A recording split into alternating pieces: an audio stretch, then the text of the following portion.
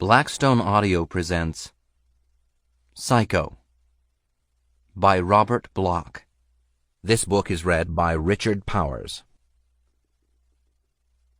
10% of this book is dedicated to Harry Altschuler, who did 90% of the work. 1. Norman Bates heard the noise and a shock went through him. It sounded as though somebody was tapping on the window pane. He looked up hastily, half prepared to rise, and the book slid from his hands to his ample lap. Then he realized that the sound was merely rain. Late afternoon rain striking the parlor window. Norman hadn't noticed the coming of the rain, nor the twilight, but it was quite dim here in the parlor now, and he reached over to switch on the lamp before resuming his reading. It was one of those old-fashioned table lamps, the kind with the ornate glass shade and the crystal fringe. Mother had had it ever since he could remember, and she refused to get rid of it. Norman didn't really object. He had lived in this house for all of the 40 years of his life, and there was something quite pleasant and reassuring about being surrounded by familiar things. Here everything was orderly and ordained. It was only there, outside, that the changes took place, and most of those changes held a potential threat.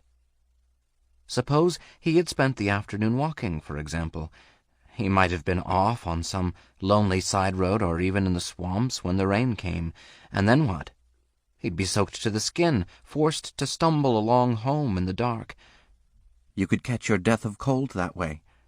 And besides, who wanted to be out in the dark? It was much nicer here in the parlor, under the lamp, with a good book for company. The light shone down on his plump face. Reflected from his rimless glasses bathed the pinkness of his scalp beneath the thinning sandy hair as he bent his head to resume reading. It was really a fascinating book. No wonder he hadn't noticed how fast the time had passed. It was The Realm of the Incas by Victor W. von Hagen, and Norman had never before encountered such a wealth of curious information. For example, this description of the Quechua, or victory dance, where the warriors formed a great circle, moving and writhing like a snake. He read, "The drum beat for this was usually performed on what had been the body of an enemy. The skin had been flayed and the belly stretched to form a drum, and the whole body acted as a sound box while throbbings came out of the open mouth, grotesque but effective." Norman smiled, then allowed himself the luxury of a comfortable shiver. Grotesque but effective. It certainly must have been. Imagine flaying a man, alive probably, and then stretching his belly to use it as a drum. How did they actually go about doing that?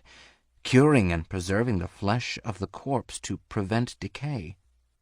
For that matter, what kind of a mentality did it take to conceive of such an idea in the first place? It wasn't the most appetizing notion in the world, but when Norman half closed his eyes, he could almost see the scene. This throng of painted, naked warriors, wriggling and swaying in unison under a sun-drenched, savage sky, and the old crone crouching before them, throbbing out a relentless rhythm on the swollen, distended belly of a cadaver. The contorted mouth of the corpse would be forced open, probably fixed in a gaping grimace by clamps of bone, and from it the sound emerged. Beating from the belly, rising through the sunken inner orifices, forced up through the withered windpipe to emerge amplified and in full force from the dead throat. For a moment Norman could almost hear it, and then he remembered that rain has its rhythm too, and footsteps. Actually, he was aware of the footsteps without even hearing them. Long familiarity aided his senses whenever Mother came into the room. He didn't even have to look up to know she was there. In fact, he didn't look up. He pretended to continue his reading instead. Mother had been sleeping in her room, and he knew how crabby she could get when just awakened. So it was best to keep quiet and hope that she wasn't in one of her bad moods. "Norman, do you know what time it is?" He sighed and closed the book. He could tell now that she was going to be difficult. The very question was a challenge. Mother had to pass the grandfather clock in the hall in order to come in here, and she could easily see what time it was. Still, no sense making an issue of it. Norman glanced down at his wristwatch, then smiled. "A little after 5, he said. "I actually didn't realize it was so late. I've been reading." "Don't you think I have eyes? I can see what you've been doing." She was over at the window now, staring out at the rain. "And I can see what you haven't been doing, too.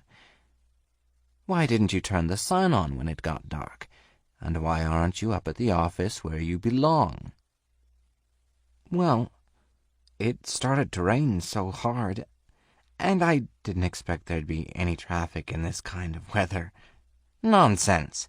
That's just the time you're likely to get some business. Lots of folks don't care to drive when it's raining." "But it isn't likely anybody would be coming this way.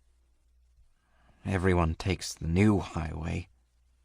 Norman heard the bitterness creeping into his voice, felt it welling up into his throat until he could taste it, and tried to hold it back.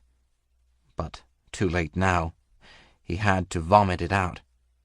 "I told you how it would be at the time, when we got that advance tip that they were moving the highway. You could have sold the motel then. Before there was a public announcement about the new road coming through, we could have bought all kinds of land over there for a song, closer to Fairvale, too. We'd have had a new motel, a new house, made some money. But you wouldn't listen. You never listen to me, do you? It's always what you want and what you think. You make me sick." "Do I, boy?" Mother's voice was deceptively gentle, but that didn't fool Norman. Not when she called him boy. 40 years old, and she called him boy. That's how she treated him, too, which made it worse. If only he didn't have to listen. But he did. He knew he had to. He always had to listen. "Do I, boy?" she repeated, even more softly. "I make you sick, eh? Well, I think not. No, boy, I don't make you sick. You make yourself sick. That's the real reason you're still sitting over here on this side of the road, isn't it, Norman? Because the truth is that you haven't any gumption.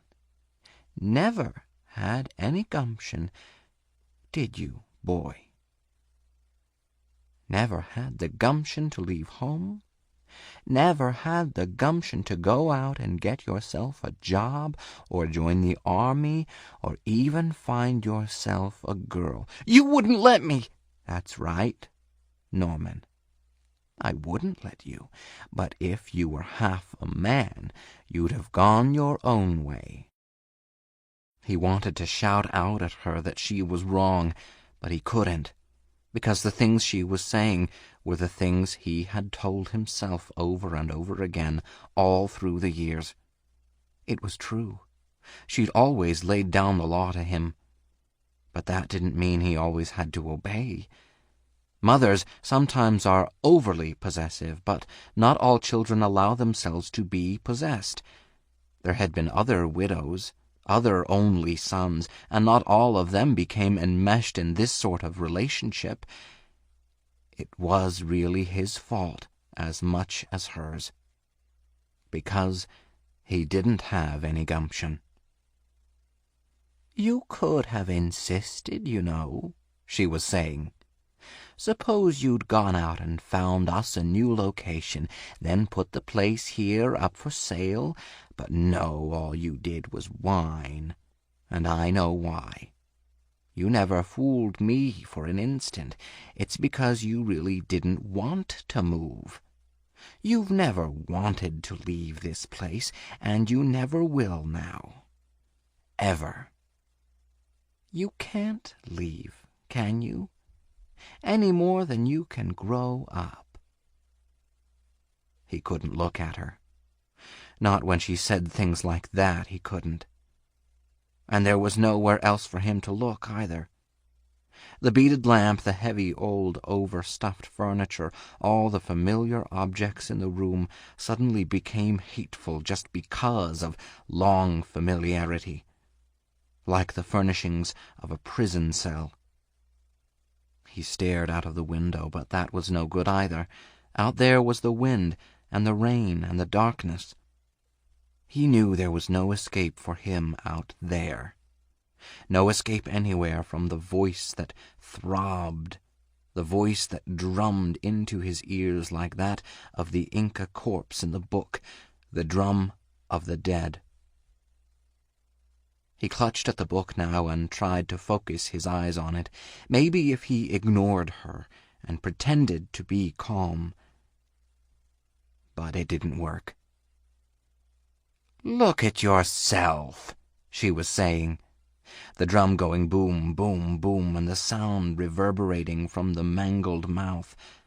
"I know why you didn't bother to switch on the sign. I know why you haven't even gone up to open the office tonight. You didn't really forget. It's just that you don't want anyone to come. You hope they don't come." "All right," he muttered. "I admit it. I hate running a motel.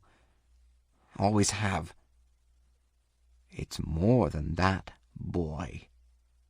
There it was again. Boy, boy, boy, drumming away out of the jaws of death. You hate people because, really, you're afraid of them, aren't you? Always have been ever since you were a little tyke. Rather snuggle up in a chair under the lamp and read. You did it 30 years ago, and you're still doing it now, hiding away under the covers of a book. There's a lot worse things I could be doing. You always told me that yourself. At least I never went out and got into trouble. Isn't it better to improve your mind?" "Improve your mind? Ha!" He could sense her standing behind him now, staring down. "Call that improvement? You don't fool me, boy, not for a minute. Never have. It isn't as if you were reading the Bible or even trying to get an education. I know the sort of thing you read. Trash. And worse than trash. This happens to be a history of the Inca civilization. I'll just bet it is. And I'll just bet it's crammed full with nasty bits about those dirty savages, like the one you had about the South Seas. Oh, you didn't think I knew about that one, did you? Hiding it up in your room the way you hid all the others, those filthy things you used to read. Psychology isn't filthy, Mother. Psychology, he calls it. A lot you know about psychology. I'll never forget that time you talked so dirty to me. Never. To think that a son could come to his own mother and say such things. But I was only trying to explain something. It's what they call the Oedipus situation, and I thought if both of us could just look at the problem reasonably and try to understand it, maybe things would change for the better." "Change, boy? Nothing's going to change. You can read all the books in the world and you'll still be the same. I don't need to listen to a lot of vile, obscene rigmarole to know what you are. Why, even an 8-year-old child could recognize it. They did, too. All your little playmates did, way back then. You're a mama's boy. That's what they called you, and that's what you were. Were, are, and always will be a big, fat, overgrown mama's boy. It was deafening him, the drumbeat of her words, the drumbeat in his own chest, the vileness in his mouth made him choke. In a moment he'd have to cry. Norman shook his head. To think that she could still do this to him, even now. But she could, and she was, and she would, over and over again, unless... Unless what? God, could she read his mind? I know what you're thinking, Norman. I know all about you, boy. More than you dream. But I know that, too. What you dream. You're thinking that you'd like to kill me, aren't you, Norman? But you can't, because you haven't the gumption. I'm the one who has the strength. I've always had it. Enough for both of us. That's why you'll never get rid of me, even if you really wanted to. Of course, deep down you don't want to. You need me, boy. That's the truth, isn't it? Norman stood up slowly. He didn't dare trust himself to turn and face her, not yet. He had to tell himself to be calm first. Be very, very calm. Don't think about what she's saying. Try to face up to it. Try to remember. She's an old woman and not quite right in the head. If you keep on listening to her this way, you'll end up not quite right in the head either. Tell her to go back to her room and lie down. That's where she belongs. And she'd better go there fast, because if she doesn't, this time you're going to strangle her with her own silver cord. He started to swing around, his mouth working, framing the phrases, when the buzzer sounded. That was the signal. It meant somebody had driven in, up at the motel, and was ringing for service. Without even bothering to look back, Norman walked into the hall, took his raincoat from the hanger, and went out into the darkness. 2. The rain had been falling steadily for several minutes before Mary noticed it and switched on the windshield wiper. At the same time, she put on the headlights. It had gotten dark quite suddenly, and the road ahead was only a vague blur between the towering trees. Trees? She couldn't recall a stretch of trees along here the last time she'd driven this way. Of course, that had been the previous summer, and she'd come into Fairvale in broad daylight, alert and refreshed. Now she was tired out from 18 hours of steady driving, but she could still remember and sense that something was wrong. Remember. That was the trigger word. Now she could remember, dimly, how she'd hesitated back there about a half-hour ago, when she came to the fork in the road. That was it. She'd taken the wrong turn. And now here she was, God knows where, with this rain coming down and everything pitch black outside. Get a grip on yourself now. You can't afford to be panicky. The worst part of it was over. It was true, she told herself. The worst part was over. The worst part had come yesterday afternoon, when she stole the money. She had been standing in Mr. Lowry's office when old Tommy Cassidy hauled out that big green bundle of bills and put them down on the desk. 36 Federal Reserve notes bearing the picture of the fat man who looked like a wholesale grocer, and 8 more carrying the face of the man who looked like an undertaker. But the wholesale grocer was Grover Cleveland, and the undertaker was William McKinley. And 36 thousands and 8 500s added up to $40,000. Tommy Cassidy had put them down just like that, fanning them casually as he announced he was closing the deal and buying a house as his daughter's wedding present. Mr. Lowry pretended to be just as casual as he went through the business of signing the final papers. But after old Tommy Cassidy went away, Mr. Lowry got a little bit excited. He scooped up the money, put it into a big brown manila No. 10 envelope, and sealed the flap. Mary noticed how his hands were trembling. "Here," he said, handing her the money. "Take it over to the bank. It's almost 4 o'clock, but I'm sure Gilbert will let you make a deposit." He paused, staring at her. "What's the matter, Miss Crane? Don't you feel well?" Maybe he had noticed the way her hands trembled, now that she was holding the envelope. But it didn't matter. She knew what she was going to say, even though she was surprised when she found herself actually saying it. "I seem to have one of my headaches, Mr. Lowry.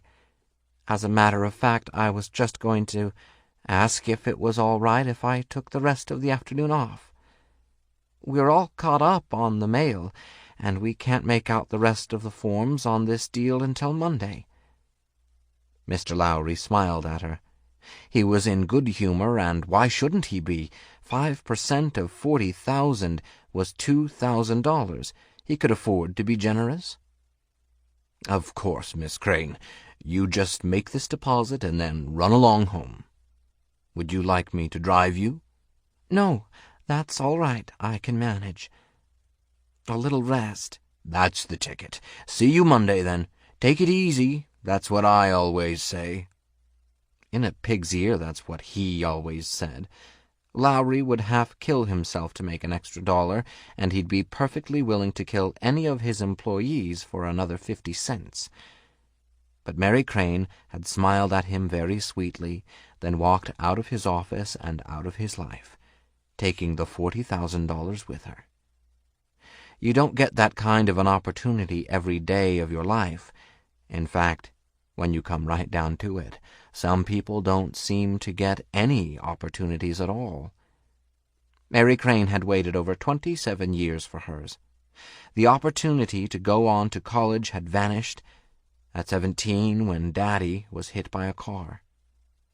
Mary went to business school for a year instead, and then settled down to support Mom and her kid sister, Lila. The opportunity to marry disappeared at 22 when Dale Belter was called up to serve his hitch in the Army. Pretty soon he was stationed in Hawaii, and before long he began mentioning this girl in his letters, and then the letters stopped coming. When she finally got the wedding announcement, she didn't care anymore. Besides, Mom was pretty sick by then. It took her 3 years to die, while Lila was off at school. Mary had insisted she go to college, come what may, but that left her carrying the whole load. Between holding down a job at the Lowry agency all day and sitting up with Mom half the night, there wasn't time for anything else. Not even time to note the passing of time. But then Mom had the final stroke, and there was the business of the funeral, and Lila coming back from school and trying to find a job, and all at once there was Mary Crane looking at herself in the big mirror and seeing this drawn, contorted face peering back at her. She'd thrown something at the mirror, and then the mirror broke into 1,000 pieces, and she knew that wasn't all. She was breaking into 1,000 pieces, too. Lila had been wonderful, and even Mr. Lowry helped out by seeing to it that the house was sold right away. By the time the estate was settled, they had about $2,000 in cash left over.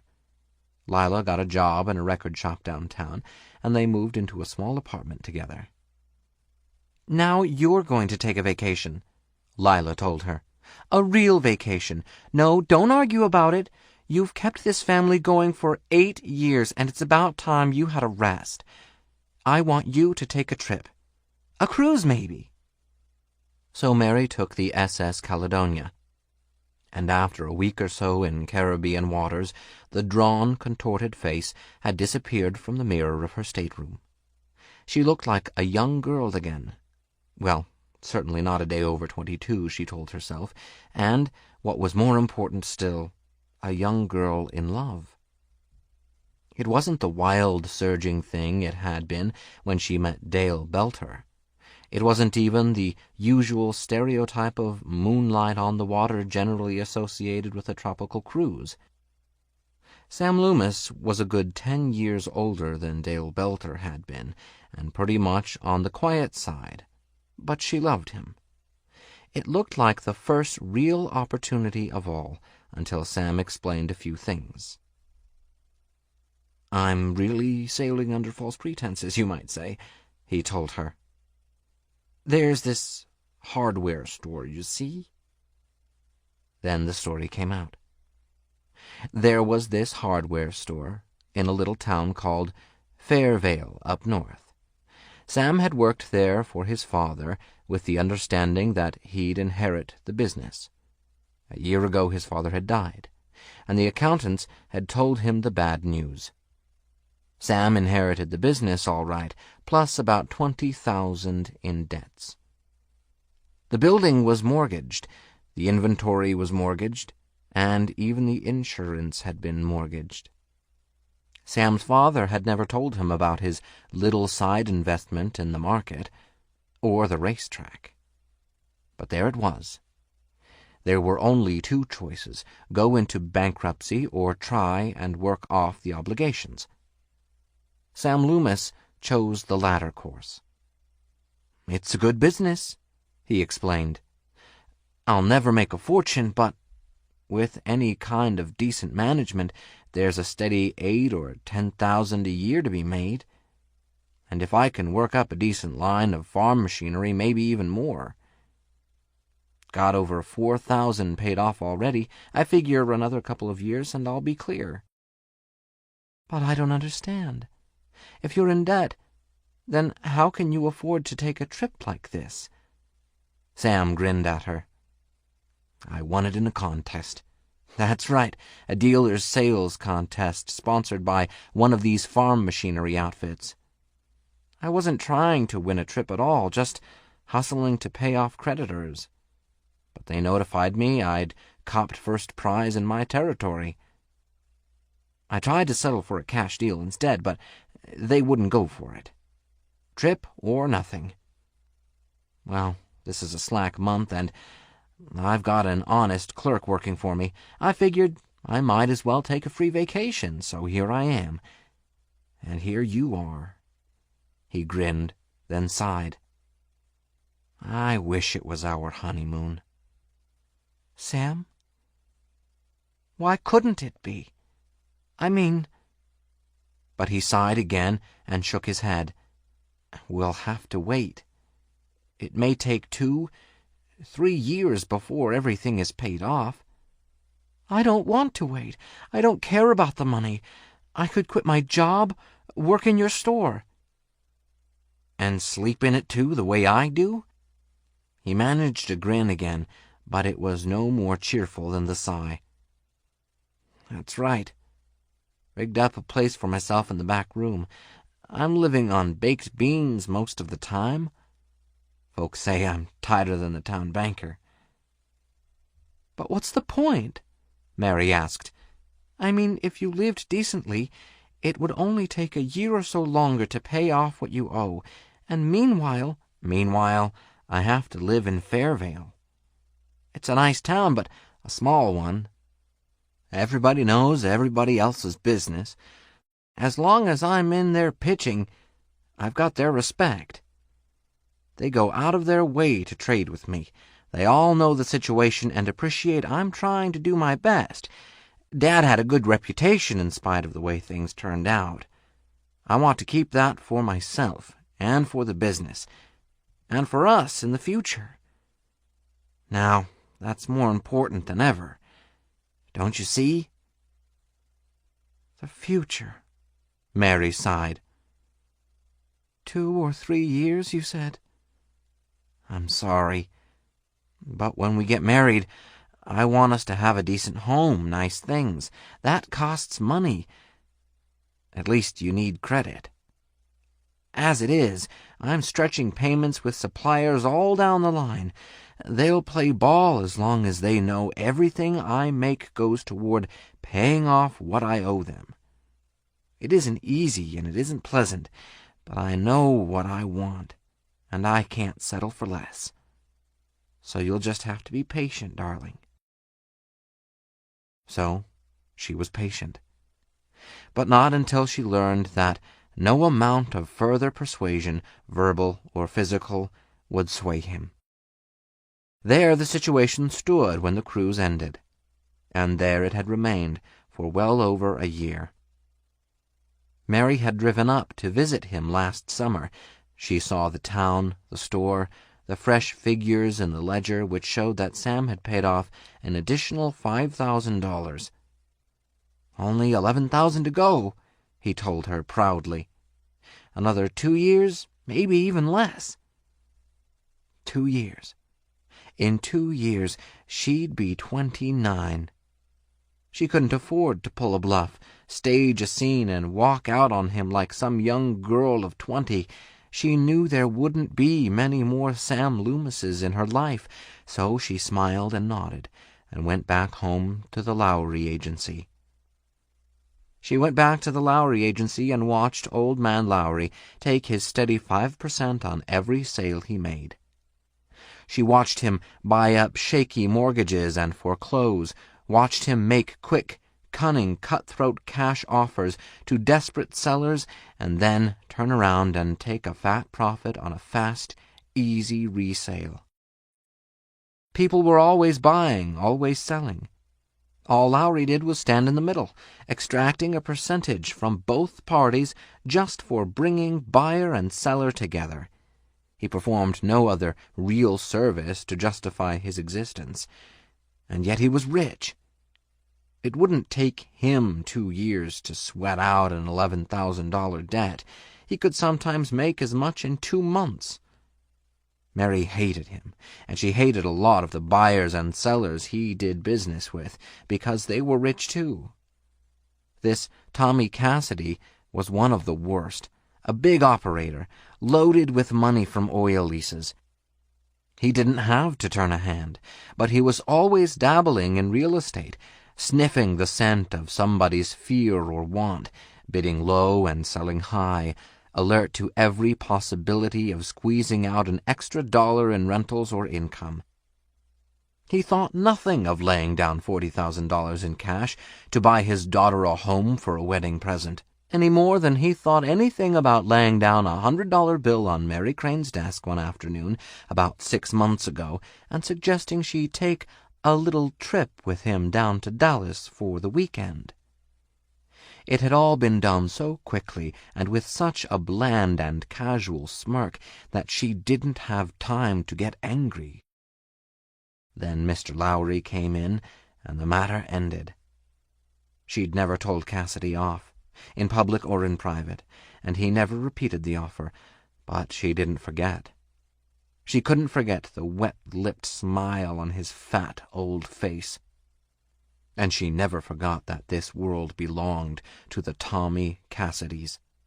They owned the property and they set the prices. $40,000 to a daughter for a wedding gift. $100 tossed carelessly on a desk for 3 days, rental privileges of the body of Mary Crane.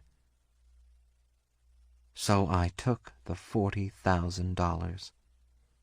That's the way the old gag went, but this hadn't been a gag. She did take the money, and subconsciously she must have been daydreaming about just such an opportunity for a long, long time. Because now everything seemed to fall into place as though part of a preconceived plan. It was Friday afternoon.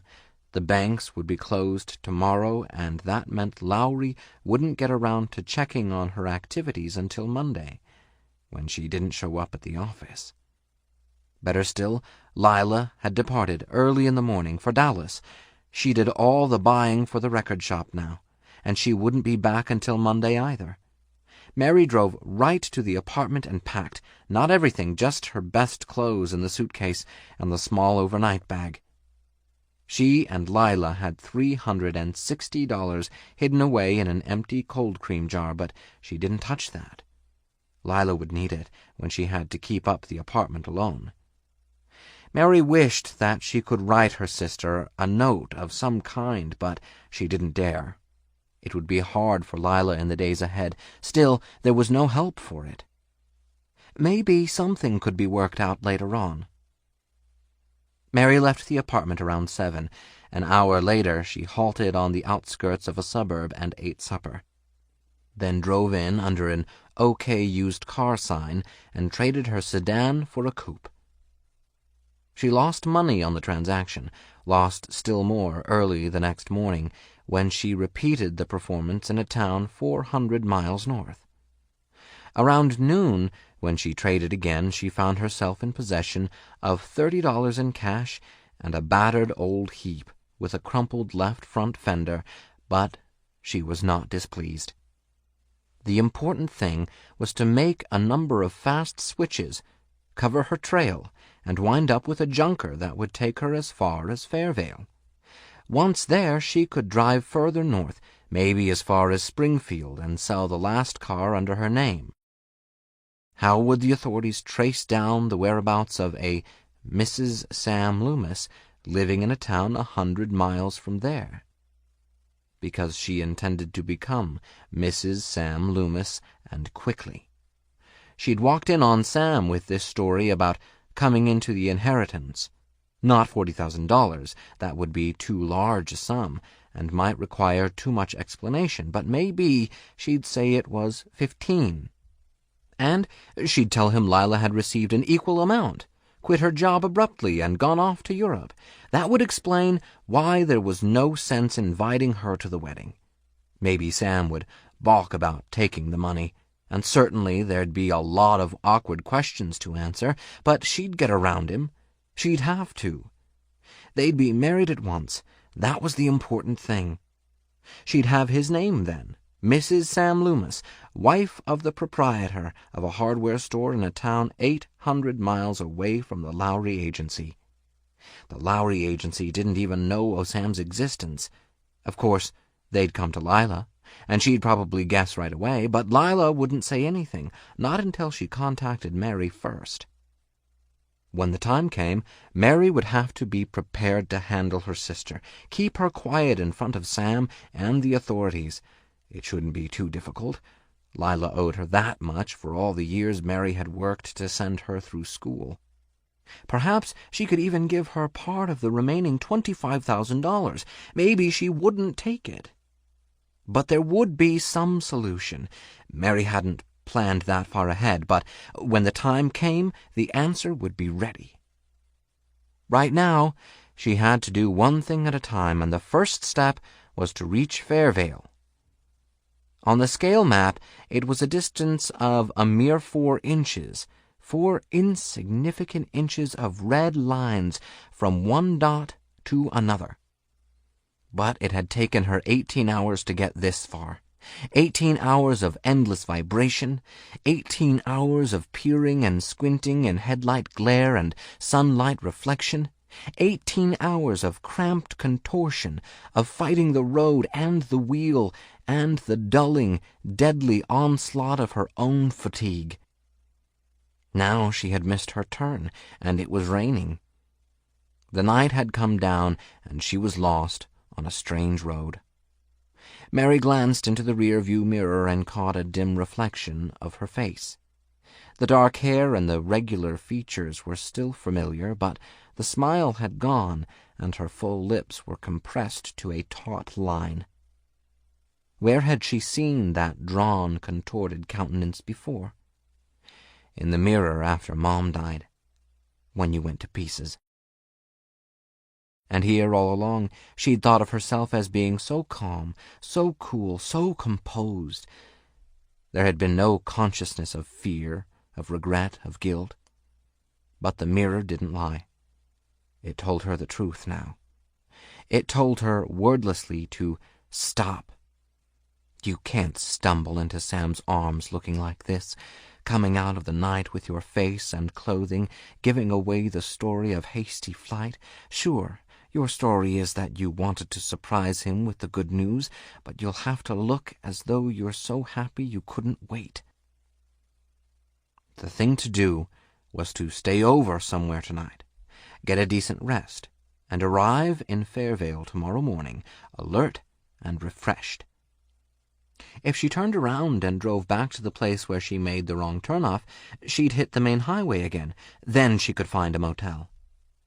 Mary nodded to herself, resisting the impulse to close her eyes, and then jerk direct, scanning the side of the road through the blur of rain-swept darkness. That's when she saw the sign, set beside the driveway which led to the small building off on the side. Motel. Vacancy.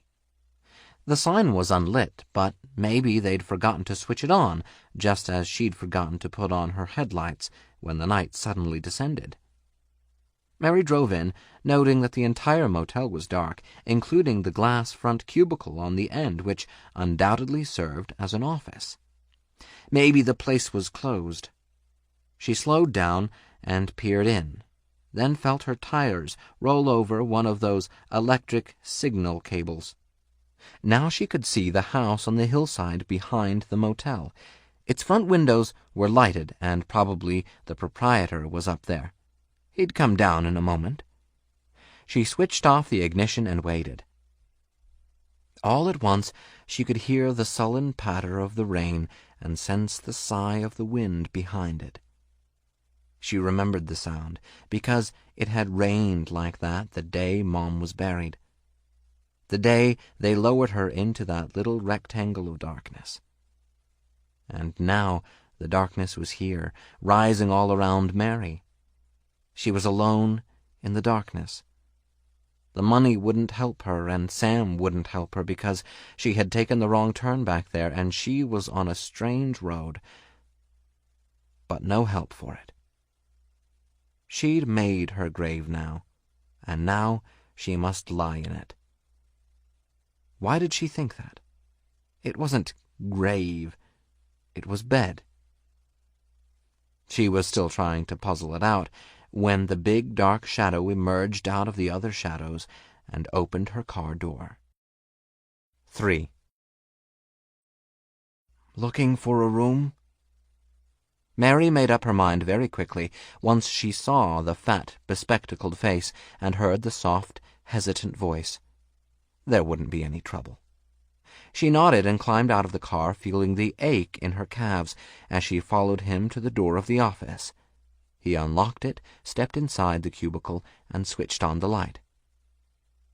Sorry I didn't get down sooner. I've been up at the house. Mother isn't very well. There was nothing distinctive about the office, but it was warm and dry and bright. Mary shivered gratefully and smiled up at the fat man. He bent over the ledger on the counter. Our rooms are $7 single. Would you like to take a look first? That won't be necessary. She opened her purse quickly, extracting a $5 bill and 2 singles and placing them on the counter as he pushed the register forward and held out a pen. For a moment she hesitated, then wrote a name, Jane Wilson, and an address, San Antonio, Texas. She couldn't very well do anything about the Texas plates on the car. I'll get your bags, he said, and came around the counter. She followed him outside again. The money was in the glove compartment, still in the same big envelope secured by the heavy rubber band. Maybe the best thing to do was to leave it there. She'd lock the car, and nobody would disturb it. He carried the bags over to the door of the room next to the office. It was the closest, and she didn't mind. The main thing was to get out of the rain. Nasty weather, he said, standing aside as she entered. Have you been driving long? All day. He pressed a switch, and the bedside lamp blossomed and sent forth yellow petals of light. The room was plainly but adequately furnished. She noted the shower stall in the bathroom beyond. Actually, she would have preferred a tub, but this would do. Everything all right?" She nodded quickly, then remembered something. "Is there anywhere around here where I can get a bite to eat?" "Well, let's see now. There used to be a root beer and hamburger stand up the road here about 3 miles, but I guess it's closed down since the new highway came in. No, your best bet would be Fairvale." "How far away is that?" "About 17, 18 miles. You keep going up the road until you come to a county trunk. Turn right and hit the main highway again. It's 10 miles straight ahead then. I'm surprised you didn't go through that way if you're heading north." "I got lost." The fat man nodded and sighed. "I thought as much. We don't get much regular traffic along here anymore since that new road opened." She smiled absently. He stood in the doorway, pursing his lips. When she looked up to meet his stare, he dropped his eyes and cleared his throat apologetically. Miss, I was just thinking, maybe you don't feel like driving all the way up to Fairvale and back in this rain. I mean, I was just going to fix a little snack for myself up at the house. You'd be perfectly welcome to join me." "Oh, I couldn't do that." "Why not?" "No trouble at all. Mother's gone back to bed, and she won't be doing any cooking. I was only going to set out some cold cuts and make some coffee, if that's all right with you." "Well, look, I'll just run along and get things ready." "Thank you very much, Mr. Bates. Norman Bates." He backed against the door, bumping his shoulder. "Look, I'll leave you this flashlight for when you come up. You probably want to get out of those wet things first." He turned away, but not before she caught a glimmer of his reddened face. Why, he was actually embarrassed. For the first time in almost 20 hours, a smile came to Mary Crane's face. She waited until the door closed behind him, and then slipped off her jacket. She opened her overnight bag on the bed and took out a print dress. She let it hang, hoping some of the wrinkles would disappear while she used the bathroom facilities. Just time to freshen up a bit now, but when she came back she promised herself a good hot shower. That's what she needed. That and sleep. But first, a little food. Let's see now. Her makeup was in her purse, and she could wear the blue coat from the big suitcase. 15 minutes later she was knocking on the door of the big frame house on the hillside. A single lamp shone from the unshaded parlor window, but a brighter reflection blazed from upstairs. If his mother was ill, that's where she'd be. Mary stood there, waiting for a response, but nothing happened. Maybe he was upstairs too. She rapped again. Meanwhile, she peered through the parlor window. At first glance, she couldn't quite believe what she saw. She hadn't dreamed that such places still existed in this day and age. Usually, even when a house is old, there are some signs of alteration and improvement in the interior. But the parlor she peered at had never been modernized. The floral wallpaper, the dark, heavy, ornately scrolled mahogany woodwork, the turkey-red carpet, the high-backed, overstuffed furniture, and the paneled fireplace were straight out of the gay 90s. There wasn't even a television set to intrude its incongruity in the scene. But she did notice an old wind-up gramophone on an end table. Now she could detect a low murmur of voices, and at first she thought it might be coming from the gramophone's bell-shaped horn. Then she identified the source of the sound. It was coming from upstairs, from the lighted room. Mary knocked again, using the end of the flashlight, This time she must have made her presence known, for the sound ceased abruptly, and she heard the faint thud of footsteps. A moment later she saw Mr. Bates descending the stairs. He came to the door and opened it, gesturing her forward. "Sorry," he said. "I was just tucking Mother in for the night. Sometimes she's apt to be a bit difficult." "You said she was ill. I wouldn't want to disturb her." "Oh, you won't make any bother. She'll probably sleep like a baby." Mr. Bates glanced over his shoulder at the stairway, then lowered his voice. "Actually, she's not sick. Not physically, that is. But sometimes she gets these spells." He nodded abruptly, then smiled. "Here, let me just take your coat and hang it up. There. Now if you'll come this way." She followed him down a hallway which extended from under the stairs. "I hope you don't mind eating in the kitchen," he murmured. "Everything's all ready for us. Sit right down and I'll pour the coffee." The kitchen was a complement of the parlor, lined with ceiling-high glassed-in cupboards, grouped about an old-fashioned sink with a hand-pump attachment. The big wood stove squatted in one corner, but it gave off a grateful warmth, and the long wooden table bore a welcome display of sausage, cheese, and homemade pickles in glass dishes scattered about on the red and white checkered cloth. Mary was not inclined to smile at the quaintness of it all, and even the inevitable hand-crocheted motto on the wall seemed appropriate enough. "God bless our home." So be it. This was a lot better than sitting alone in some dingy small-town cafeteria. Mr. Bates helped her fill her plate. "Go right ahead. Don't wait for me. You must be hungry." She was hungry, and she ate heartily, with such absorption that she scarcely noticed how little he was eating. When she became aware of it, she was faintly embarrassed. "But you haven't touched a thing. I'll bet you really had your own supper earlier." "No, I didn't. It's just that I'm not very hungry." He refilled her coffee cup. "I'm afraid Mother gets me a little upset sometimes." His voice lowered again, and the apologetic note returned. "I guess it's my fault. I'm not too good at taking care of her." "You live here all alone? The two of you?" "Yes.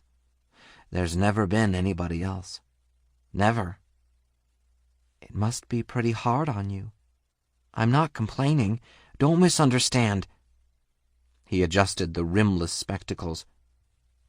"My father went away when I was still a baby. Mother took care of me all alone. There was enough money on her side of the family to keep us going, I guess, until I grew up. Then she mortgaged the house, sold the farm, and built this motel. We ran it together, and it was a good thing until the new highway cut us off. Actually, of course, she started failing long before then, and it was my turn to take care of her, but sometimes it isn't so easy." "There are no other relatives?" "None." "And you've never married?" His face reddened, and he glanced down at the checkered tablecloth. Mary bit her lip. "I'm sorry. I didn't mean to ask personal questions." "That's all right." His voice was faint. "I've never married. Mother was funny about those things. I've never even sat at a table with a girl like this before. But sounds odd, doesn't it, in this day and age? I know that. But it has to be. I tell myself that she'd be lost without me now. Maybe the real truth is that I'd be even more lost without her." Mary finished her coffee, fished in her purse for cigarettes, and offered the package to Mr. Bates. "No, thank you. I don't smoke." "Mind if I do?" "Not at all. Go right ahead." He hesitated. "I'd like to offer you a drink, but, you see, Mother doesn't approve of liquor in the house." Mary leaned back, inhaling. Suddenly she felt expansive. Funny what a little warmth, a little rest, a little food could do. An hour ago she'd been lonely, wretched, and fearfully unsure of herself. Now everything had changed. Perhaps it was listening to Mr. Bates which had altered her mood this way. He was the lonely, wretched, and fearful one, really. In contrast, she felt 7 feet tall. It was this realization which prompted her to speak. "You aren't allowed to smoke. You aren't allowed to drink. You aren't allowed to see any girls. Just what do you do besides run the motel and attend to your mother?" Apparently, he was unconscious of her tone of voice. "Oh, I've got lots of things to do, really. I read quite a lot. And there are other hobbies." He glanced up at a wall shelf, and she followed his gaze. A stuffed squirrel peered down at them. "Hunting?" "Well, no. Just taxidermy. George Blount gave me that squirrel to stuff. He shot it. Mother doesn't want me to handle firearms." "Mr. Bates, you'll pardon me for saying this, but how long do you intend to go on this way? You're a grown man. You certainly must realize that you can't be expected to act like a little boy all the rest of your life. I don't mean to be rude, but I understand. I'm well aware of the situation. As I told you, I've done a bit of reading. I know what the psychologists say about such things. But I have a duty toward my mother." "Wouldn't you perhaps be fulfilling that duty to her, and to yourself as well, if you arranged to put her in an institution?" "She's not crazy!"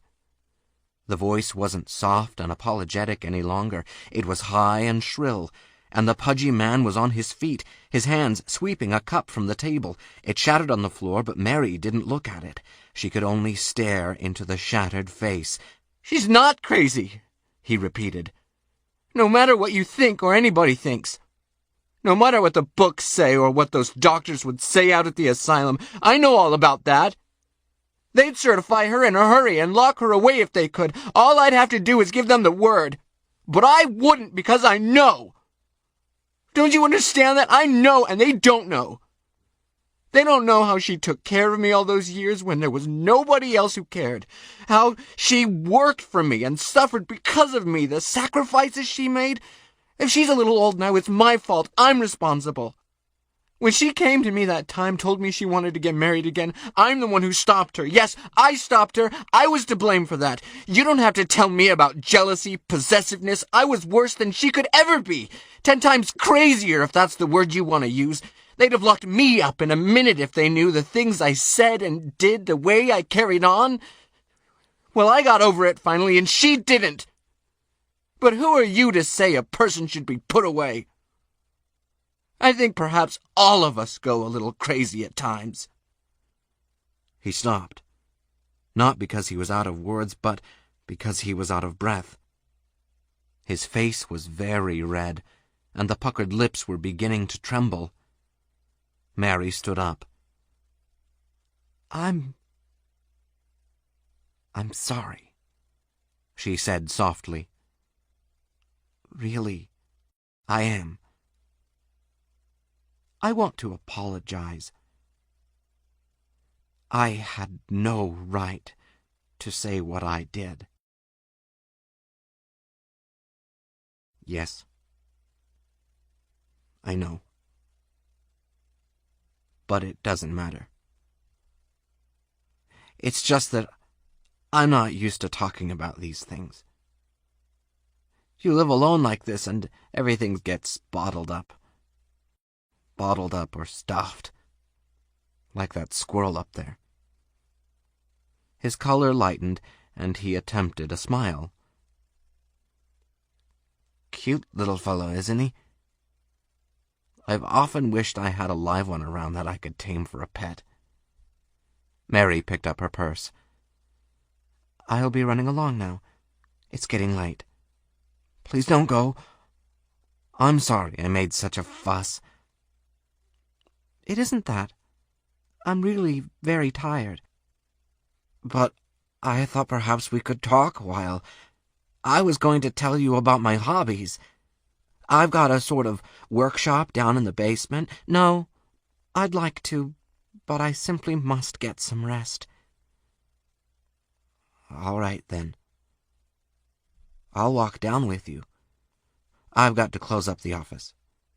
It doesn't look as if there'll be any more business tonight. They went through the hall, and he helped her on with her coat. He was clumsy about it, and for a moment she felt rising irritation, then checked it as she realized the cause.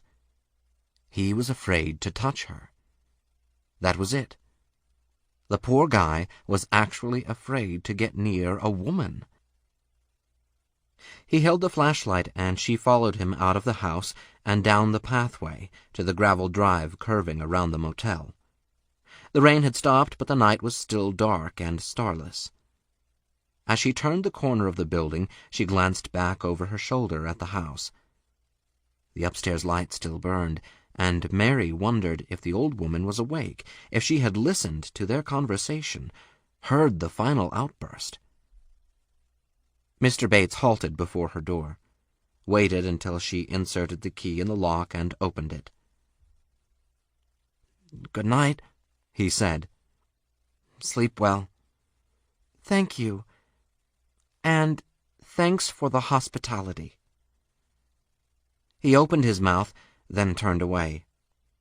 For the third time that evening, she saw him redden.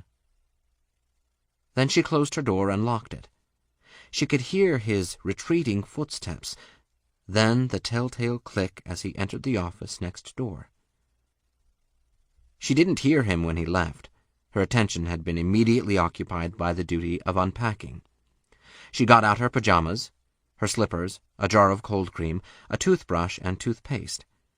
Then she rummaged through the big suitcase, looking for the dress she planned to wear tomorrow when she saw Sam.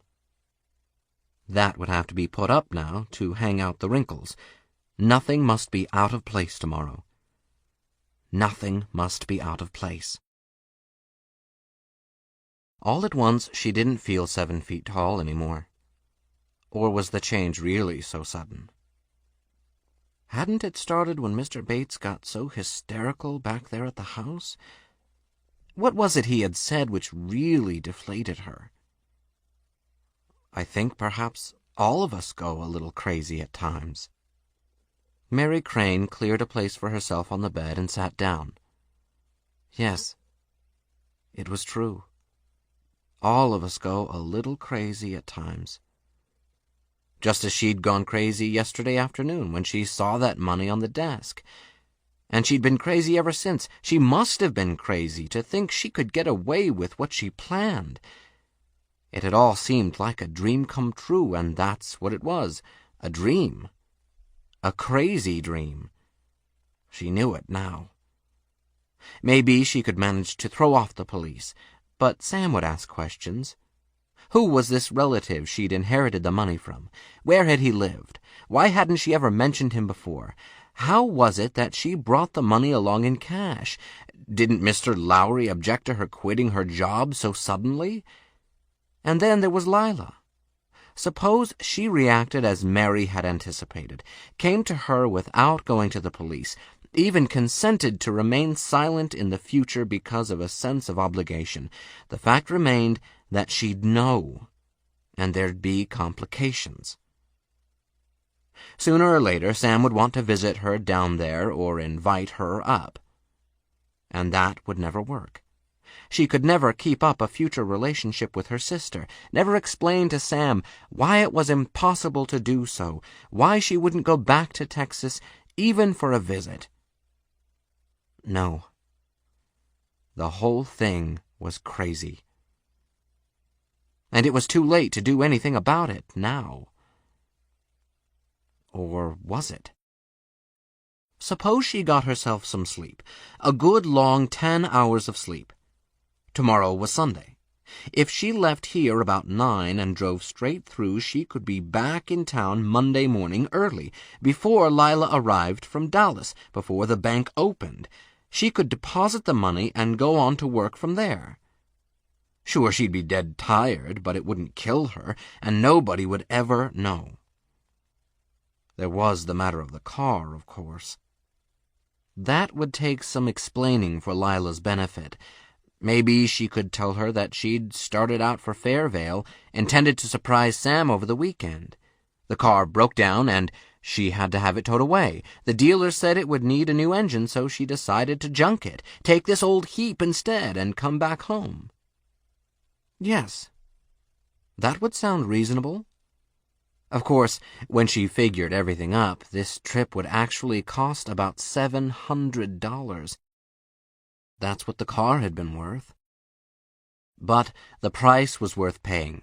$700 isn't too much to pay for one's sanity, for one's safety, one's future security.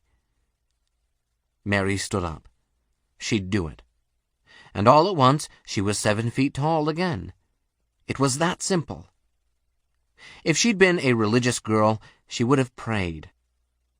As it was, she felt a curious sense of, what was that word? Predestination. As if everything that had happened was somehow fated to be, her turning off on the wrong road, coming here, meeting this pathetic man, listening to his outburst, hearing that final sentence which brought her to her senses. For a moment, she could have gone to him and kissed him, until she realized with a giggle what his response would be to such a gesture. The poor old geezer would probably faint. She giggled again. It was nice to be 7 feet tall, but the question was, would she be able to fit inside the shower stall? And that's what she was going to do right now, take a nice, long, hot shower, get the dirt off her hide, just as she was going to get the dirt cleaned out of her insides. Come clean, Mary. Come clean as snow. She stepped into the bathroom, kicking off her shoes, stooping to slip her stockings off. Then she raised her arms, pulled the dress over her head, tossed it into the next room. It missed the bed, but she didn't care. She unhooked her bra, swung it in an arc, and let it sail. Now the panties. For a moment, she stood before the mirror set in the door and took stock of herself.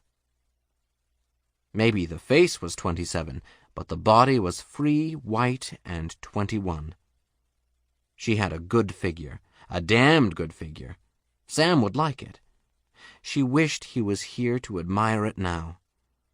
It was going to be hell to wait another 2 years, but then she'd make up for lost time. They say a woman isn't fully mature sexually until she's 30.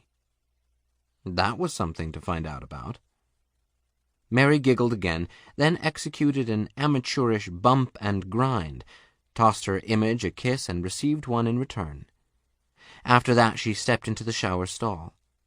The water was hot, and she had to add a mixture from the cold faucet. Finally, she turned both faucets on full force and let the warmth gush over her.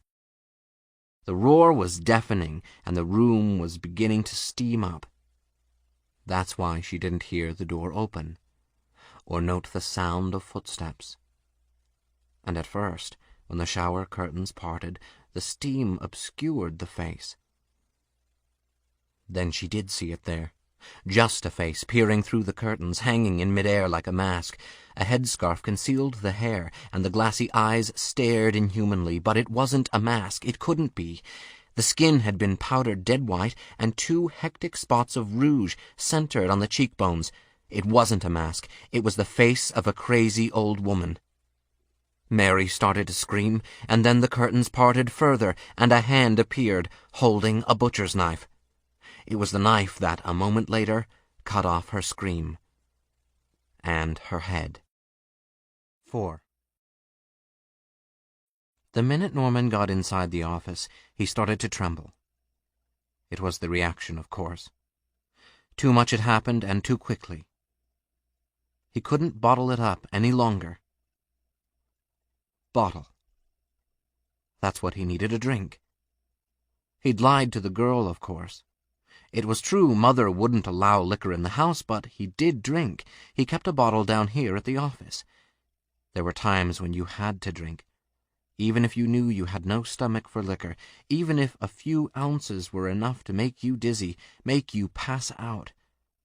There were times when you wanted to pass out. Norman remembered to pull down the Venetian blinds and switch off the sign outside. There, that did it. Closed for the night. Nobody would notice the dim light of the desk lamp now that the blinds were down. Nobody could look in and see him opening the desk drawer and pulling out the bottle, his hands trembling like a baby's. Baby needs his bottle. He tilted the pint back and drank, closing his eyes as he did so. The whiskey burned, and that was good. Let it burn away the bitterness. The warmth crept down his throat, exploded in his stomach. Maybe another drink would burn away the taste of fear. It had been a mistake to invite the girl up to the house. Norman knew that the moment he opened his mouth, but she was so pretty, and she looked so tired and forlorn. He knew what it was to be tired and forlorn, with nobody to turn to, nobody who'd understand. All he meant to do, all he did do, was talk to her. Besides, it was his house, wasn't it? Just as much as it was Mother's. She had no right to lay down the law that way. Still, it had been a mistake. Actually, he never would have dared, except he'd been so angry with Mother. He'd wanted to defy her. That was bad. But he had done something far worse after he extended the invitation. He'd gone back to the house and told Mother he was having company. He'd marched right up to the bedroom and announced it, just as much as to say, "I dare you to do something about it." It was the wrong thing to do. She was worked up enough already, and when he told her about the girl coming for supper, she practically had hysterics. She was hysterical, the way she carried on, the things she said. "If you bring her here, I'll kill her. I'll kill the bitch." Bitch. Mother didn't talk that way. But that's what she had said. She was sick. Very sick. Maybe the girl had been right. Maybe Mother should be put away. It was getting so he couldn't handle her alone anymore. Getting so he couldn't handle himself either. What had Mother used to say about handling himself? It was a sin. You could burn in hell. The whiskey burned. His third drink, but he needed it. He needed a lot of things. The girl was right about that, too. This was no way to live. He couldn't go on much longer.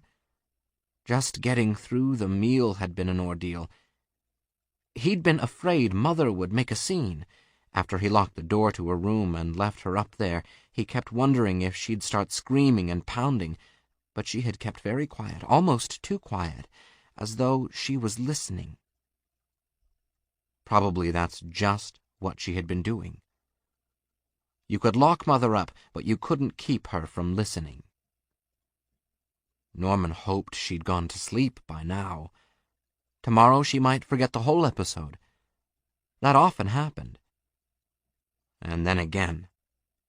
Sometimes when he thought she had completely forgotten an incident, she'd bring it up out of a clear blue sky months afterward.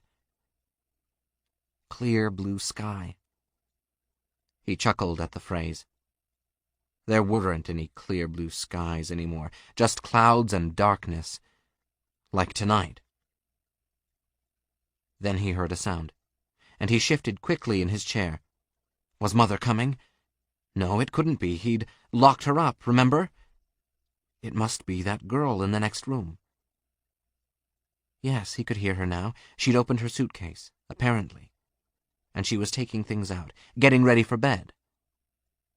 Norman took another drink, just to steady his nerves. And this time it worked. His hand wasn't trembling anymore. He wasn't afraid. Not if he thought about the girl. Funny. When he actually saw her, he had this terrible feeling of, what was the word? Something. Importance. No, that wasn't it. He didn't feel important when he was with a woman. He felt impossible? That wasn't right either. He knew the word he was looking for. He'd read it 100 times in books, the kind of books Mother didn't even know he owned. Well, it didn't matter. When he was with the girl, he felt that way, but not now. Now he could do anything. And there were so many things he wanted to do with a girl like that. Young, pretty, intelligent too. He'd made a fool of himself answering her back when she talked about Mother. Now he admitted she had told the truth. She knew. She could understand. He wished she would have stayed and talked more. As it was, maybe he'd never see her again. Tomorrow she'd be gone. Gone forever. Jane Wilson of San Antonio, Texas. He wondered who she was, where she was going, what kind of a person she really was, inside. He could fall in love with a girl like that. Yes, he could, after just seeing her a single time. It was nothing to laugh at. But she'd laugh, probably. That's the way girls were. They always laughed, because they were bitches. Mother was right. They were bitches. But you couldn't help yourself, not when a bitch was as lovely as this one was, and you knew you would never see her again. You had to see her again. If you were any kind of a man, you'd have told her so when you were in her room. You'd have brought in the bottle and offered her a drink, drunk with her, and then you'd carry her over to the bed and... No, you wouldn't. Not you. Because you're impotent. That's the word you couldn't remember, isn't it? Impotent. The word the books used. The word Mother used. The word that meant you were never going to see her again because it wouldn't do any good. The word the bitches knew. They must know it. And that's why they always laughed. Norman took another drink, just a sip. He could feel the wetness trickle down the side of his chin. He must be drunk. All right. He was drunk. What did it matter? As long as Mother didn't know. As long as the girl didn't know, it would all be a big secret. Impotent, was he? Well, that didn't mean he couldn't see her again. He was going to see her, right now. Norman bent forward across the desk, his head inclined and almost touching the wall. He'd heard more sounds. And from long experience he knew how to interpret them. The girl had kicked off her shoes. Now she was coming into the bathroom. He reached out his hand. It was trembling again, but not with fear. This was anticipation. He knew what he was going to do. He was going to tilt the framed license on the wall to one side and peek through the little hole he'd drilled so long ago. Nobody else knew about the little hole, not even Mother. Most certainly not Mother. It was his secret. The little hole was just a crack in the plaster on the other side, but he could see through it. See through it into the lighted bathroom. Sometimes he'd catch a person standing right in front of it. Sometimes he'd catch their reflection on the door mirror beyond. But he could see. He could see plenty.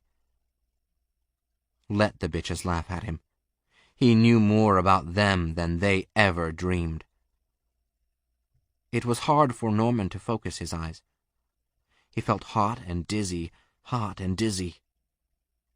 Part of it was due to the drinks, part to the excitement, but most of it was due to her. She was in the bathroom now, standing there facing the wall. But she wouldn't notice the crack. They never did. She was smiling, fluffing out her hair. Now she stooped, sliding down her stockings, and as she straightened up, yes, she was going to do it. The dress was coming off over her head. He could see the bra and panties. She mustn't stop now. She mustn't turn away. But she did turn away, and Norman almost called out to her, "Come back here, you bitch!" But he remembered just in time, and then he saw that she was unhooking her bra in front of the door mirror, and he could see. Except that the mirror was all wavy lines and lights that made him dizzy, and it was hard to make out anything until she stepped a little to one side. Then he could see her. Now she was going to take them off. She was taking them off, and he could see. She was standing before the mirror and actually gesturing. Did she know? Had she known all along, known about the hole in the wall, known that he was watching? Did she want him to watch? Was she doing this to him on purpose? The bitch!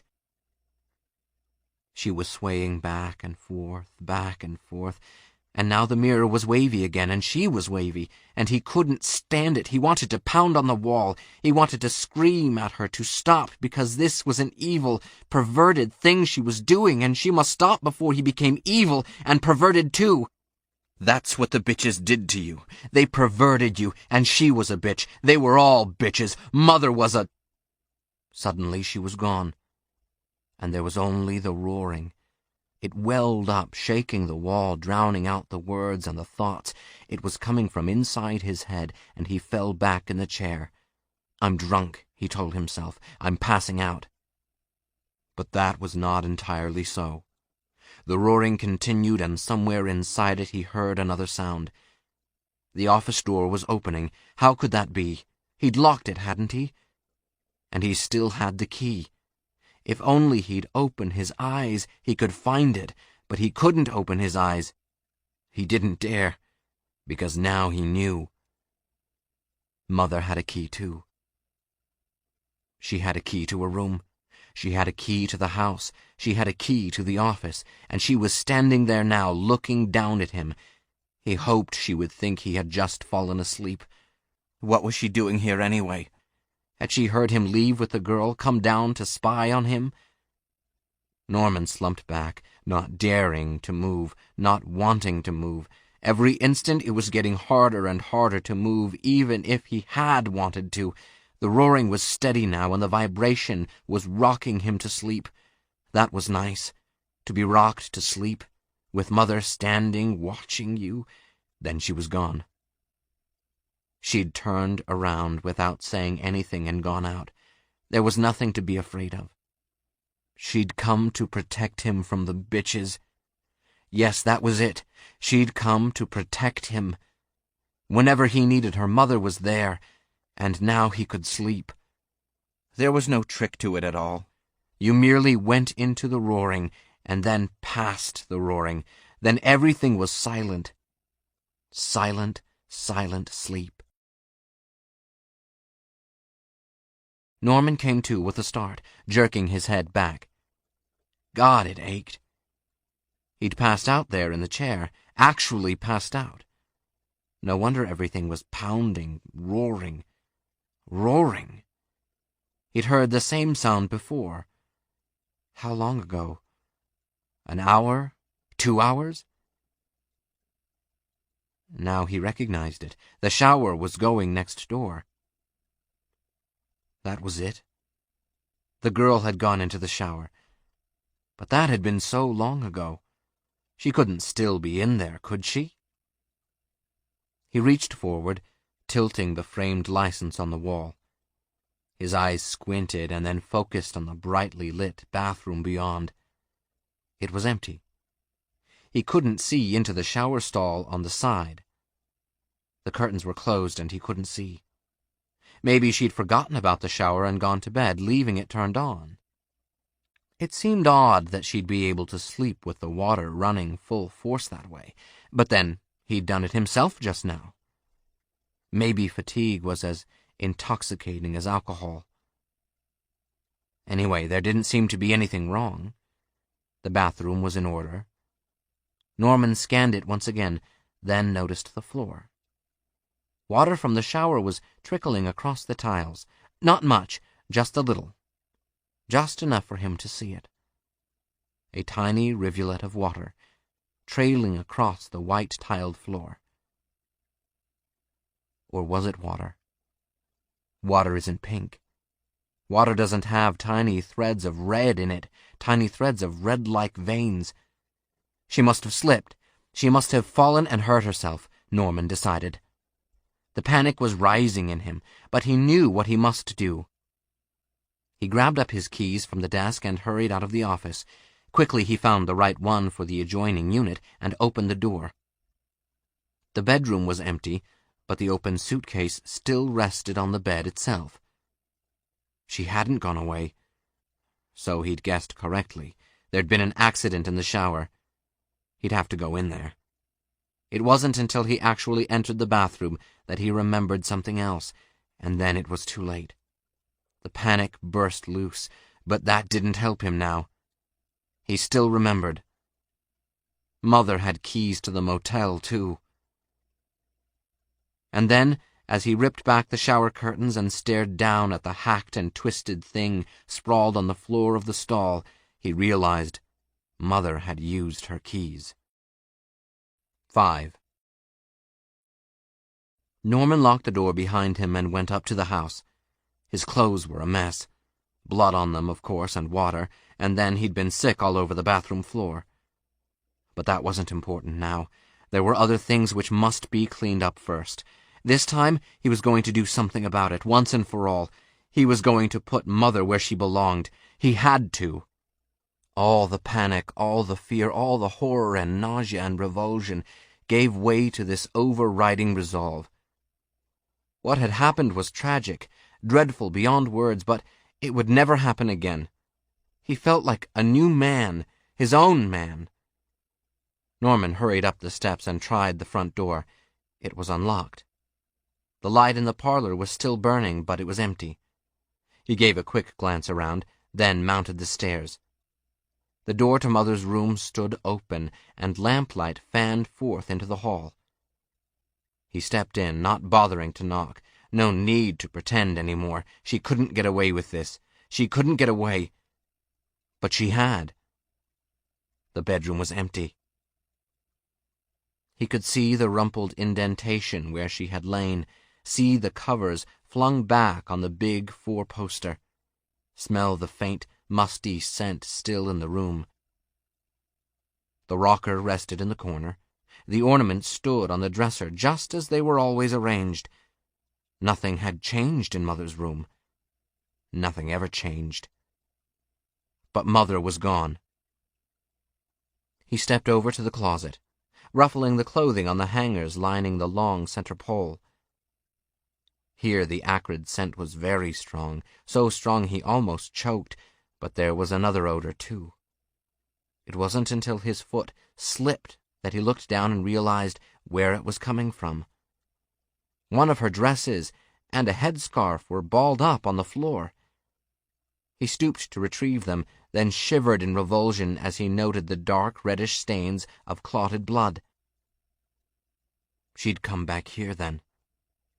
Come back, changed her clothes, and gone off once more. He couldn't call the police. That was the thing he had to remember. He mustn't call the police. Not even now, knowing what she had done.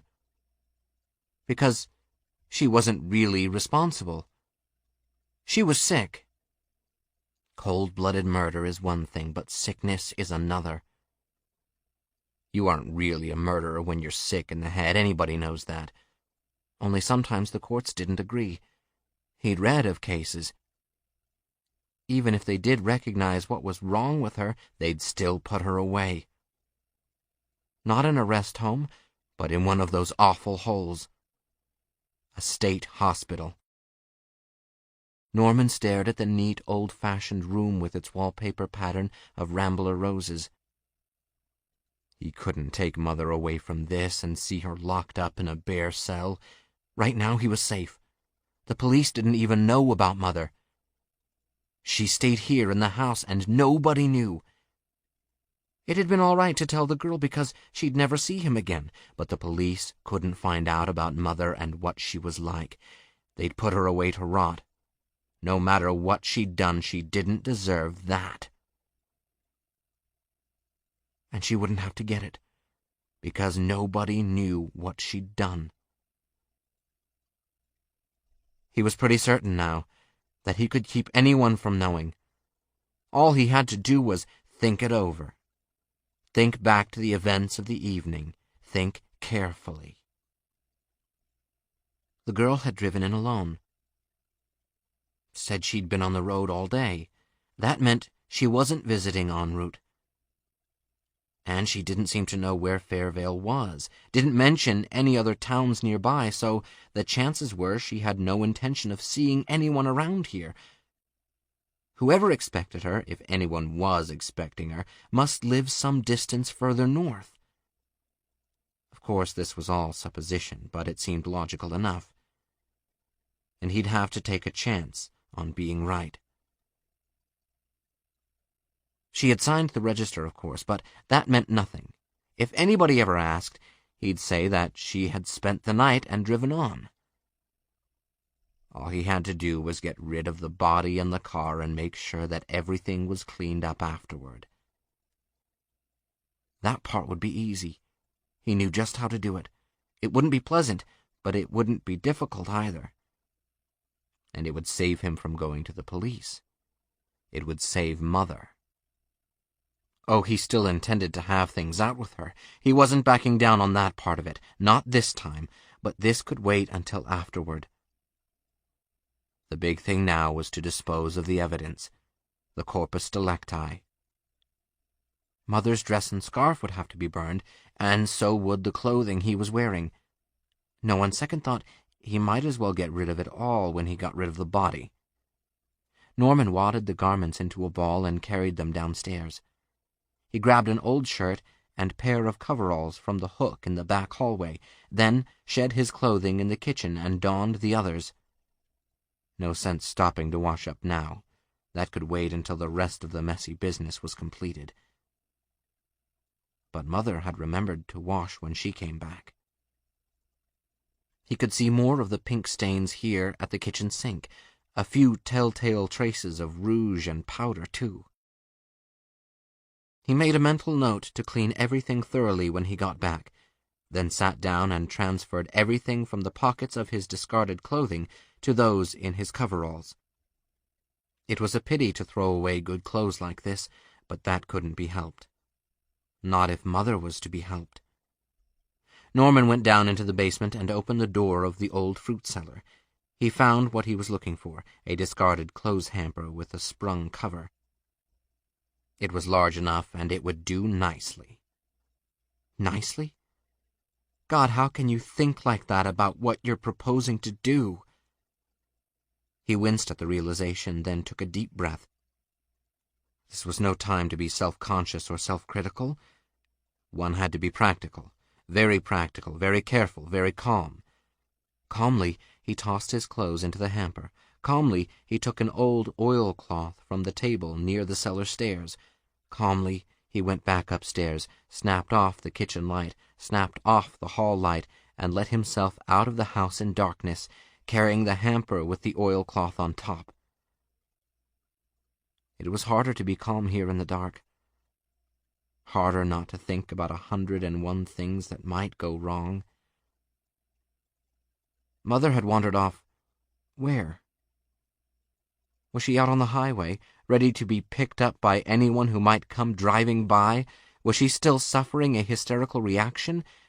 Would the shock of what she had done cause her to blurt out the truth to whoever came along and found her? Had she actually run away, or was she merely in a daze? Maybe she'd gone down past the woods back of the house, along the narrow 10-acre strip of their land which stretched off into the swamp. Wouldn't it be better to search for her first? Norman sighed and shook his head. He couldn't afford the risk. Not while that thing still sprawled in the shower stall back at the motel. Leaving it there was even more risky. He'd had the presence of mind to turn off all the lights both in the office and in her room before leaving, but even so, one never knew when some night owl might show up and nose around looking for accommodations. It didn't happen very often, but every once in a while the signal would buzz, sometimes at 1 or 2 o'clock in the morning, and at least once in the course of a night the State Highway Patrol car cruised past her. It almost never stopped, but there was the chance. He stumbled along in the pitch blackness of moonless midnight. The path was graveled and not muddy, but the rain would have softened the ground behind the house. There'd be tracks. That was something else to think about. He'd leave tracks he couldn't even see. If only it wasn't so dark. All at once, that was the most important thing. To get out of the dark. Norman was very grateful when he finally opened the door of the girl's room and eased the hamper inside, then set it down and switched on the light. The soft glow reassured him for a moment, until he remembered what the light would reveal when he went into the bathroom. He stood in the center of the bedroom now, and he began to tremble. No, I can't do it. I can't look at her. I won't go in there. I won't. But you have to. There's no other way. And stop talking to yourself. That was the most important thing. He had to stop talking to himself. He had to get back that calm feeling again. He had to face reality. And what was reality? A dead girl. The girl his mother had killed. Not a pretty sight, nor a pretty notion, but there it was. Walking away wouldn't bring the girl back to life again. Turning Mother into the police wouldn't help alter the situation either. The best thing to do under the circumstances, the only thing to do, was to get rid of her. He needn't feel guilty about it. But he couldn't hold back his nausea, his dizziness, and his dry, convulsive retching when it came to actually going into the shower stall and doing what must be done there. He found the butcher knife almost at once. It was under the torso. He dropped that into the hamper immediately. There was an old pair of gloves in his coverall pockets. He had to put them on before he could bring himself to touch the rest. The head was the worst. Nothing else was severed, only slashed, and he had to fold the limbs before he could wrap the body in the oilcloth and crowd it down into the hamper on top of the clothing. Then it was done, and he slammed the lid shut. That still left the bathroom and the shower stall itself to be cleaned up, but he'd deal with that part of the job when he came back. Now he had to lug the hamper out into the bedroom, then put it down while he found the girl's purse and ransacked it for her car keys. He opened the door slowly, scanning the road for passing headlights. Nothing was coming. Nothing had come this way for hours. He could only hope and pray that nothing would come now. He was sweating long before he managed to open the trunk of the car and place the hamper inside, sweating not with exertion, but with fear. But he made it, and then he was back in the room again, picking up the clothing and shoving it into the overnight bag and the big suitcase on the bed. He found the shoes, the stockings, the bra, the panties. Touching the bra and panties was the worst. If there had been anything left in his stomach, it would have come up then, but there was nothing in his stomach but the dryness of fear, just as the wetness of fear soaked his outer skin. Now what? Kleenex, hairpins, all the little things a woman leaves scattered around the room. Yes, and her purse. It had some money in it, but he didn't even bother to look. He didn't want the money. He just wanted to get rid of it fast, while luck still held. He put the 2 bags in the car on the front seat. Then he closed and locked the door of the room. Again he scanned the roadway in both directions. All clear. Norman started the motor and switched on the lights. That was the dangerous part, using the lights. But he'd never be able to make it otherwise, not through the field. He drove slowly up the slope behind the motel and along the gravel leading to the driveway and the house. Another stretch of gravel went to the rear of the house and terminated at the old shed, which had been converted to serve as a garage for Norman's Chevy. He shifted gears and eased off onto the grass. He was in the field now, bumping along. There was a rutted path here worn by tire tracks, and he found it. Every few months Norman took his own car along this route, hitching up the trailer and going into the woods bordering the swamp to collect firewood for the kitchen. That's what he'd do tomorrow, he decided. First thing in the morning, he'd take the car and trailer out there. Then his own tire marks would cover up these. And if he left footprints in the mud, there'd be an explanation. If he needed an explanation, that is. But maybe his luck would hold. It held long enough for him to reach the edge of the swamp and do what he had to do. Once back there, he switched off the headlights and taillights and worked in the dark. It wasn't easy, and it took a long time, but he managed. Starting the motor and shifting into reverse, he jumped out and let it back down the slope into the muddy quagmire. The slope would show tire tracks too. He must remember to smooth away the traces. But that wasn't the important thing now, just as long as the car sank. He could see the muck bubbling and rising up over the wheels. God, it had to keep sinking now. If it didn't, he could never pull it out again. It had to sink. The fenders were going under, slowly, very slowly. How long had he been standing here? It seemed like hours, and still the car was visible. But the ooze had reached the door handles. It was coming up over the side glass and the windshield. There wasn't a sound to be heard. The car kept descending, inch by silent inch. Now only the top was visible. Suddenly, there was a sort of sucking noise, a nasty and abrupt plop, and the car was gone. It had settled beneath the surface of the swamp. Norman didn't know how deep the swamp was at this point. He could only hope the car would keep on going down. Down, deep down, where nobody could ever find it.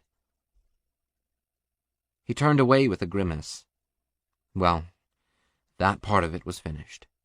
The car was in the swamp, and the hamper was in the trunk. And the body was in the hamper, the twisted torso and the bloody head. But he couldn't think about that. He mustn't. There were other things to do. He did them. Did them almost mechanically. There was soap and detergent in the office, a brush and a pail. He went over the bathroom inch by inch, then the shower stall. As long as he concentrated on scrubbing, it wasn't so bad, even though the smell sickened him. Then he inspected the bedroom once more. Luck was still with him. Just under the bed he found an earring. He hadn't noticed that she was wearing earrings earlier in the evening, but she must have been. Maybe it had slipped off when she shook out her hair. If not, the other one would be around here somewhere. Norman was bleary-eyed and weary, but he searched. It wasn't anywhere in the room, so it must either be in her baggage or still attached to her ear. In either case, it wouldn't matter, just as long as he got rid of this one. Throw it in the swamp tomorrow. Now there was only the house to attend to. He'd scrub out the kitchen sink. It was almost 2:00 by the grandfather clock in the hall when he came in. He could scarcely keep his eyes open long enough to wash the stains from the sink top. Then he stepped out of his muddy shoes, peeled off the coveralls, stripped himself of shirt and socks, and washed. The water was cold as ice, but it didn't revive him. His body was numb. Tomorrow morning he'd go back down into the swamp with his own car. He'd wear the same clothing again, and it wouldn't matter if it showed mud and dirt, just as long as there was no blood anywhere. No blood on his clothes, no blood on his body, no blood on his hands. There. Now he was clean. He could move his numb legs, propel his numb body up the stairs and into the bedroom, sink into bed and sleep, with clean hands. It wasn't until he was actually in the bedroom, donning his pajamas, that he remembered what was still wrong. Mother hadn't come back. She was still wandering around, God knows where, in the middle of the night. He had to get dressed again and go out. He had to find her. Or did he? The thought came creeping, just as the numbness came creeping, stealing over his senses, softly, smoothly, there in the silken silence. Why should he concern himself about Mother, after what she had done? Maybe she had been picked up, or would be. Maybe she'd even babble out the story of what she'd done. But who'd believe it? There was no evidence. Not anymore. All he'd need to do was deny everything. Maybe he wouldn't even have to do that much. Anyone who saw Mother, listened to her wild story, would know she was crazy. And then they'd lock her up. Lock her up in a place where she didn't have a key and couldn't get out again, and that would be the end. He hadn't felt like that earlier this evening, he remembered. But that was before he had to go into that bathroom again, before he had to go into the shower stall and see those things. Mother had done that to him. Mother had done that to the poor, helpless girl. She had taken a butcher knife, and she had hacked and ripped. Nobody but a maniac could have committed such an atrocity. He had to face facts. She was a maniac. She deserved to be put away, had to be put away, for her own safety as well as the safety of others.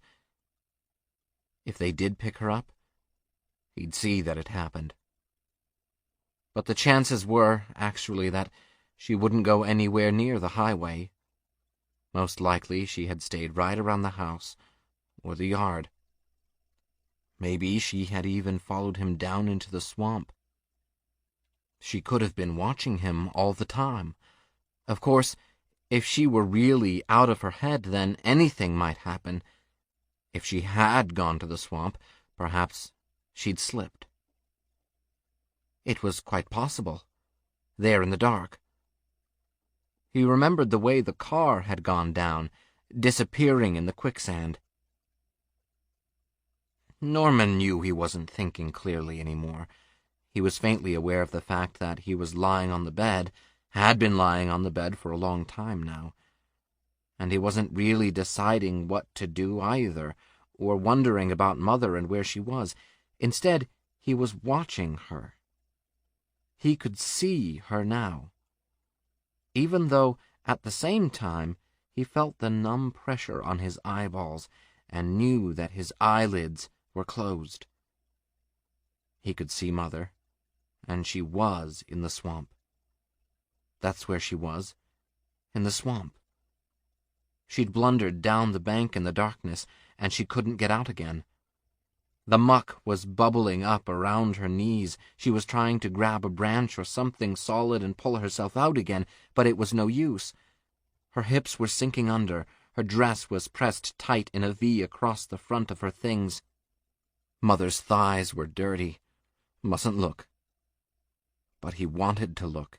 He wanted to see her go down, down into the soft, wet, slimy darkness. She deserved it. She deserved to go down, to join that poor innocent girl. Good riddance. In a little while now, he'd be free of them both, victim and victor, Mother and the bitch. Bitch Mother down there in the dirty slime. Let it happen. Let her drown in the filthy, nasty scum. Now it was up to her breasts. He didn't like to think about such things. He never thought about Mother's breasts. He mustn't. And it was good that they were disappearing, sinking away forever, so he'd never think about such things again.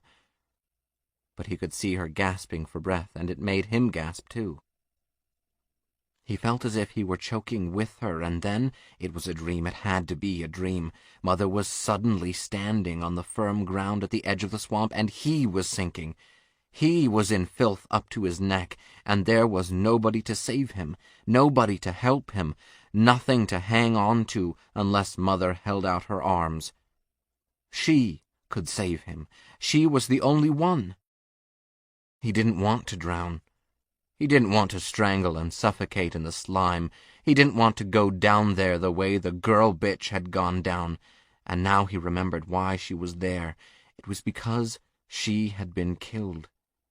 And she had been killed because she was evil. She had flaunted herself before him. She had deliberately tempted him with the perversion of her nakedness. Why, he'd wanted to kill her himself when she did that, because Mother had taught him about evil and the ways of evil, and thou shalt not suffer a bitch to live. So what Mother had done was to protect him, and he couldn't see her die. She wasn't wrong. He needed her now, and she needed him, and even if she were crazy, she wouldn't let him go under now. She couldn't. The foulness was sucking against his throat. It was kissing his lips, and if he opened his mouth, he knew he'd swallow it. But he had to open it to scream, and he was screaming. "Mother! Mother, save me!" And then he was out of the swamp, back here in bed where he belonged, and his body was wet only with perspiration. He knew now that it had been a dream, even before he heard her voice at the bedside. "It's all right, son. I'm here. Everything's all right." He could feel her hand on his forehead, and it was cool, like the drying sweat. He wanted to open his eyes, but she said, "Don't you worry, son. Just go back to sleep." "But I have to tell you—" "I know. I was watching. You didn't think I'd go away and leave you, did you?" "You did right, Norman. And everything's all right now." Yes, that was the way it should be. She was there to protect him. He was there to protect her. Just before he drifted off to sleep again, Norman made up his mind. They wouldn't talk about what had happened tonight, not now or ever. And he wouldn't think about sending her away. No matter what she did, she belonged here, with him. Maybe she was crazy and a murderess, but she was all he had, all he wanted, all he needed. Just knowing she was here, beside him, as he went to sleep. Norman stirred, turned, and then fell into a darkness deeper and more engulfing than the swamp. 6. Promptly at 6 o'clock on the following Friday evening, a miracle happened. Ottorino Respighi came into the back room of Fairvale's only hardware store to play his Brazilian impressions. Ottorino Respighi had been dead for many years, and the symphonic group, L'Orchestra des Concerts Cologne, had been conducted in the work many thousands of miles away. But when Sam Loomis reached out and switched on the tiny FM radio, the music welled forth, annihilating space and time and death itself. It was, as far as he understood it, an authentic miracle. For a moment, Sam wished that he weren't alone. Miracles are meant to be shared. Music is meant to be shared, but there was no one in Fairvale who would recognize either the music itself or the miracle of its coming. Fairvale people were inclined to be practical about things. Music was just something you got when you put a nickel in a jukebox or turned on the television set. Mostly it was rock and roll, but once in a while there'd be some long-hair stuff like that William Tell piece they played for westerns. What's so wonderful about this Ottorino what's-his-name or whoever he is? Sam Loomis shrugged, then grinned. He wasn't complaining about the situation. Maybe small-town people didn't dig his sort of music, but at least they left him the freedom to enjoy it for himself, just as he made no attempt to influence their tastes. It was a fair bargain. Sam pulled out the big ledger and carried it over to the kitchen table. For the next hour the table would double in brass as his desk, just as he would double in brass as his own bookkeeper. That was one of the drawbacks of living here in one room behind the hardware store. There was no extra space available, and everything doubled in brass. Still, he accepted the situation. It wouldn't go on this way very much longer, the way things were breaking for him these days. A quick glance at the figures seemed to confirm his optimism. He'd have to do some checking on inventory requirements, but it looked very much like he might be able to pay off another $1,000 this month. That would bring the total up to $3,000 for the half-year mark. And this was off-season, too. There'd be more business coming this fall.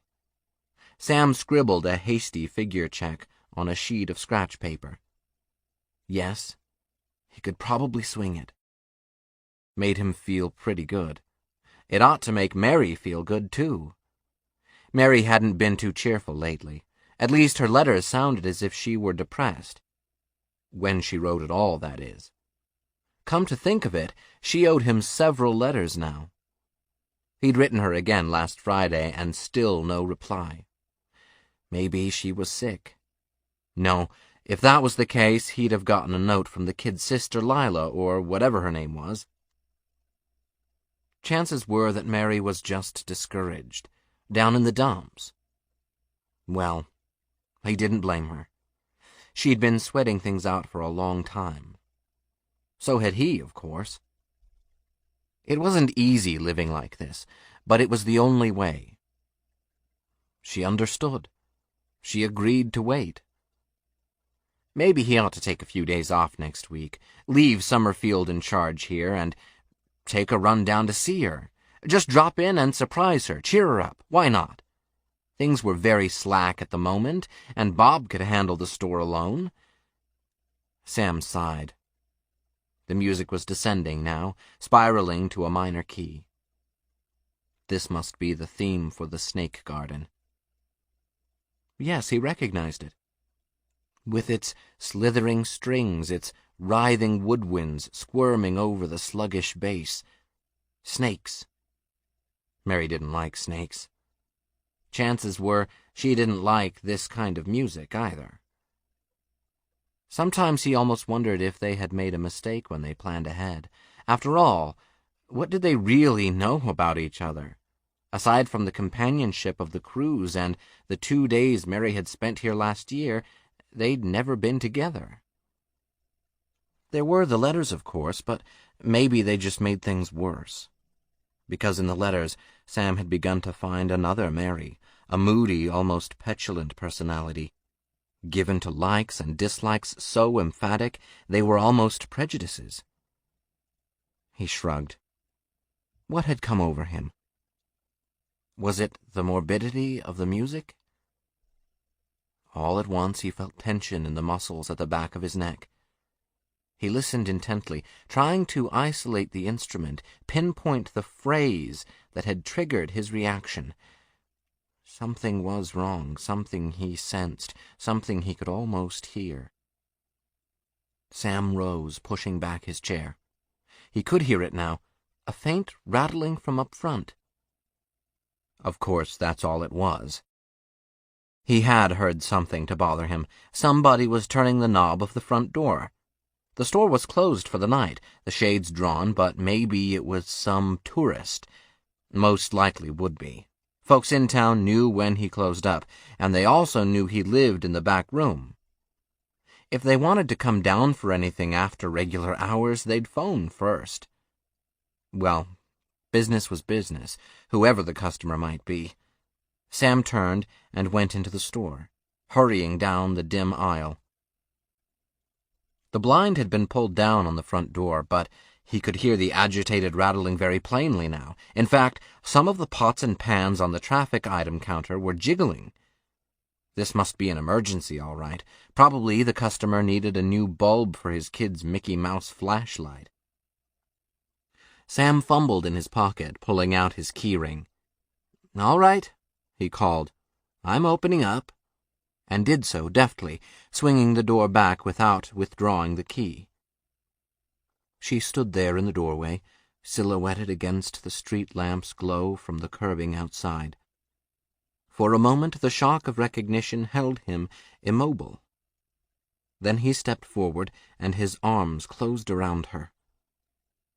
"Mary," he murmured. His mouth found hers, gratefully, greedily, and then she was stiffening. She was pulling away. Her hands had come up, shaping into balled fists that beat against his chest.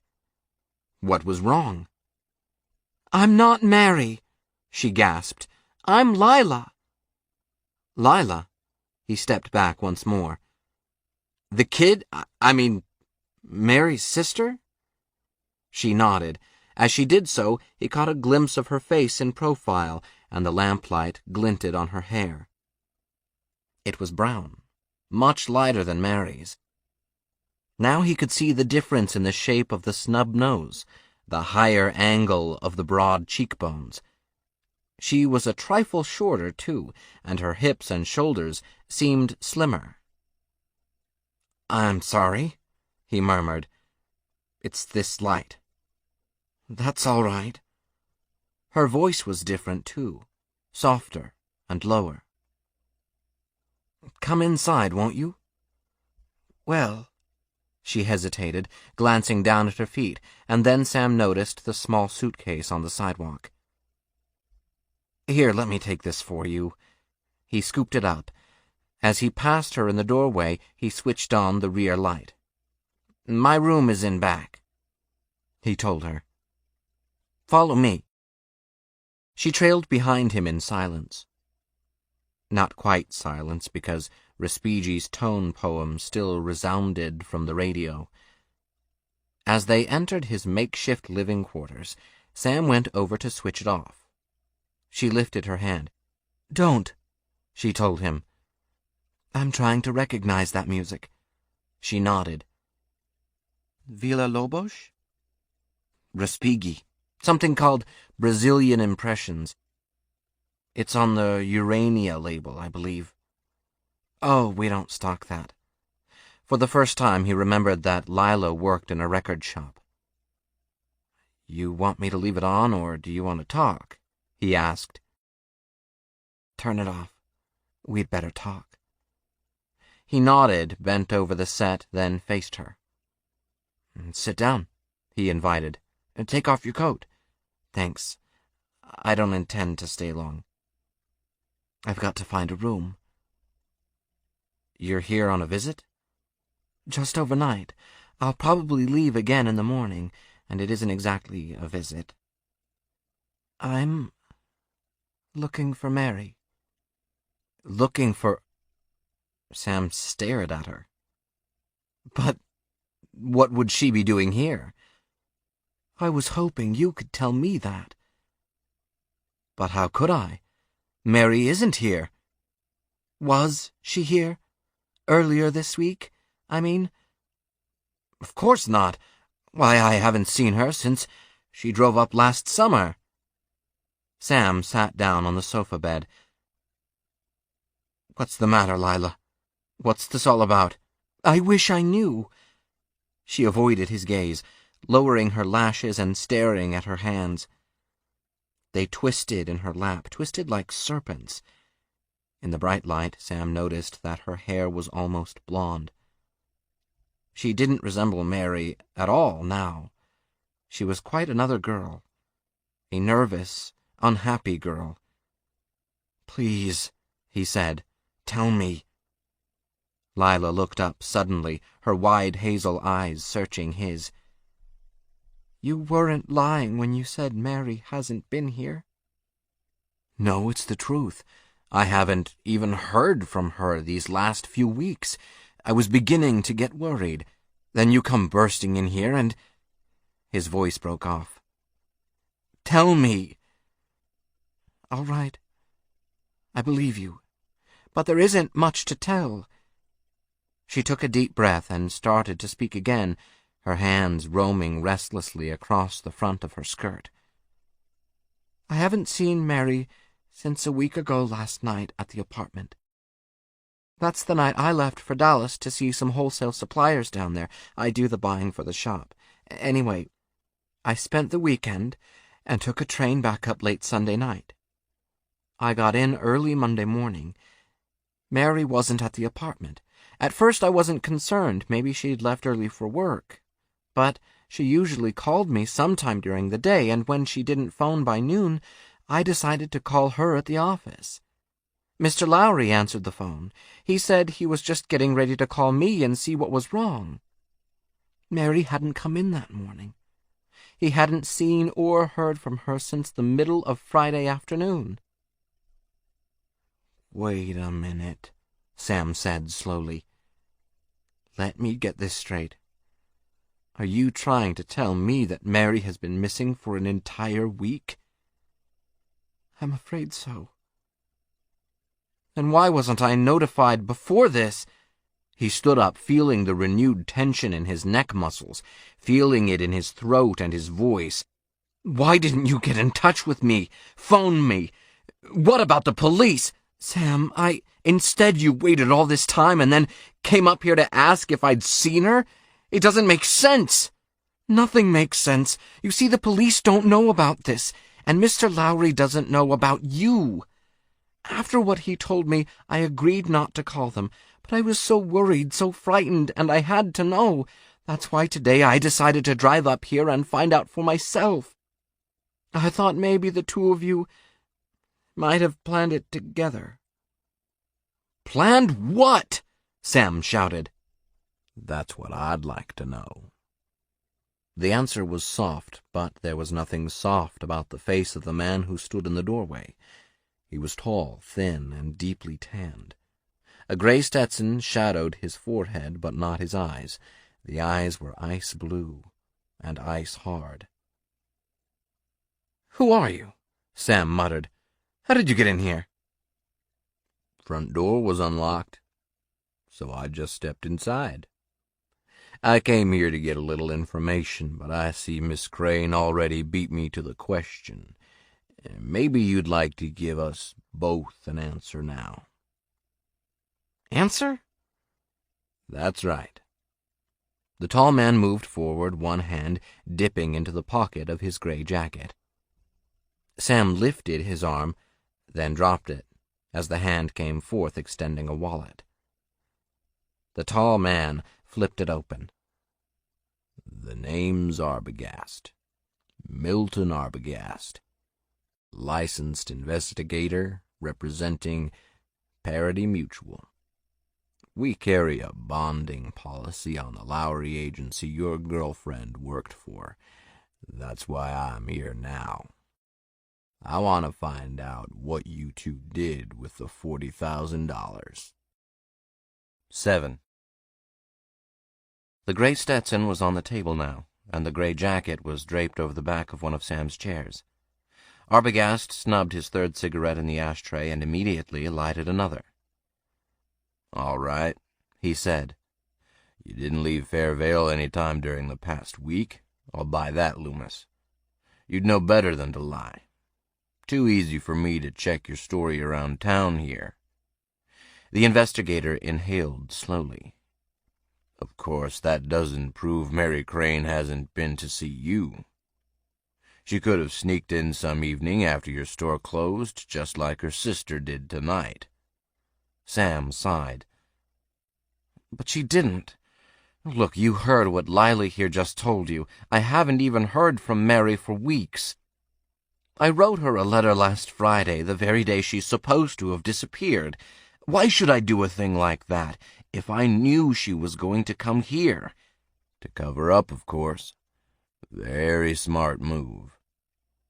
Arbogast exhaled savagely. Sam rubbed the back of his neck. "I'm not that smart. Not that smart at all. I didn't know about the money. The way you've explained it, not even Mr. Lowry knew in advance that somebody was going to bring him $40,000 in cash on Friday afternoon. Certainly Mary didn't know. How could we possibly plan anything together? She could have phoned you from a pay station after she took the money on Friday night and told you to write her. Check with the phone company here, Sam answered wearily. You'll find I haven't had any long-distance calls for a month. Arbogast nodded. So she didn't phone you. She drove straight up, told you what had happened, and made a date to meet you later, after things cooled down. Lila bit her lip. My sister's not a criminal. You don't have any right to talk about her that way. You have no real proof that she took the money. Maybe Mr. Lowry took it himself. Maybe he cooked up this whole story just to cover up— Sorry, Arbogast murmured. I know how you feel, but you can't make him your patsy. Unless the thief is found, tried, and convicted, our company doesn't pay off. And Lowry is out of the 40 grand. So he couldn't profit from the deal in any way. Besides, you're overlooking obvious facts. Mary Crane is missing. She has been missing ever since the afternoon she received that money. She didn't take it to the bank. She didn't hide it in the apartment. But it's gone. And her car is gone. And she's gone. Again, a cigarette died and was interred in the ashtray. It all adds up. Lila began to sob softly. No, it doesn't. You should have listened to me when I wanted to call the police. Instead, I let you and Mr. Lowry talk me out of it. Because you said you wanted to keep things quiet, and maybe if we waited, Mary would decide to bring the money back. You wouldn't believe what I said, but I know now that I was right. Mary didn't take that money. Somebody must have kidnapped her, somebody who knew about it. Arbogast shrugged, then rose wearily and walked over to the girl. He patted her shoulder. Listen, Miss Crane. We went through this before, remember? Nobody else knew about the money. Your sister wasn't kidnapped. She went home and packed her bags, drove off in her own car, and she was alone. Didn't your landlady see her off? So be reasonable. I am reasonable. You're the one who doesn't make sense. Following me up here to see Mr. Loomis. The investigator shook his head. What makes you think I followed you? He asked quietly. How else did you happen to come here tonight? You didn't know that Mary and Sam Loomis were engaged. Outside of me, no one knew. You didn't even know Sam Loomis existed. Arbogast shook his head. I knew. Remember up at your apartment when I looked through your sister's desk? I came across this envelope. He flourished it. Why, it's addressed to me, Sam muttered, and rose to reach for it. Arbogast drew his hand away. You won't need this, he said. There's no letter inside, just the envelope. But I can use it because it's in her handwriting. He paused. As a matter of fact, I have been using it ever since Wednesday morning when I started out for here. You started out for here on Wednesday? Lila dabbed at her eyes with a handkerchief. That's right. I wasn't following you. I was way ahead of you. The address on the envelope gave me a lead. That plus Loomis's picture in the frame next to your sister's bed. With all my love, Sam. Easy enough to figure out the connection. So I decided to put myself in your sister's place. I've just laid my hands on $40,000 in cash. I've got to get out of town fast. Where do I go? Canada, Mexico, the West Indies? Too risky. Besides, I haven't had time to make long-range plans. My natural impulse would be to come straight to Loverboy here. Sam hit the kitchen table so hard that the cigarette butts jumped out of the ashtray. That's about enough, he said. You have no official right to make such accusations. So far you haven't offered one word of proof to back up any of this. Arbogast fumbled for another cigarette. You want proof, eh? What do you think I've been doing back there on the road ever since Wednesday morning?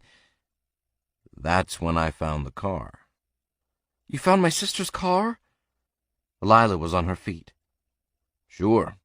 I had a funny hunch that one of the first things she'd do would be to ditch it. So I called around town to all the dealers and the used car lots, giving a description and the license number. Sure enough, it paid off. I found the place. Showed the guy my credentials, and he talked. Talked fast, too. Guess he thought the car was hot. I didn't exactly contradict his notion, either. Turned out that Mary Crane made a fast trade with him on Friday night, just before closing time. Took a hell of a beating on the deal, too. But I got all the info on the title and a full description of the heap she drove out with, heading north. So I headed north, too, but I couldn't go very fast. I was playing one hunch that she'd stick to the highway because she was coming here. Probably drive straight through the first night, so I drove straight through for 8 hours.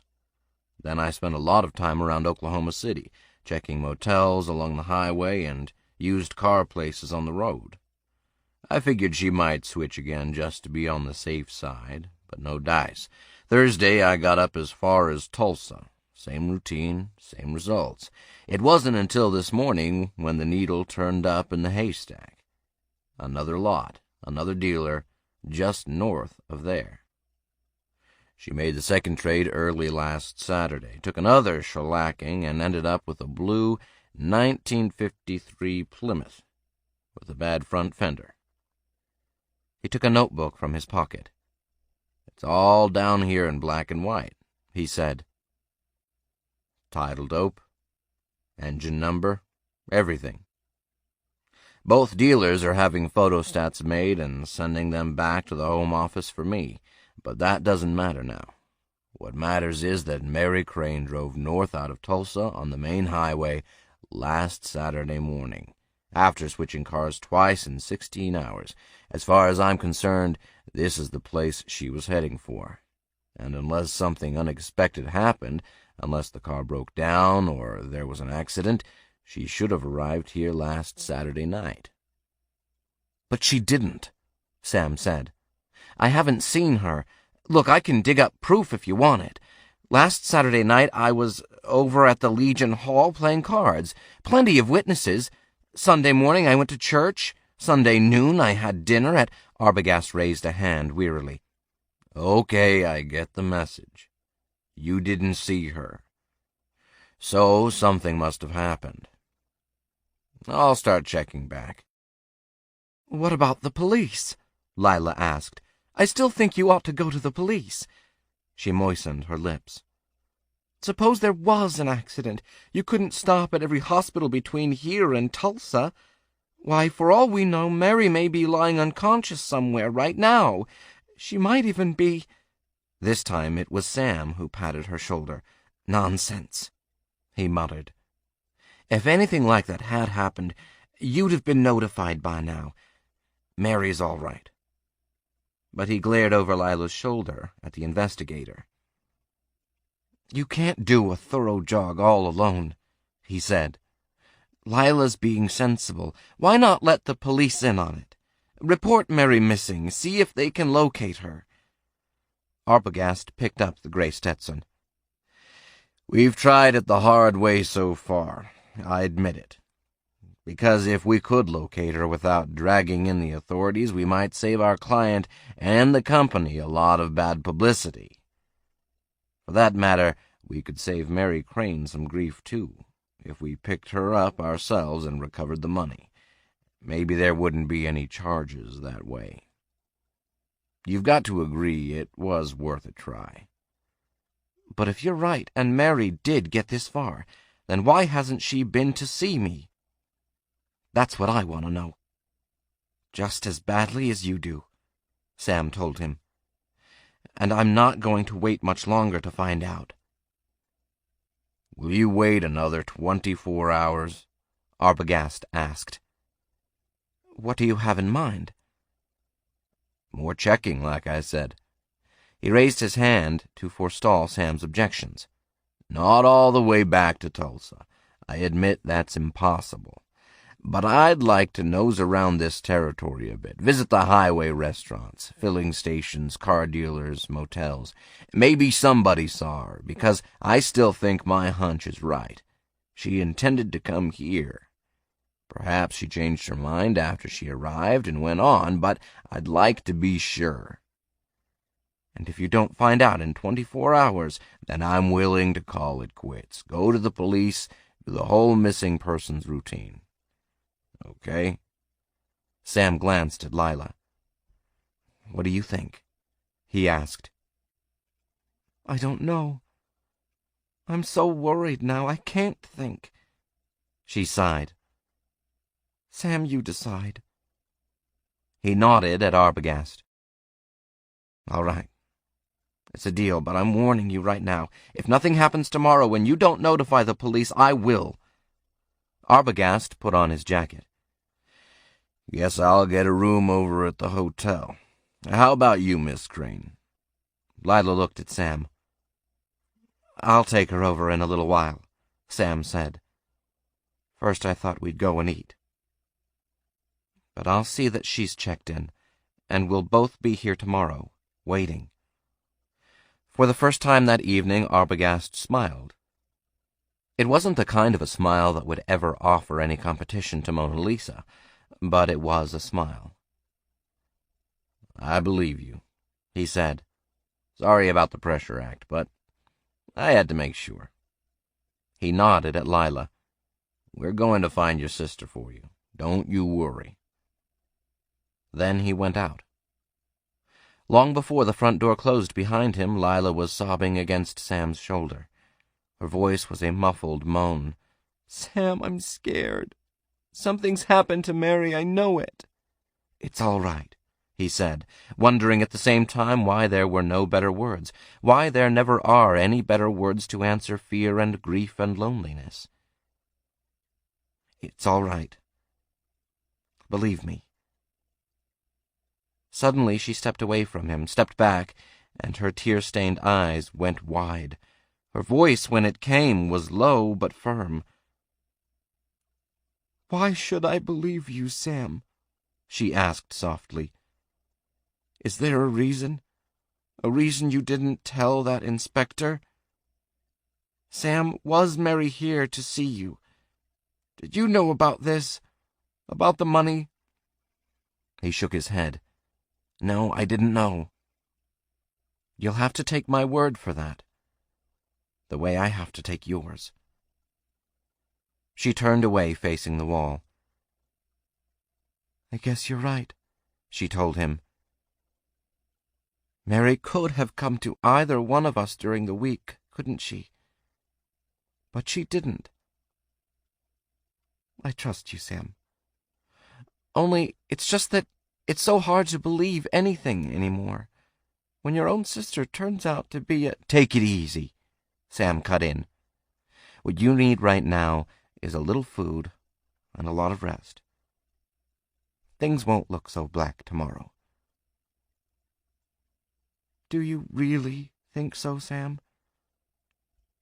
Yes, I do. It was the first time he'd ever lied to a woman. 8. Tomorrow became today, Saturday, and for Sam it was a time of waiting. He phoned Lila from the store around 10, and she was already up, had already eaten breakfast. Arbogast wasn't in. Apparently he'd gotten an early start. But he had left a note for Lila downstairs saying that he would call in some time during the day. Why don't you come over here and keep me company? Sam suggested over the phone. No sense sitting around in your room. We can have lunch together and check back at the hotel to see if Arbogast calls. Better still, I'll ask the operator to transfer any calls over here to the store. Lila agreed, and Sam felt better. He didn't want her to be alone today. Too easy for her to start brooding about Mary. God knows he'd done enough of it himself all night. He'd done his best to resist the idea, but he had to admit that Arbogast's theory made sense. Mary must have planned to come here after she took the money. If she had taken it, that is. That was the worst part, accepting Mary in the role of a thief. Mary wasn't that kind of a person. Everything he knew about her contradicted the possibility. And yet, just how much did he know about Mary, really? Just last night he'd acknowledged to himself how little he actually understood his fiancée. Why, he knew so little that he'd even mistaken another girl for her in a dim light. Funny, Sam told himself, how we take it for granted that we know all there is to know about another person, just because we see them frequently or because of some strong emotional tie. Why, right here in Fairvale there were plenty of examples of what he meant. Like old Tompkins, superintendent of schools for years and a big wheel in Rotary, running away from his wife and family with a 16-year-old girl. Who ever suspected he'd do a thing like that? Any more than they'd suspected Mike Fisher, the biggest lush and gambler in this part of the state, would die and leave all his money to the Presbyterian Orphans' Home. Bob Summerfield, Sam's clerk in the store, had worked here every day for over a year before Sam knew he'd pulled a Section 8 in service. And for trying to beat out his chaplain's brains with a pistol butt, too. Bob was all right now, of course. A nicer, quieter guy you wouldn't find in 100 years. But he'd been nice and quiet in the army, too, until something set him off. And nobody had noticed. Nice old ladies did away with their husbands after 20 years of happy marriage. Meek little bank clerks suddenly up and embezzled the funds. You never could tell what might happen. So perhaps Mary did steal the money. Perhaps she was tired of waiting for him to pay off his debts, and the sudden temptation was just too much. Maybe she thought she'd bring it here, cook up some story, get him to accept it. Maybe she planned for them to run away together. He had to be honest about the possibility, even the probability, that this was the case. And if he granted that much, then he had to face the next question. Why hadn't she arrived? Where else could she have headed for after leaving the outskirts of Tulsa? Once you began speculation about that, once you admitted to yourself that you didn't really know how another person's mind operated, then you came up against the ultimate admission. Anything was possible. A decision to take a wild fling out in Las Vegas. A sudden impulse to drop out of sight completely and start a whole new life under another name. A traumatic access of guilt, resulting in amnesia. But he was beginning to make a federal case out of it, Sam told himself wryly. Or a clinical case. If he was going off on such far-fetched speculations, he'd have to admit 1,001 other alternatives. That she had been in an accident, as Lila feared, or picked up some hitchhiker who... Again, Sam closed off the thought. He couldn't afford to carry it any further. It was bad enough keeping it to himself without the added burden of keeping it from Lila. His job today was to cheer her up. There was always the slim chance that Arbogast would find a lead. If not, he'd go to the authorities. Then, and only then, would he allow himself to think about the worst that might happen. Talk about not knowing other people. Why, when you came right down to it, you didn't even know yourself. He'd never suspected that he could entertain such sudden doubt and disloyalty concerning Mary, and yet how easily he'd slipped into accepting the attitude. It was unfair to her. The least he could do in partial atonement was to keep his suspicions from her sister. Unless, of course, she was thinking the same things. But Lila seemed in better spirits this morning. She'd changed into a lightweight suit, and when she came into the store, her step was buoyant. Sam introduced her to Bob Summerfield, then took her out to lunch. Inevitably, she began speculating about Mary and about what Arbogast might be doing today. Sam answered her briefly, attempting to keep both his replies and his tone of voice on a casual level. After their meal, he stopped at the hotel and arranged to have a transfer made on any calls which might come in for Lila during the afternoon. Then they went back to the store. It was a light day for Saturday, and much of the time Sam was able to sit in the back room and chat with the girl. Summerfield handled the customers, and it was only occasionally that Sam had to excuse himself and step out to take care of matters. Lila seemed relaxed and at ease.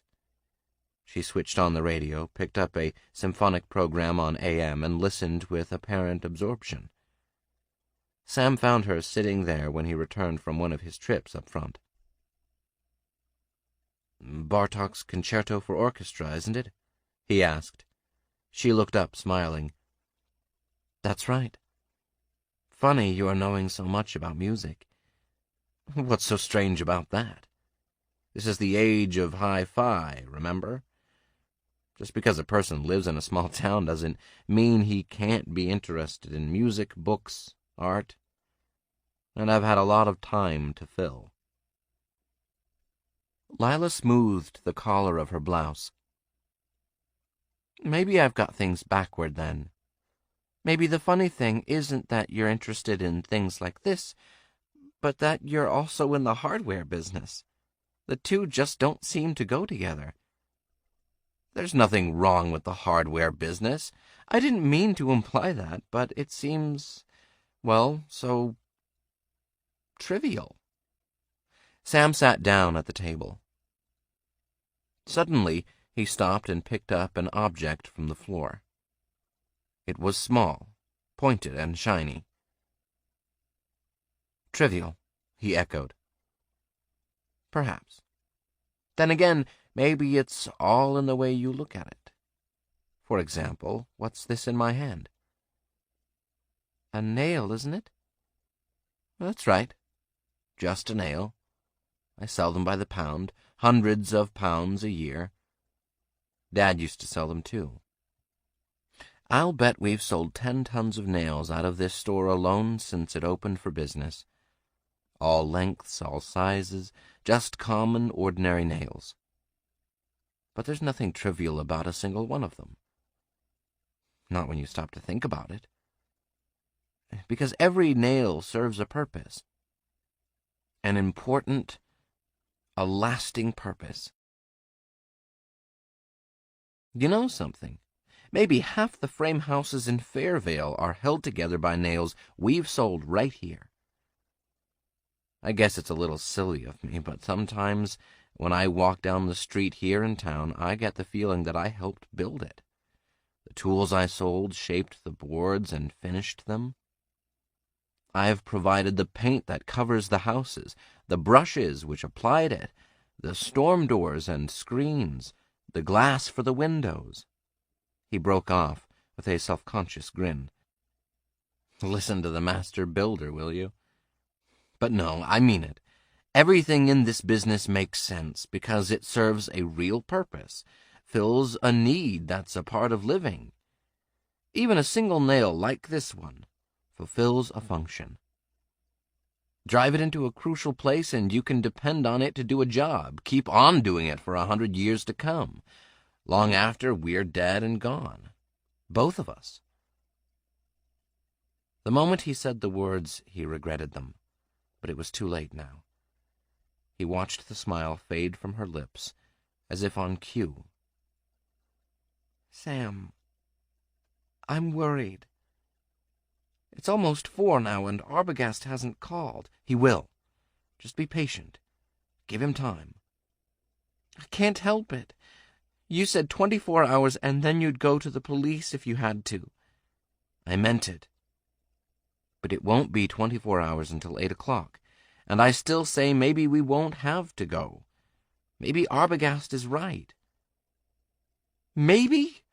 Sam, I want to know." She smoothed her blouse again, but her brow remained wrinkled. "You aren't fooling me for 1 minute with all this routine about nails." You're just as nervous as I am, aren't you? Yes, I guess so. He stood up, swinging his arms. I don't know why Arbogast hasn't called in by now. There aren't that many places in this area to check, not if he stopped at every highway hamburger joint and motel in the county. If he doesn't get in touch with us by supper time, I'll go over to Judd Chambers myself. Who? Judd Chambers. He's the sheriff here. Fairvale's the county seat, you know. Sam, The phone rang out in the store. He disappeared without waiting for her to complete her sentence. Bob Summerfield was already answering. It's for you, he called. Sam picked up the receiver, glancing over his shoulder and noting that Lila had followed him out. Hello? Sam Loomis speaking. Arbogast. Thought you might be worried about me. We were. Lila and I have been sitting here and waiting for you to call. What did you find out? There was a short, almost imperceptible pause, then... No dice so far. So far? Where have you been all day? Where haven't I been? I've covered this area from one end to another. Right now I'm in Parnassus. That's way down at the edge of the county, isn't it? What about the highway in between? I came out on it, but I understand I can come back another way on an alternate. Yes, that's right, the old highway. It's a county trunk now, but there's absolutely nothing along that route. Not even a filling station. Fellow in the restaurant here tells me there's a motel back in through there. Oh, come to think of it, I guess there is. The old Bates place. I didn't know it was still open. It isn't likely you'll find anything there. Well, it's the last on the list. I'm coming back anyway, so I might as well stop in. How are you holding? All right. And the girl? Sam lowered his voice.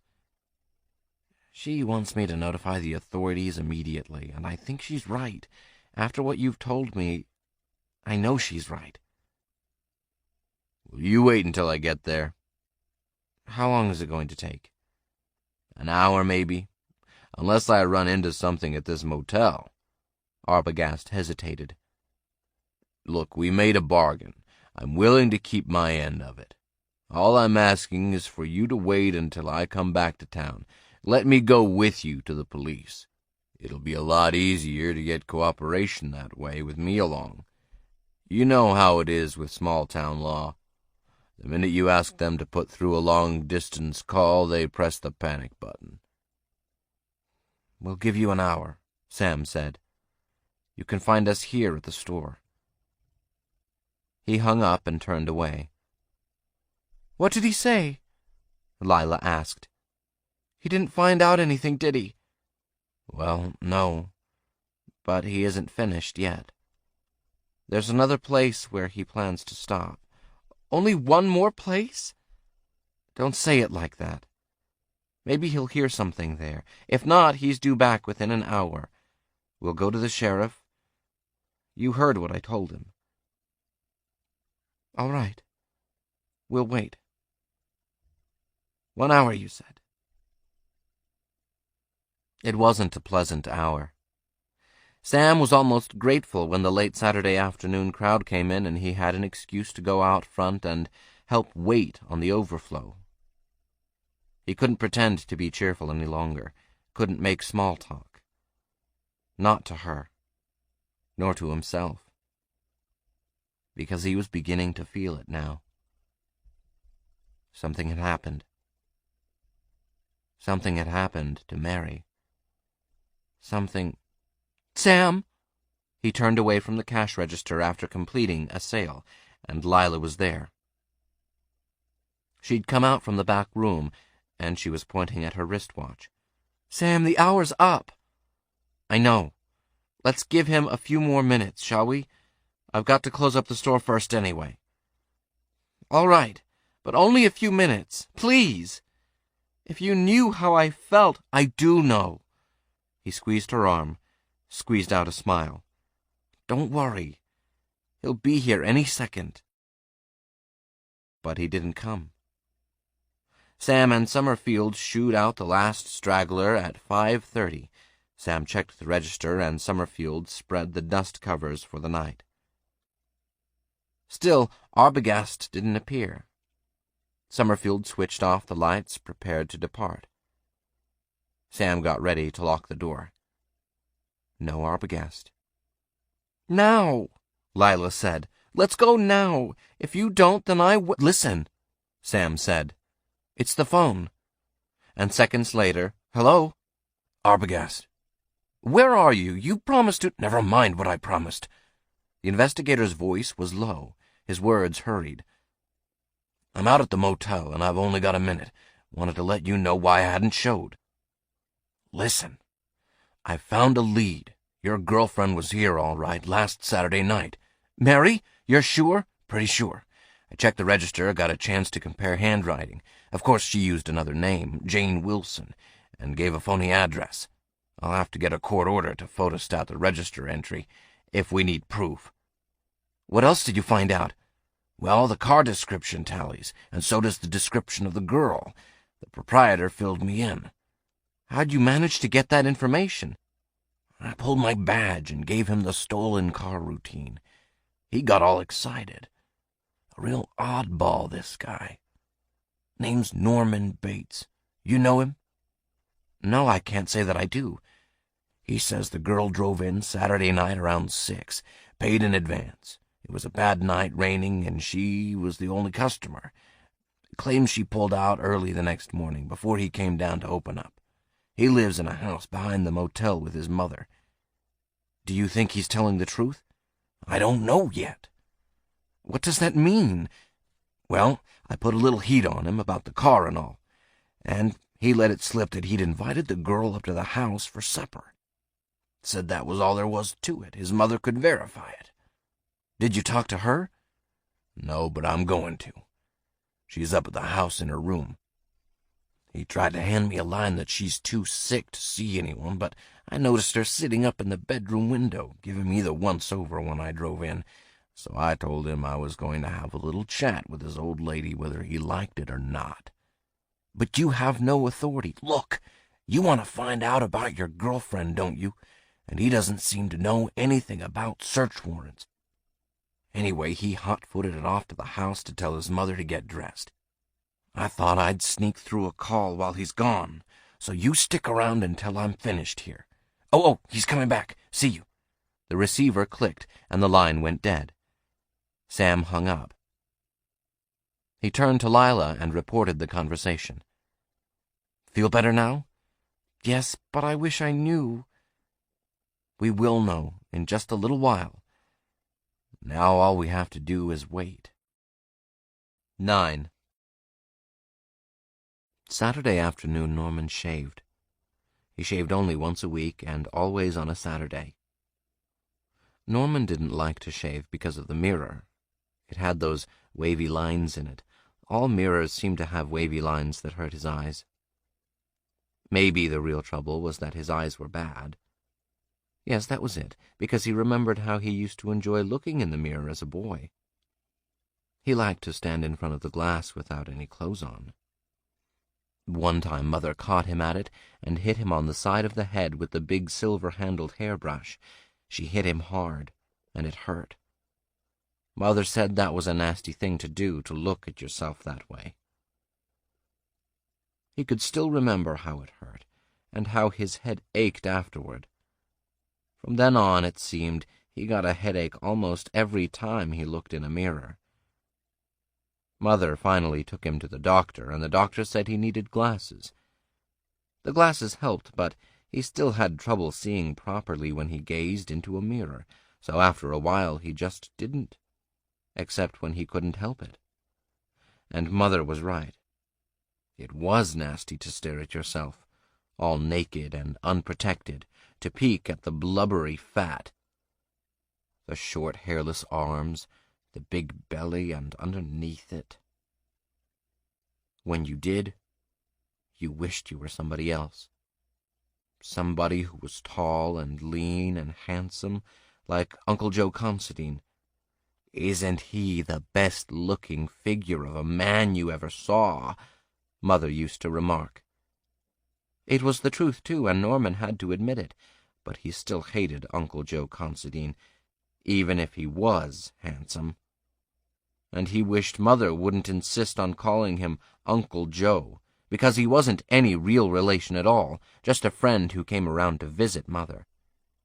And he got her to build the motel, too, after she sold the farm acreage. That was strange.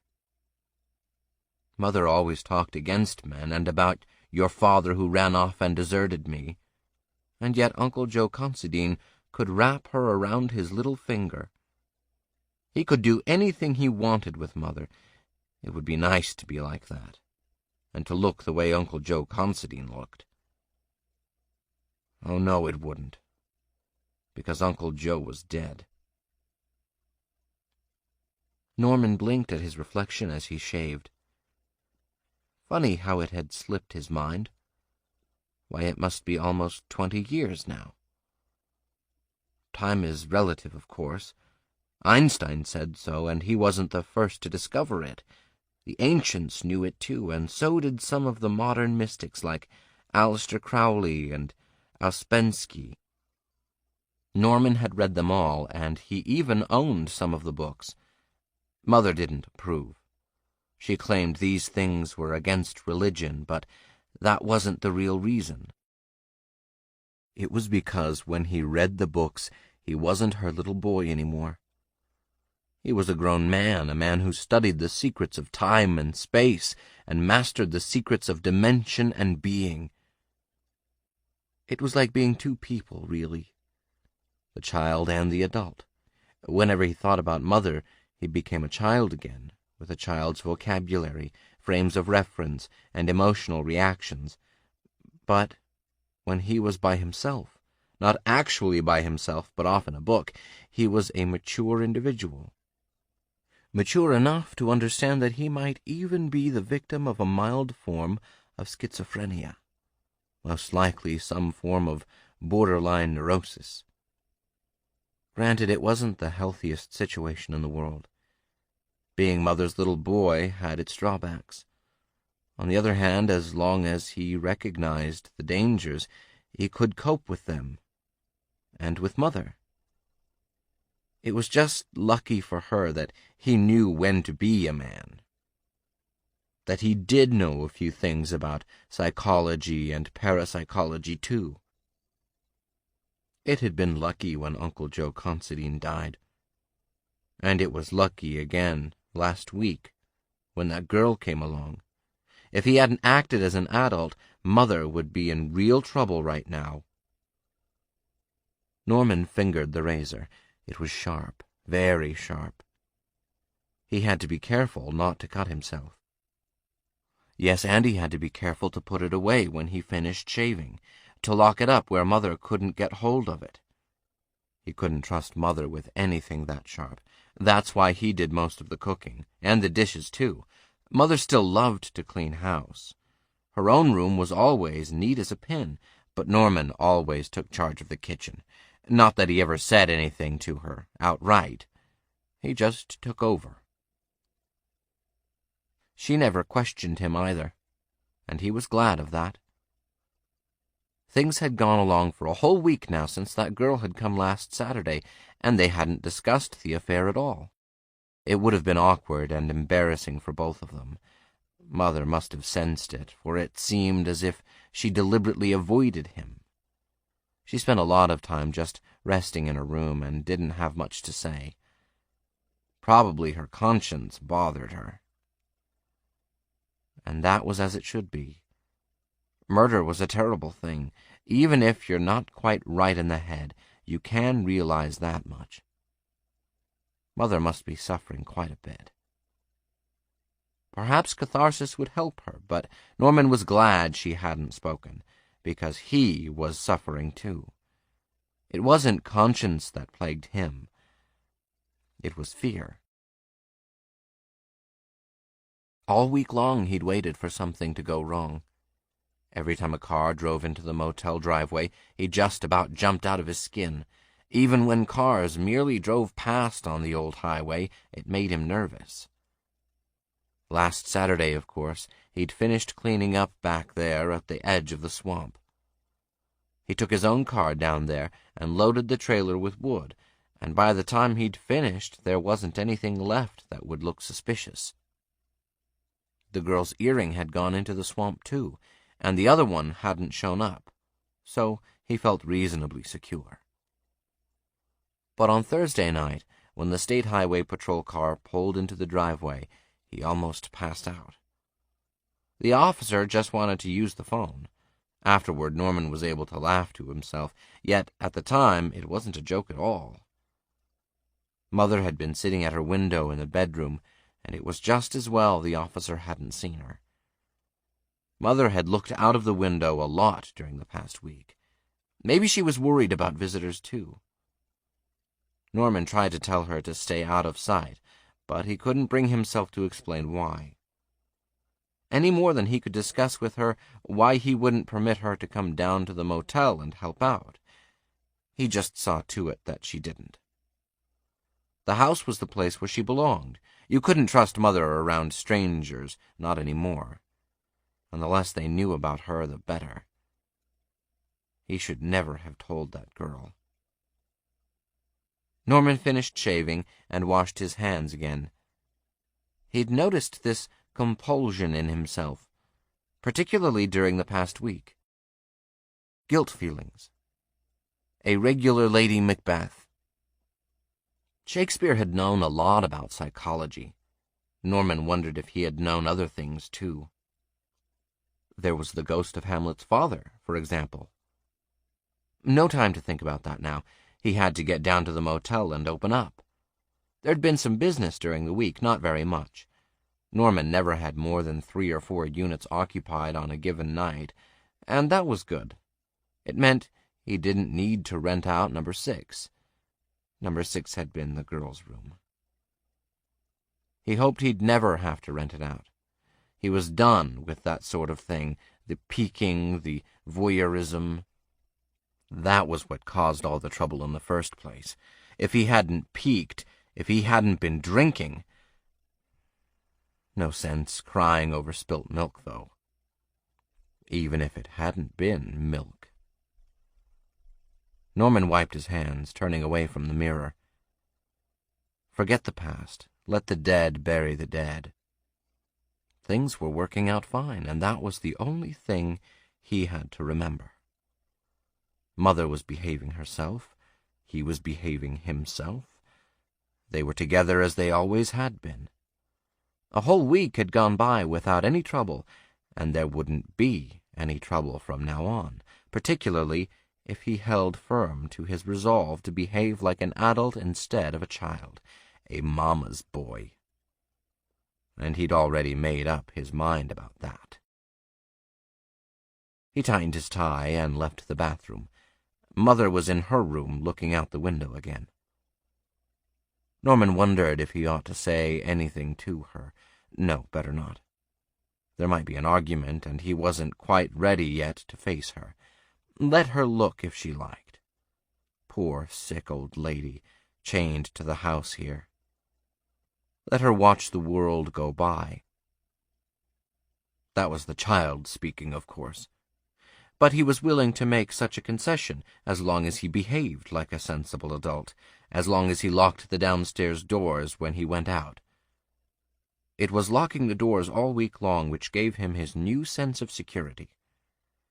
He'd taken her keys away from her, too, the keys to the house and the keys to the motel. Once he left, there was no way she could get out. She was safe in the house, and he was safe in the motel. There could be no repetition of what had happened last week as long as he observed the precaution. After all, it was for her own good. Better the house than an asylum. Norman walked down the path and came around the corner toward his office just as the towel service truck drove up on its weekly rounds. He had everything ready for the driver. He accepted the fresh supply and gave him the old dirty linen. The towel service handled the laundering of sheets and pillowcases, too. That made it simple. Actually, there was no trick to operating a motel these days. After the truck departed, Norman went in and cleaned up number 4. Some traveling salesman from up in Illinois had pulled out earlier in the day. Left the usual mess, too, cigarette butts on the edge of the wash bowl and a magazine on the floor next to the toilet seat. One of these science fiction things. Norman chuckled as he picked it up. Science fiction. If they only knew. But they didn't know. They'd never known. And they must not know. As long as he was careful about Mother, there'd be no risk. He had to protect her, and he had to protect others. What had happened last week proved it. From now on, he'd be extra careful always, for everyone's sake. Norman walked back to the office and put the towels away. There was already a fresh supply of linen in every unit. He was ready for today's business, if any. But nothing happened until around 4 o'clock. He sat there watching the roadway outside, and he got bored and fidgety. He was almost tempted to take a drink until he remembered what he'd promised himself. No more drinking. That was part of the trouble, when there was trouble. He couldn't afford to drink, not even a drop. Drinking had killed Uncle Joe Considine. Drinking had led to the killing of the girl, indirectly. So from now on he'd be a teetotaler. Still, he could use a drink now. Just one. Norman was still hesitating when the car pulled in. Alabama plates. A middle-aged couple climbed out and came into the office. The man was bald and wore heavy, dark-rimmed glasses. The woman was fat and perspiring. Norman showed them number 1, way at the other end, for $10, double. The woman complained about the stuffiness in a high, whining drawl, but she seemed satisfied when Norman switched on the fan. The man took their bags and signed the register. Mr. and Mrs. Herman Pritzler, Birmingham, Alabama. They were just tourists. They wouldn't present any problems. Norman sat down again, riffling the pages of the science fiction magazine he'd found. The light was dim. Must be around 5 o'clock now. He switched on the lamp. Another car rolled up the drive with a lone man behind the wheel, probably another salesman. Green Buick, Texas license. Texas license. That girl, that Jane Wilson, had come from Texas. Norman stood up and stepped behind the counter. He saw the man leave the car, heard the crunch of his approaching footsteps on the gravel, matched the rhythm with the muffled thumping of his own heart. It's just coincidence, he told himself. People drive up from Texas every day. Why, Alabama is even further away.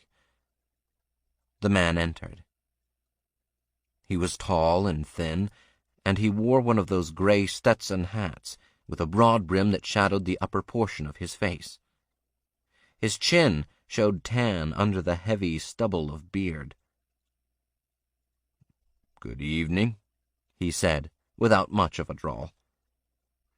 "Good evening." Norman shifted his feet uneasily underneath the counter. "You're the proprietor here?" "That's right. Would you like a room?" "Not exactly. I'm looking for a little information." "I'll be glad to help if I can. What is it you wanted to know?" "I'm trying to locate a girl." Norman's hands twitched. He couldn't feel them because they were numb. He was numb all over. His heart wasn't pounding anymore. It didn't even seem to be beating. Everything was quiet. It would be terrible if he screamed. "Her name is Crane," the man said. "Mary Crane, from Fort Worth, Texas. I was wondering if she might have registered here." Norman didn't want to scream now. He wanted to laugh. He could feel his heart resume its normal functions again. It was easy to reply. "No," he said. There hasn't been anybody by that name here. You sure? Positive. We don't get too much business these days. I'm pretty good at remembering my customers. This girl would have stopped over about a week ago. Last Saturday night, say, or Sunday. I didn't have anyone here over the weekend. Weather was bad in these parts. Are you sure? This girl, woman I should say, is about 27, 5'5", weight around 120, dark hair, blue eyes. She drives a 1953 Plymouth sedan, a blue Tudor with a stove-in front fender on the right side. The license number is... Norman stopped listening. Why had he said there hadn't been anyone here? The man was describing that girl, all right. He knew all about her. Well, he still couldn't prove the girl had come if Norman denied it. And he'd have to keep on denying now. No, I don't think I can help you. Doesn't the description fit anyone who's been here during the past week? It's quite likely she would have registered under another name. Perhaps if you let me look over your register for a minute. Norman put his hand on the ledger and shook his head. Sorry, mister, he said. I couldn't let you do that. Maybe this will change your mind. The man reached into his inside coat pocket, and for a minute Norman wondered if he was going to offer him some money. The wallet came out, but the man didn't remove any bills. Instead, he flipped it open and laid it on the counter so Norman could read the card. Milton Arbogast, the man said, investigator for Parity Mutual. You're a detective? He nodded. I'm here on business, Mr. Norman Bates. Mr. Bates? My company wants me to locate this girl, and I'd appreciate your cooperation. Of course, if you refuse to let me inspect your register, I can always get in touch with the local authorities. I guess you know that. Norman didn't know. But he was sure of one thing. There mustn't be any local authorities to come snooping around. He hesitated, his hand still covering the ledger. What's this all about? He asked. What did this girl do? Stolen car, Mr. Arbogast told him. Oh. Norman was a little more relieved. For a moment, he'd been afraid it was something serious, that the girl was missing or wanted for some major offense. In that case, there'd be a real investigation. But a missing car, particularly an old beat-up heap like that one. All right, he said. Help yourself. I just wanted to make sure you had a legitimate reason. He removed his hand. It's legitimate, all right. But Mr. Arbogast didn't reach for the register right away. First, he took an envelope out of his pocket and laid it down on the counter. Then he grabbed the ledger, turned it around, and thumbed down the list of signatures. Norman watched his blunt thumb move, saw it stop suddenly and decisively. I thought you said something about not having any customers last Saturday or Sunday. Well, I don't recall anyone. I mean, we might have had one or two, but there was no big business. How about this one? This Jane Wilson from San Antonio. She signed in on Saturday night. Oh. Come to think of it, you're right. The pounding had started up in Norman's chest again, and he knew he'd made a mistake when he pretended not to recognize the description, but it was too late now. How could he possibly explain in such a way so that the detective wouldn't be suspicious? What was he going to say? Right now, the detective wasn't saying anything. He had picked up the envelope and laid it alongside the ledger page, comparing the handwriting. That's why he'd brought the envelope out. It was in her handwriting. Now he'd know. He did know. Norman could tell it when the detective raised his head and stared at him. Here, close up, he could see beneath the shadow cast by the hat brim. He could see the cold eyes, the eyes that knew. It's the girl, all right. This handwriting is identical. It is? Are you sure? Sure enough that I'm going to get a photostat made, even if it takes a court order. And that isn't all I can do if you won't start talking and tell me the truth. Why did you lie about not seeing the girl? I didn't lie. I just forgot. You said you had a good memory. Well, yes, generally I do. Only... Prove it. Mr. Arbogast lit a cigarette. In case you don't know, car theft is a federal offense. You wouldn't want to be involved as an accessory, would you? Involved? How could I be involved? A girl drives in here, she takes a room, spends the night, and drives away again. How can I possibly be involved? By withholding information? Mr. Arbogast inhaled deeply. Come on now, let's have it. You saw the girl. What did she look like? Just as you described her, I guess. It was raining hard when she came in. I was busy. I didn't really take a second look. I let her sign in, gave her a key, and that was that. Did she say anything? What did you talk about? The weather, I suppose. I don't remember. Did she seem ill at ease in any way? Was there anything about her that made you suspicious? No, nothing at all.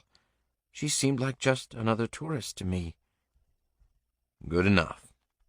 Mr. Arbogast ground his cigarette butt into the ashtray. Didn't impress you one way or the other, eh? On one hand, there was nothing to cause you to suspect anything was wrong with her, and on the other, she didn't particularly arouse your sympathies either. I mean, you felt no emotion toward this girl at all. Certainly not. Mr. Arbogast leaned forward casually. Then why did you try to shield her by pretending you never remembered that she had come here? I didn't try. I just forgot, I tell you. Norman knew he'd walked into a trap, but he wasn't going any further. What are you trying to insinuate? Do you think I helped her steal the car? Nobody's accusing you of anything, Mr. Bates. It's just that I need all the facts I can get. You say she came alone?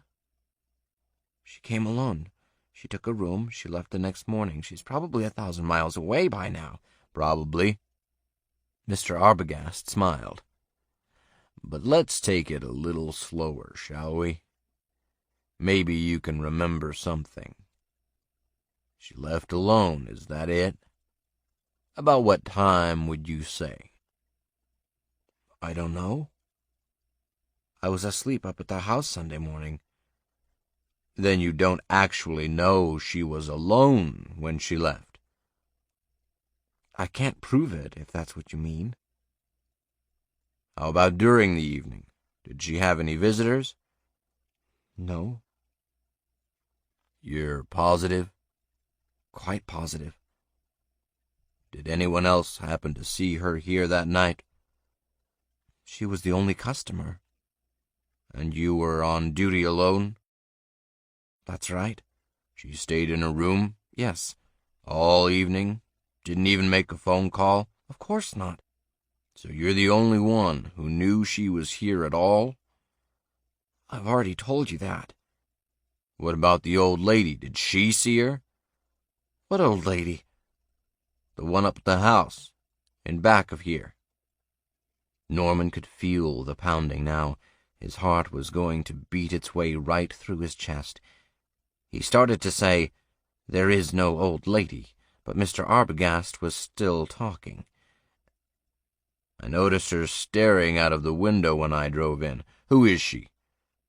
That's my mother. He had to admit it. There was no way out. No way out. He could explain. She's pretty feeble.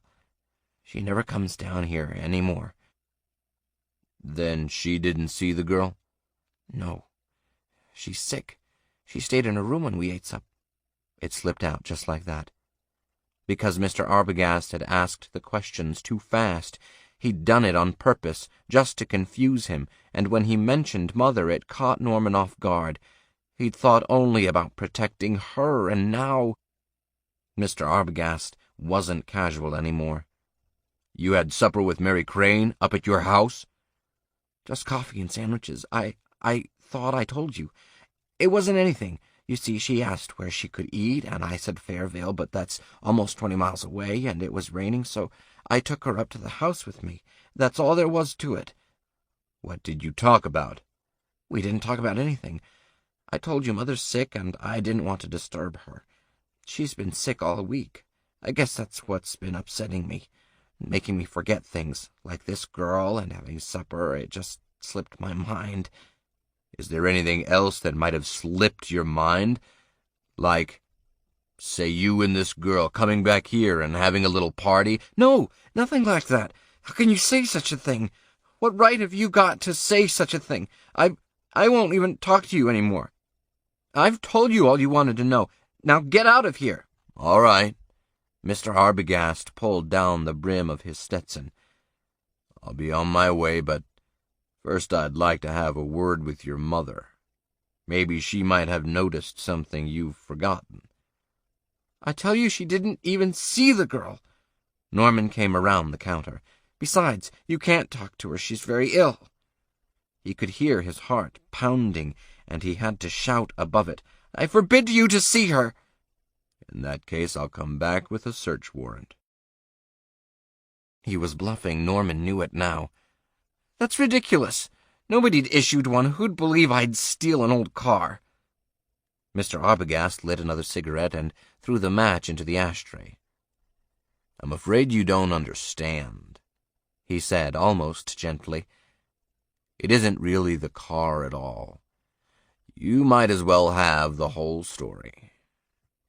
This girl, Mary Crane, stole $40,000 in cash from a real estate firm in Fort Worth. 40,000? That's right. Skipped town with the money.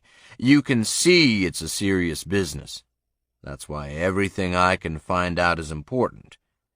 That's why I'm going to insist on talking to your mother, with or without your permission. But I've already told you she doesn't know anything, and she's not well. She's not well at all. I promise I won't say anything to upset her. Mr. Arbogast paused. Of course, if you want me to come back with the sheriff and a warrant— No, Norman shook his head hastily. You mustn't do that. He hesitated, but there was nothing to hesitate about now. $40,000. No wonder he'd asked so many questions. Of course he could get a warrant. No use making a scene. And besides, there was that Alabama couple down the line. No way out, no way at all. All right, Norman said. You can talk to her. But let me go up to the house first and tell her you're coming. I don't want you busting in without any explanation and getting her all excited. He moved toward the door. You wait here, in case anyone drives in. Okay. Arbogast nodded, and Norman hurried out. It wasn't much of a climb up the hill, but he thought he'd never make it. His heart pounded the way it had the other night, and it was just like the other night now. Nothing had changed. No matter what you did, you couldn't get away from it. Not by trying to behave like a good boy, and not by trying to behave like an adult either. Nothing helped, because he was what he was, and that wasn't enough. Not enough to save him, and not enough to save Mother. If there was going to be any help at all now, it would have to come from her. Then he unlocked the front door and climbed the stairs and went into her room. And he intended to speak to her very calmly, but when he saw her just sitting there by the window, he couldn't hold it back. He began to shake, and the sobs came tearing up out of his chest, the terrible sobs, and he put his head down against her skirt, and he told her, "All right." Mother said. She didn't seem surprised at all. "We'll take care of this. Just leave everything to me." "Mother, if you just talked to him for a minute, told him you don't know anything, he'd go away then." "But he'd come back. $40,000, that's a lot of money. Why didn't you tell me about it?" "I didn't know. I swear it, I didn't know." "I believe you. Only he won't. He won't believe you, and he won't believe me. He probably thinks we're all in on it together, or that we did something to the girl because of the money. Don't you see how it is?" "Mother!" He closed his eyes. He couldn't look at her. "What are you going to do?" "I'm going to get dressed.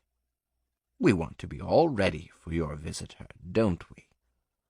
I'll just take some things into the bathroom. You can go back and tell this Mr. Arbogast to come up now." "No, I can't. I won't bring him up here, not if you're going to—" And he couldn't move at all now. He wanted to faint, but even that wouldn't stop what was going to happen. In just a few minutes, Mr. Arbogast would get tired of waiting. He'd walk up to the house alone, he'd knock on the door, he'd open it and come in, and when he did— "Mother, please, listen to me!" But she didn't listen. She was in the bathroom. She was getting dressed. She was putting on makeup. She was getting ready. And all at once she came gliding out, wearing the nice dress with the ruffles. Her face was freshly powdered and rouged. She was pretty as a picture. And she smiled as she started down the stairs. Before she was halfway down, the knocking came. It was happening. Mr. Arbogast was here. He wanted to call out and warn him, but something was stuck in his throat. He could only listen as Mother cried gaily, I'm coming, just a moment now." And it was just a moment. Mother opened the door and Mr. Arbogast walked in. He looked at her, and then he opened his mouth to say something. As he did so, he raised his head, and that was all Mother had been waiting for. Her arm went out, and something bright and glittering flashed back and forth. It hurt Norman's eyes, and he didn't want to look. He didn't have to look either, because he already knew. Mother had found his razor. 10. Norman smiled at the elderly man and said, "Here's your key. That'll be $10 for the two of you, please." The elderly man's wife opened her purse. "I've got the money here, Homer." She placed a bill on the counter, nodding at Norman. Then she stopped nodding, and her eyes narrowed. "What's the matter? Don't you feel good?" I'm just a little tired, I guess. Be all right. Going to close up now." "So early? I thought motels stayed open until all hours, particularly on Saturday nights." "We don't get much business here. Besides, it's almost 10. Almost 10. Nearly 4 hours. Oh, my God. "I see. Well, good night to you." Good night." They were going out now, and he could step away from the counter. He could switch off the sign and close the office. But first he was going to take a drink, a big drink, because he needed one. And it didn't matter whether he drank or not. Nothing mattered now. It was all over. All over, or just beginning. Norman had already taken several drinks. He took one as soon as he returned to the motel around 6, and he'd taken one every hour since then.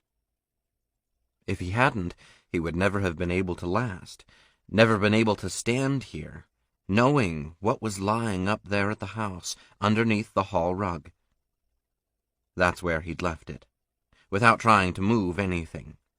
He just pulled the sides of the rug and tossed them over to cover it. There was quite a bit of blood, but it wouldn't soak through. Besides, there was nothing else he could do then, not in broad daylight. Now, of course, he'd have to go back. He'd given Mother strict orders not to touch anything, and he knew she'd obey. Funny, once it had happened, how she collapsed again. It seemed as if she'd nerve herself up to almost anything. The manic phase, wasn't that what they called it? But once it was over, she just wilted, and he had to take over. He told her to go back to a room and not to show herself at the window, just lie down until he got there. And he had locked the door. But he'd have to unlock it now. Norman closed the office and went outside. There was the Buick, Mr. Arbogast's Buick, still parked just where he had left it. Wouldn't it be wonderful if he could just climb into that car and drive away? Drive away from here, far away, and never come back again at all. Drive away from the motel, away from Mother, away from that thing lying under the rug in the hall. For a moment the temptation welled up, but only for a moment. Then it subsided, and Norman shrugged. It wouldn't work. He knew that much. He could never get far enough away to be safe. Besides, that thing was waiting for him. Waiting for him. So he glanced up and down the highway, and then looked at number 1 and at number 3, to see if their blinds were drawn, and then he stepped into Mr. Arbogast's car and took out the keys he'd found in Mr. Arbogast's pocket, and he drove up to the house, very slowly. All the lights were out. Mother was asleep in her room, or maybe she was only pretending to be asleep. Norman didn't care. Just so she stayed out of his way while he took care of this. He didn't want Mother around to make him feel like a little boy. He had a man's job to do, a grown man's job. It took a grown man just to bundle the rug together and lift what was in it. He got it down the steps and into the back seat of the car, and he'd been right about there not being any leaking. These old shag rugs were absorbent. When he got through the field and down to the swamp, he drove along the edge away until he came to an open space. Wouldn't do to try and sink the car in the same place he'd put the other one. But this new spot was satisfactory, and he used the same method. It was really very easy in a way. Practice makes perfect. Except that there was nothing to joke about. Not while he sat there on the tree stump and waited for the car to go down. It was worse than the other time. You'd think because the Buick was a heavier car that it would sink faster, but it took 1,000,000 years, until at last, plop. There. It was gone forever, like that girl and the $40,000. Where had it been? Not in her purse, certainly, and not in the suitcase. Maybe in the overnight bag or somewhere in the car. He should have looked, that's what he should have done. Except that he'd been in no condition to search, even if he'd known the money was there, and if he had found it, no telling what might have happened. Most probably, he would have given himself away when the detective came around. You always gave yourself away if you had a guilty conscience. That was one thing to be thankful for. He wasn't responsible for all this.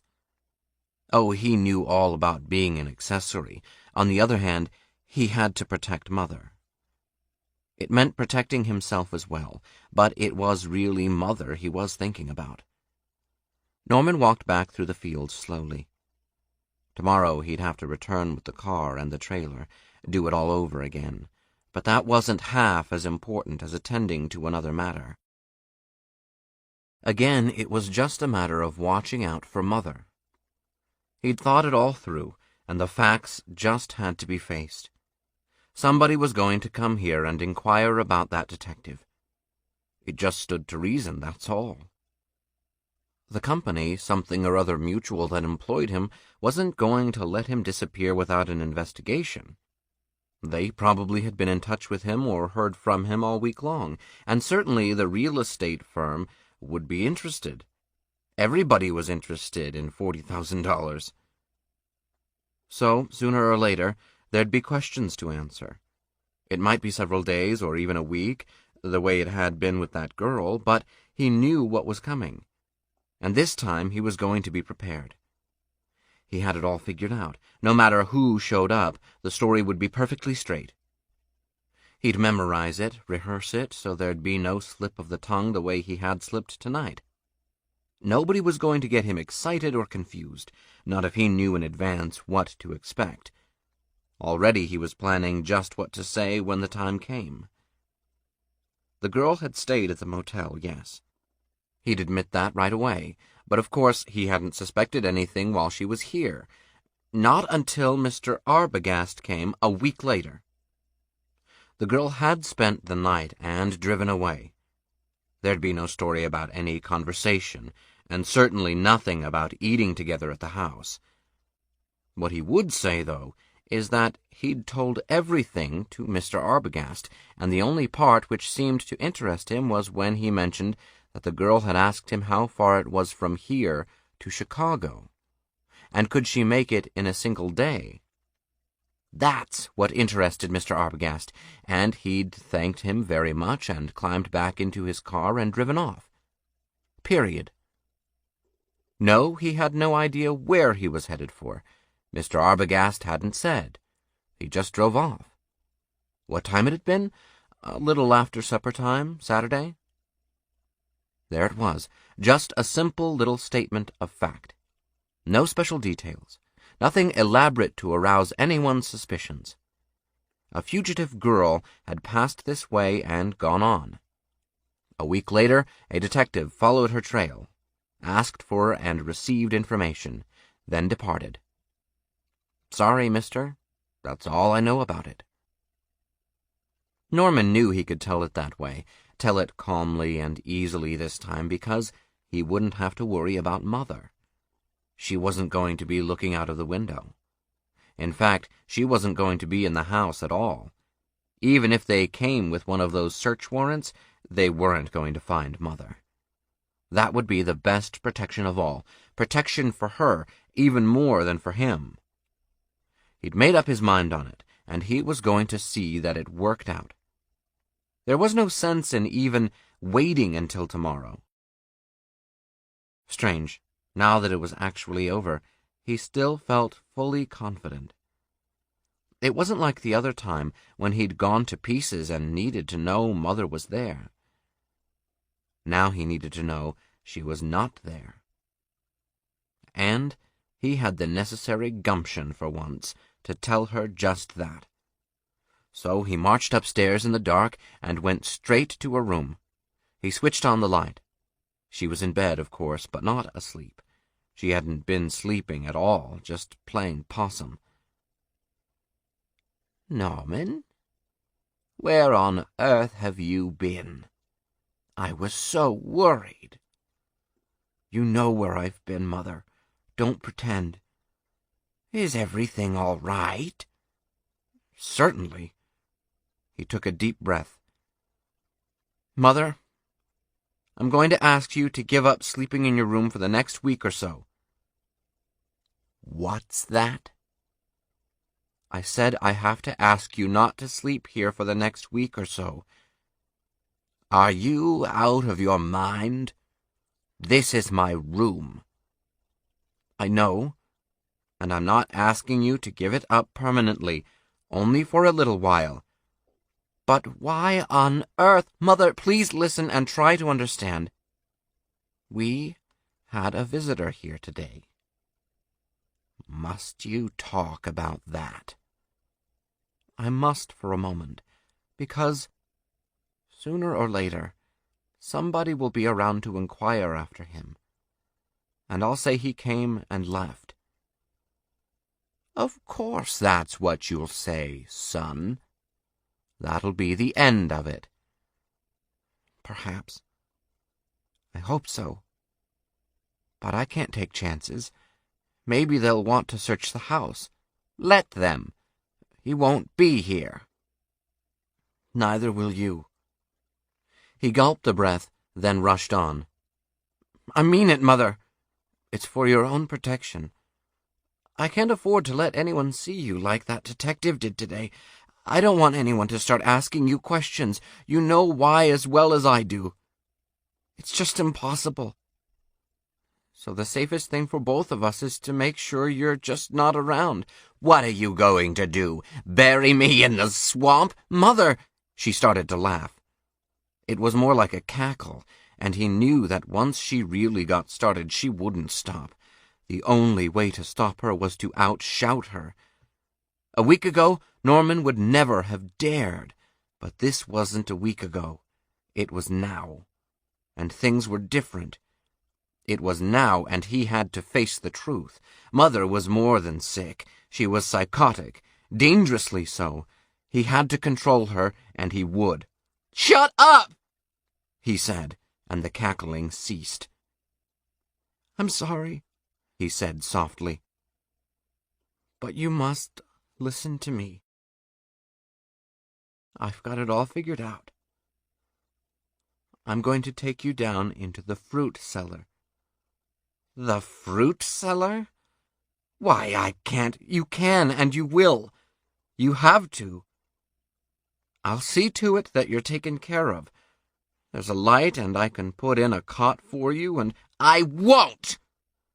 "I'm not asking you, Mother. I'm telling you. You're going to stay in the fruit cellar until I think it's safe for you to come upstairs again. And I'll hang that old Indian blanket on the wall so that it covers up the door. Nobody will notice a thing, even if they bother to go down into the cellar. It's the only way we can both be sure that you're going to be safe." "Norman, I refuse to even discuss it any further with you. I'm not going to budge from this room." "Then I'll have to carry you." "Norman, you wouldn't dare." But he did. Finally, that's just what he did. He picked her up right off the bed and carried her, and she was light as a feather compared to Mr. Arbogast, and she smelled of perfume instead of stale cigarette smoke, the way he had. She was too astonished to put up a fight, just whimpered a little. Norman was startled at how easy it was, once he made up his mind to go through with it. Why, she was just a sick old lady, a frail, feeble thing. He didn't have to be afraid of her, not really. She was afraid of him now. Yes, she must be, because not once all through this had she called him son. "I'll fix a cot for you," he told her, "and there's a pot, too." "Norman, must you talk that way?" For just an instant she flared up in the old way, then subsided. He bustled around, bringing blankets, arranging the curtains on the small window so that there'd be sufficient ventilation. She began whimpering again, not so much whimpering as muttering under her breath. "It's like a prison cell, that's what it is. You're trying to make a prisoner out of me. You don't love me any more, Norman. You don't love me, or else you wouldn't treat me this way." "If I didn't love you, do you know where you'd be today?" He didn't want to say it, but he had to. The state hospital for the criminally insane, that's where you'd be.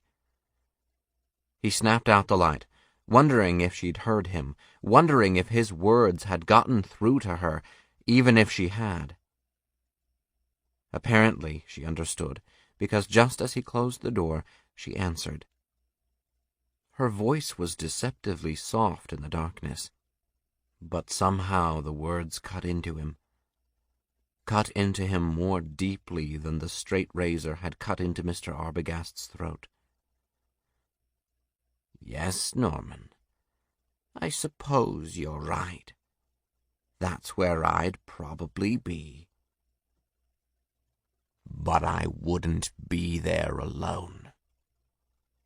Norman slammed the door, locked it, and turned away. He wasn't quite sure, but as he ran up the cellar steps, he thought he could still hear her chuckling gently in the dark. 11. Sam and Lila sat in the back room of the store, waiting for Arbogast to arrive. But all they heard were the sounds of Saturday night.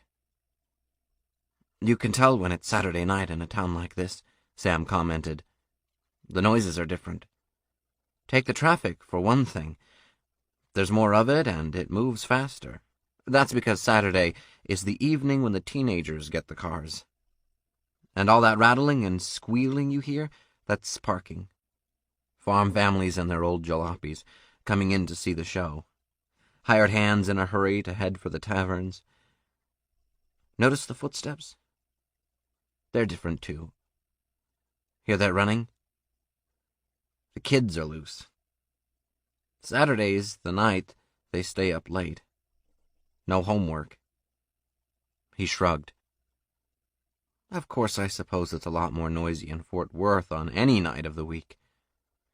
I suppose so, Lila said. Then, Sam, why doesn't he get here? It's almost 9. You must be hungry. It isn't that, but why doesn't he come?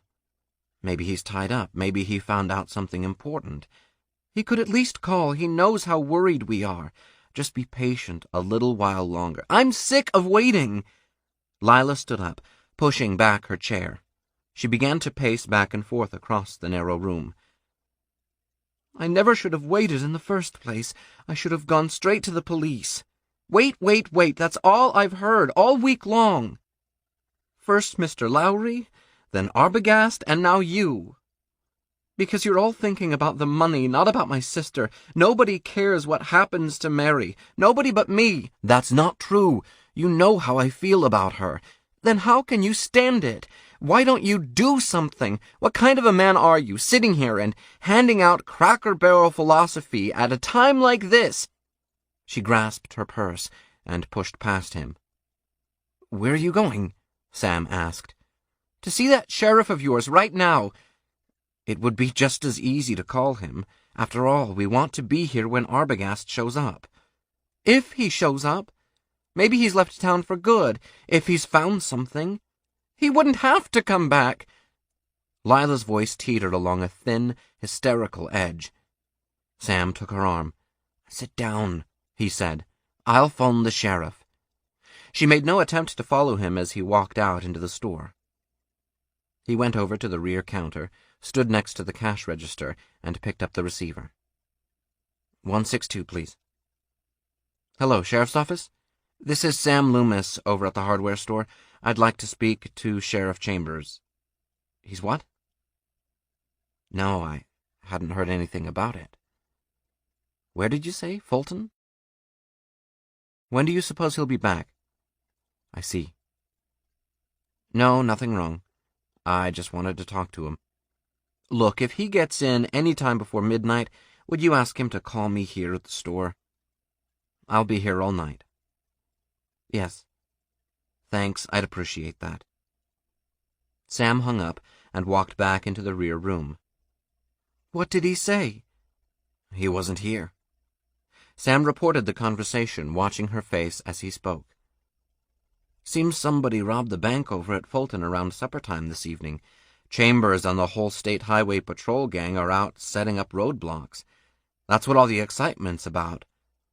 I talked to old Peterson. He's the only one left in the sheriff's office.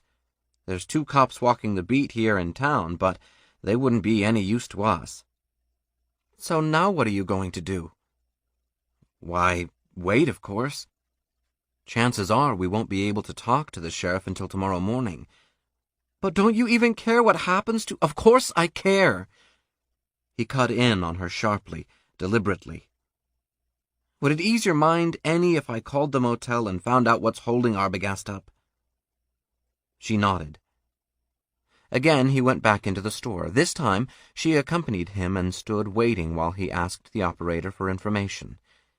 She finally located the name Norman Bates, and found the number. Sam waited while she put the call through. Funny, he said, hanging up.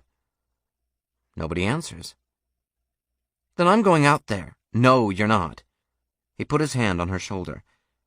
I'm going out. You wait right here, in case Arbogast comes in. Sam, what do you think happened? I'll tell you when I get back. Now you just relax. It shouldn't take me more than 3/4 of an hour. And it didn't because Sam drove fast. In exactly 42 minutes, He unlocked the front door, came into the store again. Lila was waiting for him. "Well?" she asked. Funny. The place was closed up. No lights in the office, no lights in the house behind the motel. I went up there and banged on the door for 5 minutes straight, and nothing happened. The garage next to the house was open and empty. Looks like this Bates went away for the evening." "What about Mr. Arbogast?" "His car wasn't there, just 2 parked down at the motel. I looked at the licenses, Alabama and Illinois." "But where could—" "The way I figure it," Sam said, "is that Arbogast did find out something, maybe something important. It could be that he and Bates both went off together. And that's why we haven't gotten any word." "Sam, I can't take much more of this. I've got to know." "You've got to eat, too." He displayed a bulging paper bag. "Stopped in at the drive-in on my way back. Brought us some hamburgers and coffee. Let's take the stuff into the back room." By the time they finished eating, it was after 11. "Look," Sam said, "why don't you go back to the hotel and get some rest? If anyone calls or comes in, I'll phone you. No sense in us both sitting around like this." "But—" "Come on. Worrying isn't going to help. Chances are, I've figured it right. Arbogast has located Mary, and we'll get news by morning. Good news." But there was no good news on Sunday morning. By 9 o'clock, Lila was rattling the front door of the hardware store. "Hear anything?" she asked, and when Sam shook his head, she frowned. "Well, I found out something. Arbogast checked out over at the hotel yesterday morning, before he even started to look around." Sam didn't say anything. He picked up his hat and walked out of the store with her. The streets of Fairvale were empty on Sunday morning. The courthouse was set back in a square on Main Street, surrounded by a lawn on all 4 sides. One side contained a statue of a Civil War veteran, the kind cast up by thousands back in the 80s to occupy courthouse lawns all over the country. The other 3 sides displayed, respectively, a Spanish-American war trench mortar, a World War I cannon, and a granite shaft bearing the names of 14 Fairvale citizens who had died in World War II. Benches lined the sidewalks all around the square, but they were vacant at this hour. The courthouse itself was closed, but the sheriff's office was over in the annex. Fairvale citizens still spoke of it as the new annex, though it had been added back in 1946. The side door was open. They entered, climbed the stairs, walked down the hall to the office. Old Peterson was doing duty at the outer desk, all alone. "Morning, Sam." "Good morning, Mr. Peterson. Sheriff around?" "Nope. Hear about them bank robbers. Busted right through the roadblock, down at Parnassus. FBI is after 'em now. Sent an alert." "Where is he?" "Well, he got in pretty late last night, early this morning, I should say." "Did you give him my message?" The old man hesitated. I guess I forgot. All this excitement around here." He wiped his mouth.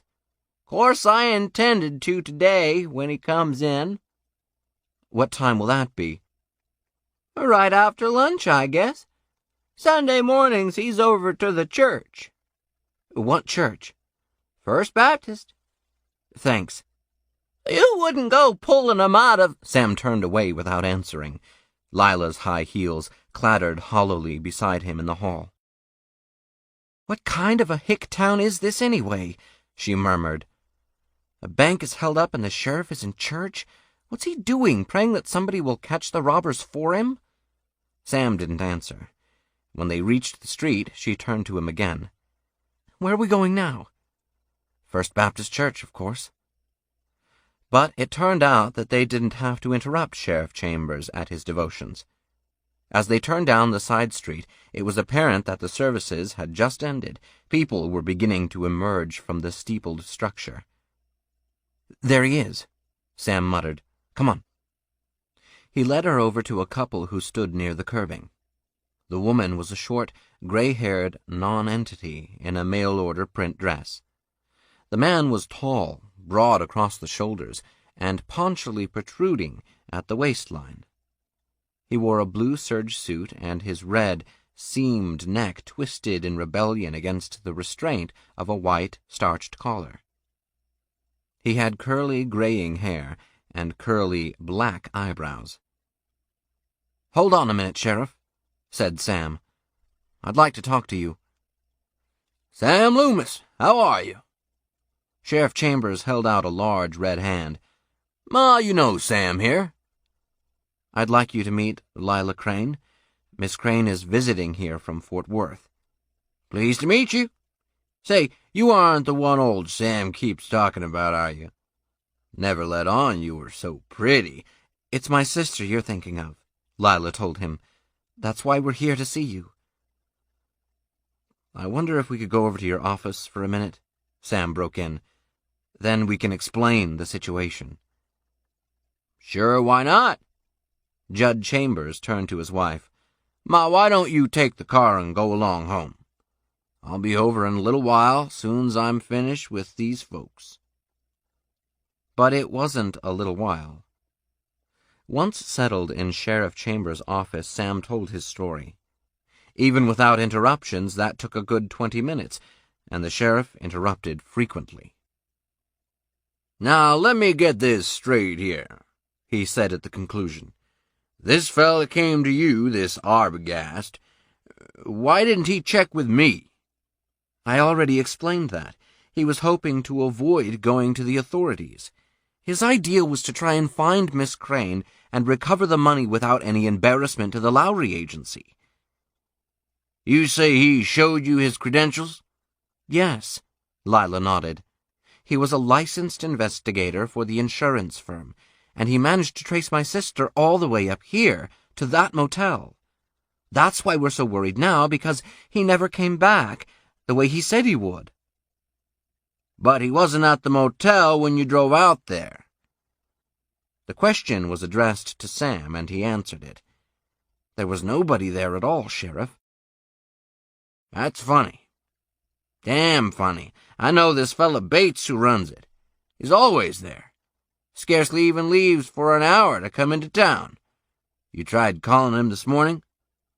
Why don't you let me do that now? Probably turn out he was sound asleep when you got there last night." The big red hand picked up the phone. "Don't tell him anything about the money," Sam said. "Just ask for Arbogast and see what he has to say." Sheriff Chambers nodded. "Leave it to me," he murmured. "I know how to handle this." He put through the call, and they waited. "Hello? Bates? That you? This is Sheriff Chambers." "That's right. I'm looking for a little information. Party here in town is trying to locate a fellow named of Arbogast. Milton Arbogast from Fort Worth. He's a special investigator or something for a firm called Parity Mutual."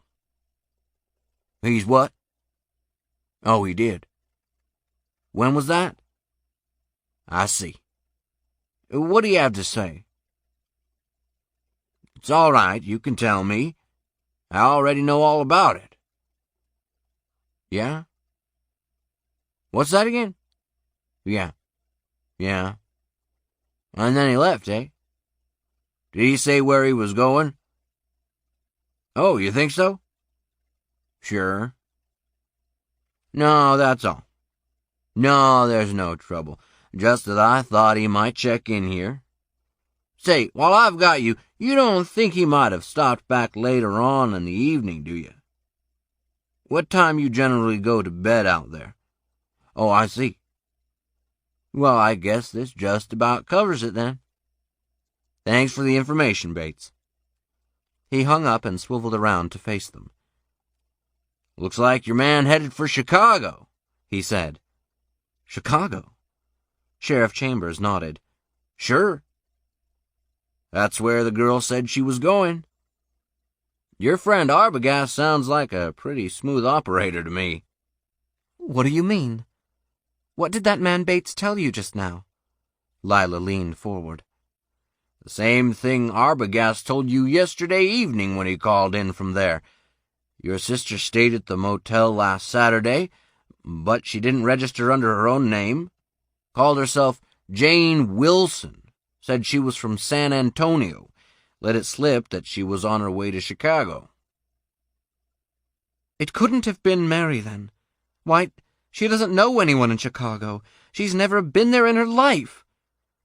According to Bates, Arbogast was certain this was the girl. Even checked her handwriting. Her description, the car, everything fitted. Not only that, once he heard about Chicago, Bates says he took off from there like a bat out of hell. But that's ridiculous. She has a week's start, if she was going there at all, that is, and he'd never find her in Chicago. Maybe he knew where to look. Maybe he didn't tell you two all he'd found out about your sister and her plans. What else could he know that we don't? Never can tell about these smart operators. Could be he had some idea of just what your sister was up to. If he could get to her and lay his hands on that money, he might not be so interested in reporting back to his company again. Are you trying to say that Mr. Arbogast was a crook? All I'm saying is that $40,000 in cash is a lot of money, and if Arbogast didn't show up here again, it means he had something figured out. The sheriff nodded. Must have been working the angles all along, the way it looks to me. Else why wouldn't he at least stop in here beforehand and see if I could help? You say he already checked out of the hotel yesterday. Now, wait a minute, Sheriff, Sam said. You're jumping to conclusions. You've got nothing to go by except what this man Bates said over the phone just now. Couldn't he be lying? Why should he? He told a straight story. Said the girl had been there, said Arbogast was there. Where was he last night when I came then? Fast asleep in bed, just like I thought, the sheriff answered. Look here, I know this fella Bates. He's kind of an odd one in his way, not too bright, or at least that's how he always struck me, but he certainly isn't the type who'd ever pull any fast ones. Why shouldn't I believe him? Particularly when I know your friend Arbogast was lying. Lying about what? You told me what he said when he called you from the motel last night. Well, that was just a stall. He must have already found out about Chicago, and he wanted to keep you quiet long enough for him to get a good head start. That's why he lied. I don't understand, Sheriff. Just what did he lie about? Why, when he said he was going up to see Norman Bates's mother. Norman Bates has no mother. He hasn't? Not for the last 20 years he hasn't. She's dead. Sheriff Chambers nodded. Quite a scandal around these parts. Surprised you don't remember it, but you were only a kid then. She built this motel with a fella named of Considine, Joe Considine. She was a widow, understand? And the talk was that she and Considine were... The sheriff stared at Lila, then broke off with an aimless wave of the hand. Anyways, they never did get married. Something must have went wrong. Maybe she was in a family way, maybe Considine had a wife back where he came from, but one night they both took strychnine together. Regular poison pact, you might say. Her son, this Norman Bates, he found them both. Guess it was pretty much of a shock. Way I remember it, he was laid up in the hospital for a couple of months after. Didn't even go to the funeral. I went. That's how I'm sure his mother is dead. Hell, I was one of the pallbearers. 12. Sam and Lila had dinner over at the hotel. It was not an enjoyable meal for either of them. I still can't believe Mr. Arbogast would go off without a word to us, Lila said, putting down her coffee cup. And I can't believe Mary would go to Chicago, either. Well, Sheriff Chambers believes it. Sam sighed. And you've got to admit, Arbogast lied to me about seeing Bates's mother. Yes, I know. It doesn't make sense. On the other hand, neither does this story about Chicago. Mr. Arbogast didn't know any more about Mary than what we could tell him. Sam set his dessert spoon down next to the sherbet cup. I'm beginning to wonder how much any of us really knows about Mary, he said. I'm engaged to her. You lived with her. Neither of us could believe she'd take that money. And yet there's no other answer. She did take it. Yes. Lila's voice was low. I believe that now. She took the money, but she wouldn't do it for herself. Maybe she thought she could help you. Maybe she wanted to bring it to help pay off your debts. And why didn't she come to me? I wouldn't have accepted anything from her, even if I didn't know the money was stolen. But if she believed I might, then why didn't she come? She did. At least, she got as far as that motel. Lila crumpled her napkin, held it wadded tightly in her hand. That's what I was trying to tell the sheriff. We know she got as far as the motel, and just because Arbogast lied, that's no reason why this man Bates can't be lying too. Why doesn't the sheriff at least go out there and take a look around for himself, instead of just talking to him on the phone? I don't blame Sheriff Chambers for refusing, Sam told her. How could he go any further? On what grounds? What evidence? What is he supposed to be looking for? You can't just go breaking in on people for no reason. Besides, they don't operate that way in a small town. Everybody knows everybody else. Nobody wants to stir up trouble or cause unnecessary hard feeling. You heard what he said. There's nothing to make anyone suspect Bates. He's known him all his life. Yes, and I've known Mary all my life. But there were some things about her I didn't suspect either. He admitted this man was a little peculiar. He didn't go that far. He said he was sort of a recluse. That's understandable when you think of what a shock it must have been to him when his mother died. His mother. Lila frowned. That's the one thing I can't get through my head. If Arbogast wanted to lie, why should he lie about a thing like that? I don't know. Maybe it was just the first thing that he... In fact, if he was planning to run off, then why did he bother to call up at all?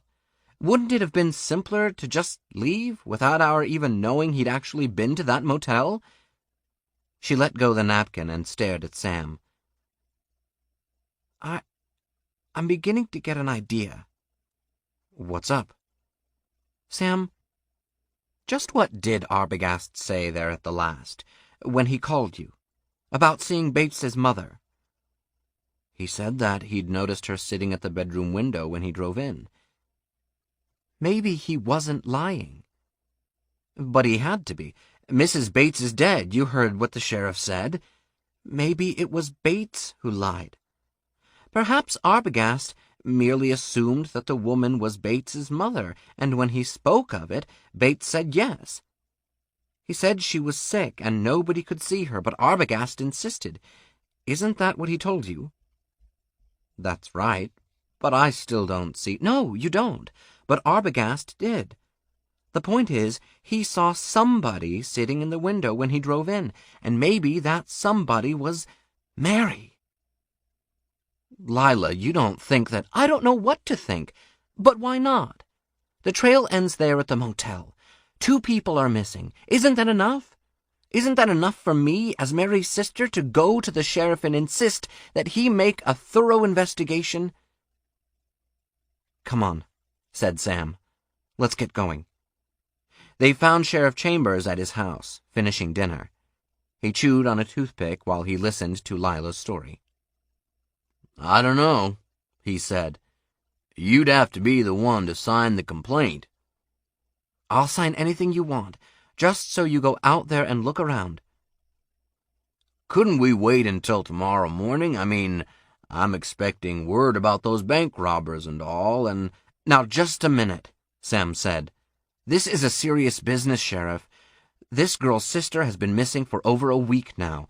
It isn't just a matter of money anymore. For all we know, her life could be in danger. She could even be—" "All right. You don't have to tell me my business, Sam. Come on, let's go over to the office and I'll let her sign. But if you ask me, it's a waste of time. Norman Bates is no murderer." The word emerged, just like any other word, and died away. But its echo lingered. Sam heard it, and Lila heard it. It stayed with them as they drove over to the courthouse annex with Sheriff Chambers. It stayed with them after the sheriff drove away, out to the motel. He'd refused to take either of them along, told them to wait. So they waited in the office, just the two of them. The two of them and the word. It was late afternoon when he returned. He came in alone, giving them a look in which disgust and relief were equally compounded. "Just what I told you," he said. "False alarm." "What did you—" "Hold your horses, young lady. Give me a chance to sit down. I'll tell you about it. Went straight out there and didn't run into any trouble at all. Bates, he was down in the woods behind the house getting himself some kindling. I never even had to show the warrant. He was nice as pie. Told me to go look around for myself, even gave me the keys to the motel." "And did you look?" "Of course I did. I went into every unit of the motel and covered that house of his from top to bottom. Didn't find a soul.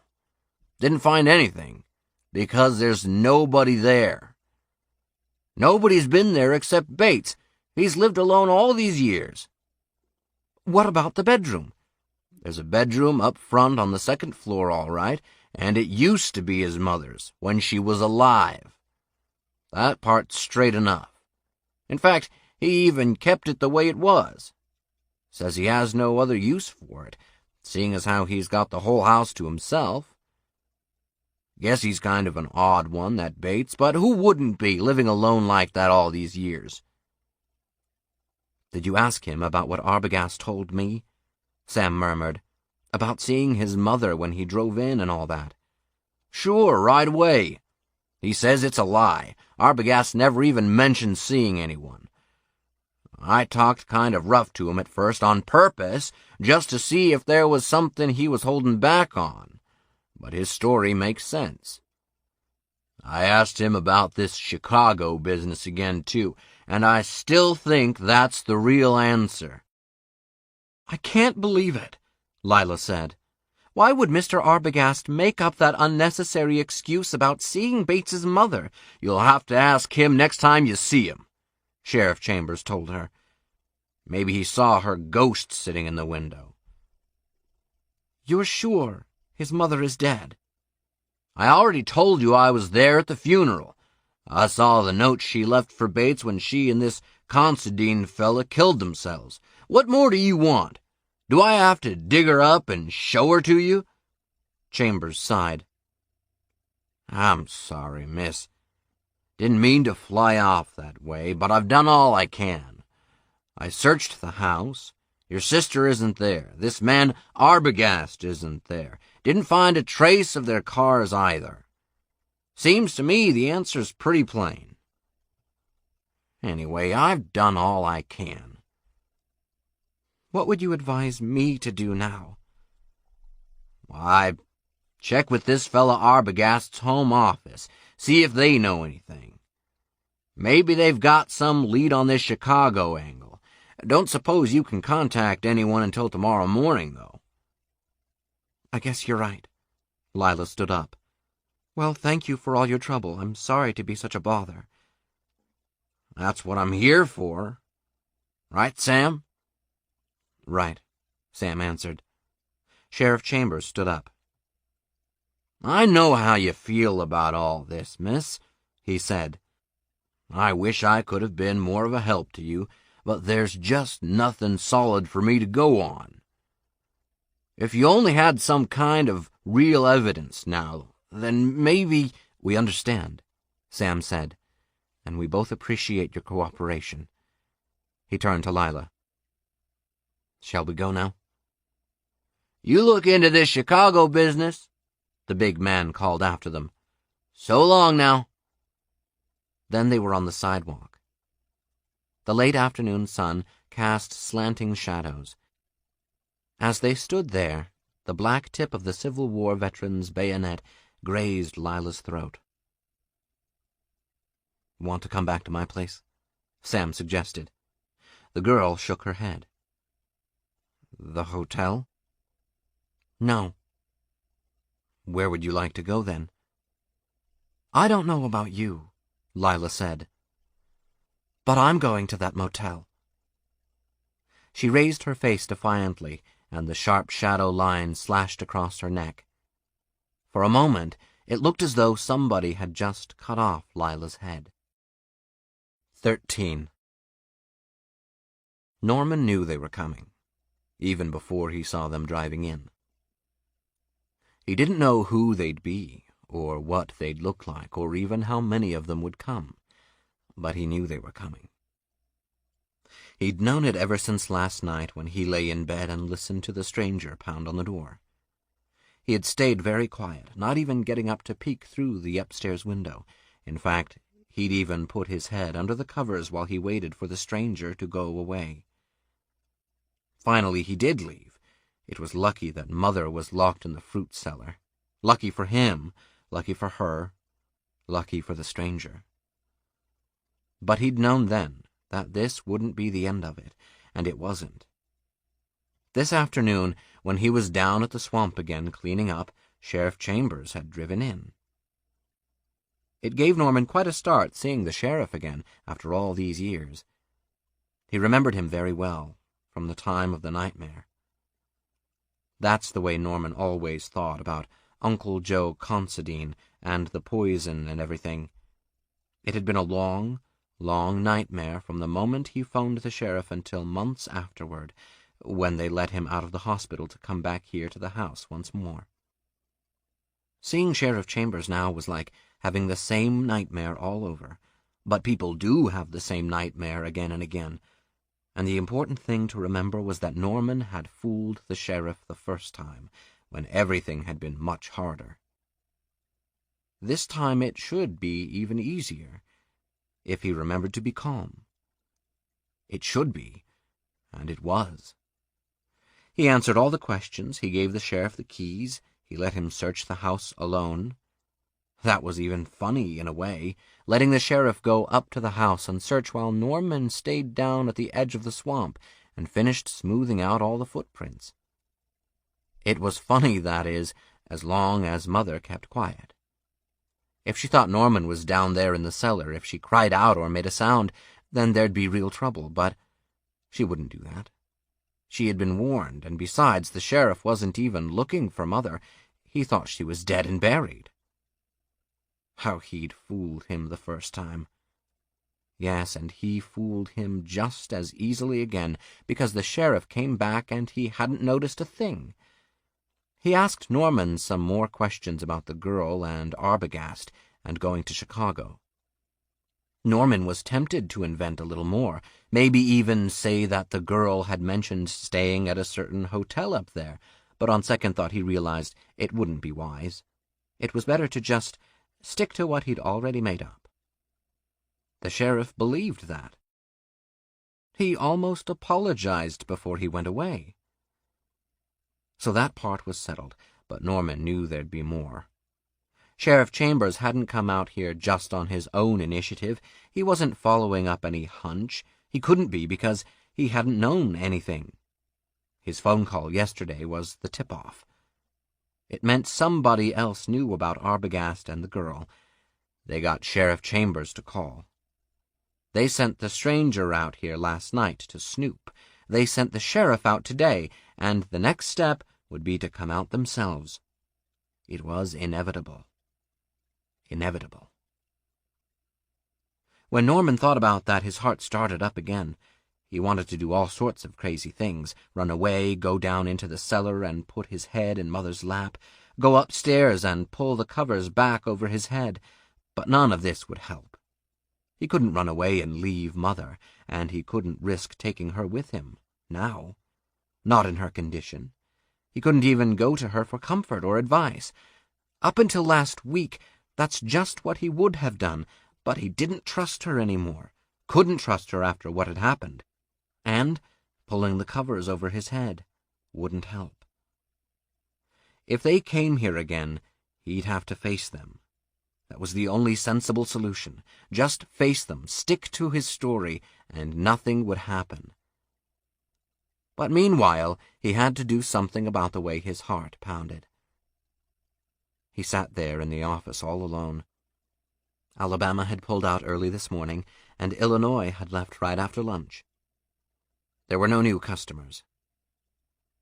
It was beginning to cloud up again, and if the storm came, he needn't expect any business this evening. So one drink wouldn't hurt, not if it made his heart calm down again. Norman found a bottle in the cubbyhole under the counter. It was the second bottle of the 3 he'd put there over a month ago. That wasn't bad, just the second bottle. Drinking the first one had gotten him into all this trouble, but it wouldn't happen that way again. Not now, when he could be sure Mother was safely out of the way. In a little while, when it got dark, he'd see about fixing her some dinner. Maybe tonight they could talk. But right now, he needed this drink. These drinks. The first didn't really help, but the second did the trick. He was quite relaxed now. Quite relaxed. He could even take a third one if he wanted to. And then he wanted to very much because he saw the car drive in. It had nothing to distinguish it from any other car, no out-of-state license or anything like that, but Norman knew right away that they were here. When you're a psychic sensitive, you can feel the vibrations. And you can feel your heart pound, so you gulp the drink and watch them get out of the car. The man was ordinary-looking, and for a moment Norman wondered if he hadn't made a mistake, but then he saw the girl. He saw the girl, and he tilted the bottle up. Tilted it up to take a hasty swallow and to hide her face at the same time, because it was the girl. She'd come back out of the swamp. No, she couldn't. That wasn't the answer. It couldn't be. Look at her again. Now in the light, her hair wasn't the same color at all, really. It was brownish blonde, and she wasn't as heavy. But she looked enough like the girl to be her sister. Yes, of course, that must be who she was, and it explained everything. This Jane Wilson, or whatever her real name was, had run away with that money. The detective came after her, and now her sister. That was the answer. He knew what Mother would do in a case like this, but thank God he'd never have to run that risk again. All he had to do was stick to his story, and they'd go away. Just remember, nobody could find anything, nobody could prove anything, and there was nothing to worry about, now that he knew what to expect. The liquor had helped. It helped him to stand patiently behind the counter while he waited for them to come in. He could see them talking together outside the office, and that didn't bother him. He could see the dark clouds coming out of the west, and that didn't bother him either. He saw the sky darken as the sun surrendered its splendor. The sun surrendered its splendor. Why, it was like poetry. He was a poet. Norman smiled. He was many things. If they only knew. But they didn't know, and they wouldn't know. And right now, he was just a fat, middle-aged motel proprietor who blinked up at the pair of them as they came in and said, "Can I help you?" The man came up to the counter. Norman braced himself for the first question, then blinked again when the man didn't ask it. Instead, he was saying, Could we have a room, please?" Norman nodded, unable to answer. Had he made a mistake? But no. Now the girl was stepping forward, and she was the sister, no doubt about it. "Yes. Would you like to?" "No, that's not necessary. We're anxious to get into some clean clothes." It was a lie. Their clothing was fresh. But Norman smiled. "All right. It's $10 double. If you'll just sign here and pay me now." He pushed the register forward. The man hesitated for a moment, then scribbled. Norman had had long practice when it came to reading names upside down. Mr. and Mrs. Sam Wright. Independence, Missouri. That was another lie. Wright was wrong. Filthy, stupid liars. They thought they were so clever, coming in here and trying to pull their tricks on him. Well, they'd see.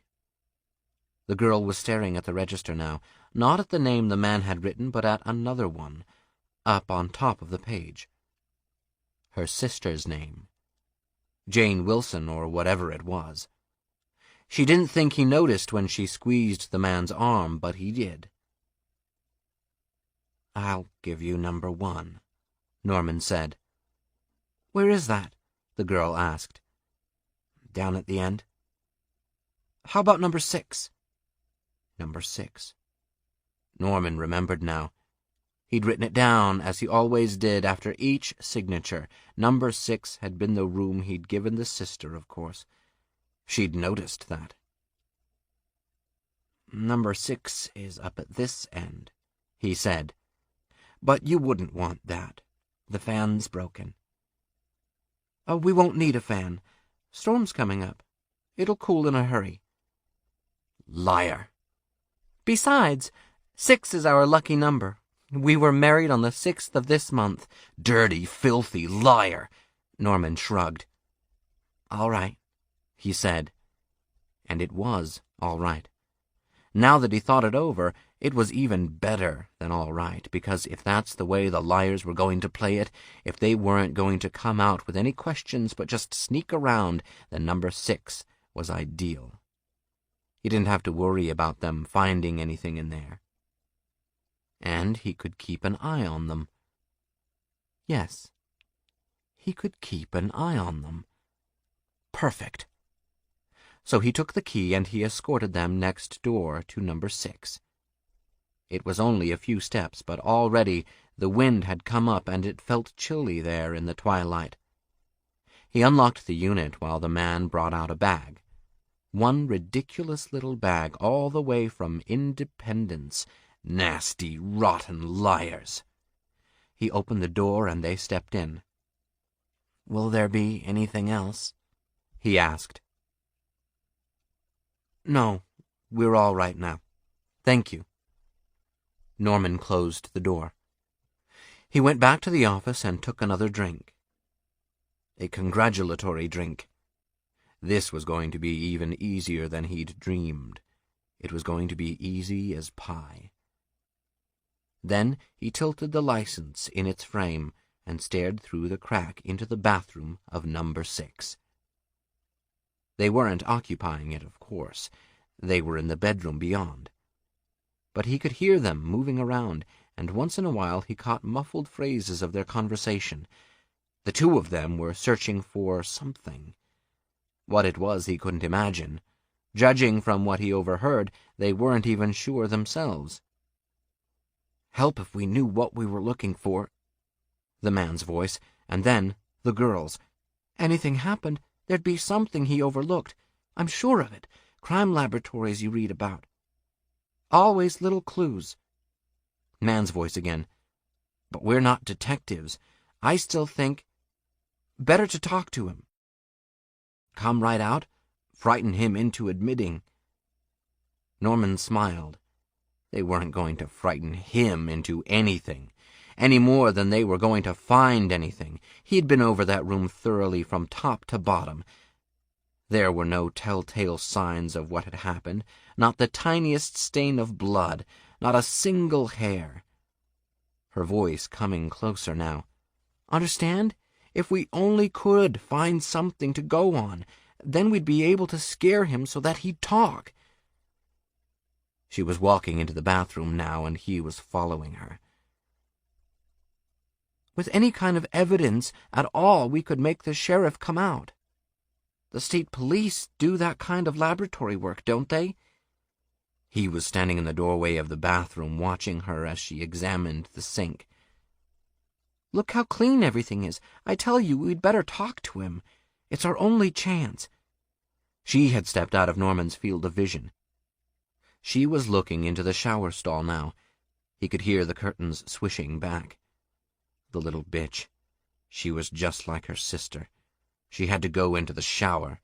Well, let her. Let her and be damned. "Not a sign." Norman wanted to laugh out loud. Of course there wasn't a sign. He waited for her to step out of the shower stall, but she didn't reappear. Instead, he heard a sudden thumping noise. "What are you doing?" It was the man who asked the question, but Norman echoed it. What was she doing? "Just reaching around in back here, behind the stall. You never know. Sam! Look! I've found something!" She was standing in front of the mirror again, holding something in her hand. What was it? What had the little bitch found? "Sam, it's an earring. One of Mary's earrings." "Are you sure?" No. It couldn't be the other earring. It couldn't be. "Of course it's one of hers. I ought to know. I gave them to her myself for her birthday last year. There's a custom jeweler who runs a little hole-in-the-wall shop in Dallas. He specializes in making up individual pieces, just one of a kind, you know. I had him do these for her. She thought it was terribly extravagant of me, but she loved them." He was holding the earring under the light now, staring at it as she spoke. "She must have knocked it off when she was taking her shower, and it fell over in back of the stall. Unless something else happened. Sam, what's the matter?" "I'm afraid something did happen, Lila. Do you see this? Looks to me like dried blood." "Oh, no!" "Yes. Lila, you were right. The bitch. They were all bitches. Listen to her now." "Sam, we've got to get into that house. We've got to." "That's a job for the sheriff." "He wouldn't believe us, even if we showed him this. He'd say she fell, bumped her head in the shower, something like that." "Maybe she did." "Do you really believe that, Sam, do you?" "No," he sighed. "I don't, but it still isn't proof that Bates had anything to do with whatever did happen here. It's up to the sheriff to find out more." "But he won't do anything. I know he won't.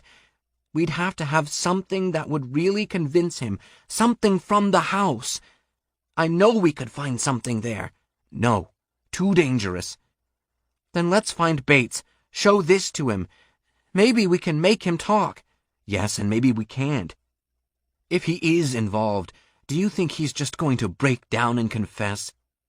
"The smartest thing to do is go after the sheriff right now." "What if Bates is suspicious?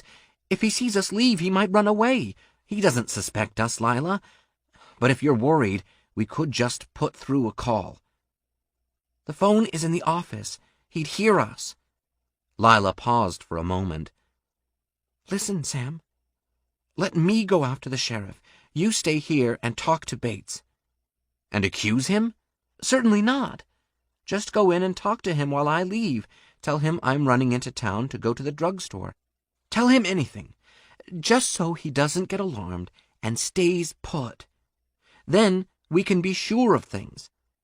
Well, give me the earring, Sam." The voices faded because they were going back into the other room. The voices faded, but the words remained. The man was staying here while she went and got the sheriff. That's the way it was going to be, and he couldn't stop her. If Mother was here, she'd stop her. She'd stop them both. But Mother wasn't here. She was locked up in the fruit cellar. Yes, and if that little bitch showed the sheriff the bloody earring, he'd come back and look for Mother. Even if he didn't find her in the cellar, he might get an idea. For 20 years now, He hadn't even dreamed the truth. But he might now. He might do the one thing Norman had always been afraid he'd do. He might find out what really happened the night Uncle Joe Considine died. There were more sounds coming from next door. Norman adjusted the license frame hastily. He reached for the bottle again. But there was no time to take another drink, not now, because he could hear the door slam. They were coming out of number 6. She was going to the car, and he was walking in here. He turned to face the man, wondering what he was going to say. But even more, he was wondering what the sheriff would do. The sheriff could go up to Fairvale Cemetery and open Mother's grave, and when he opened it, when he saw the empty coffin, then he'd know the real secret. He'd know that Mother was alive. There was a pounding in Norman's chest, a pounding that was drowned out by the first rumble of thunder as the man opened the door and came in. 14. For a moment, Sam hoped that the sudden thunder would muffle the sound of the car starting in the driveway. Then he noticed that Bates was standing at the end of the counter. From that position, he could see the entire driveway and a quarter of a mile up the road, so there was no sense trying to ignore Lila's departure. "Mind if I come in for a few minutes?" Sam asked. "Wife's taking a little ride into town. She's fresh out of cigarettes." "Used to have a machine here," Bates answered. "But there wasn't enough call for them, so they yanked it out." He peered over Sam's shoulder, gazing off into the dusk, and Sam knew he was watching the car move onto the highway. "Too bad she has to go all that way. Looks as if it's going to be raining pretty hard in a few minutes." "Get much rain around here?" Sam sat down on the arm of a battered sofa. "Quite a bit." Bates nodded vaguely. "We get all kinds of things around here." What did he mean by that remark? Sam peered up at him in the dim light. The eyes behind the fat man's glasses seemed vacant. Suddenly, Sam caught the telltale whiff of alcohol, and at the same moment he noticed the bottle standing at the edge of the counter. That was the answer. Bates was a little bit drunk. Just enough to immobilize his expression, but not enough to affect his awareness. He caught Sam looking at the whiskey bottle. "Care for a drink?" he was asking. "Just about to pour a little one for myself when you came in." Sam hesitated. "Well, find you a glass. There's one under here someplace." He bent behind the counter, emerged holding a shot glass. "Don't generally bother with them myself. Don't generally take a drink when I'm on duty either. But with the damp coming on, a little something helps. Particularly if you have rheumatism the way I do."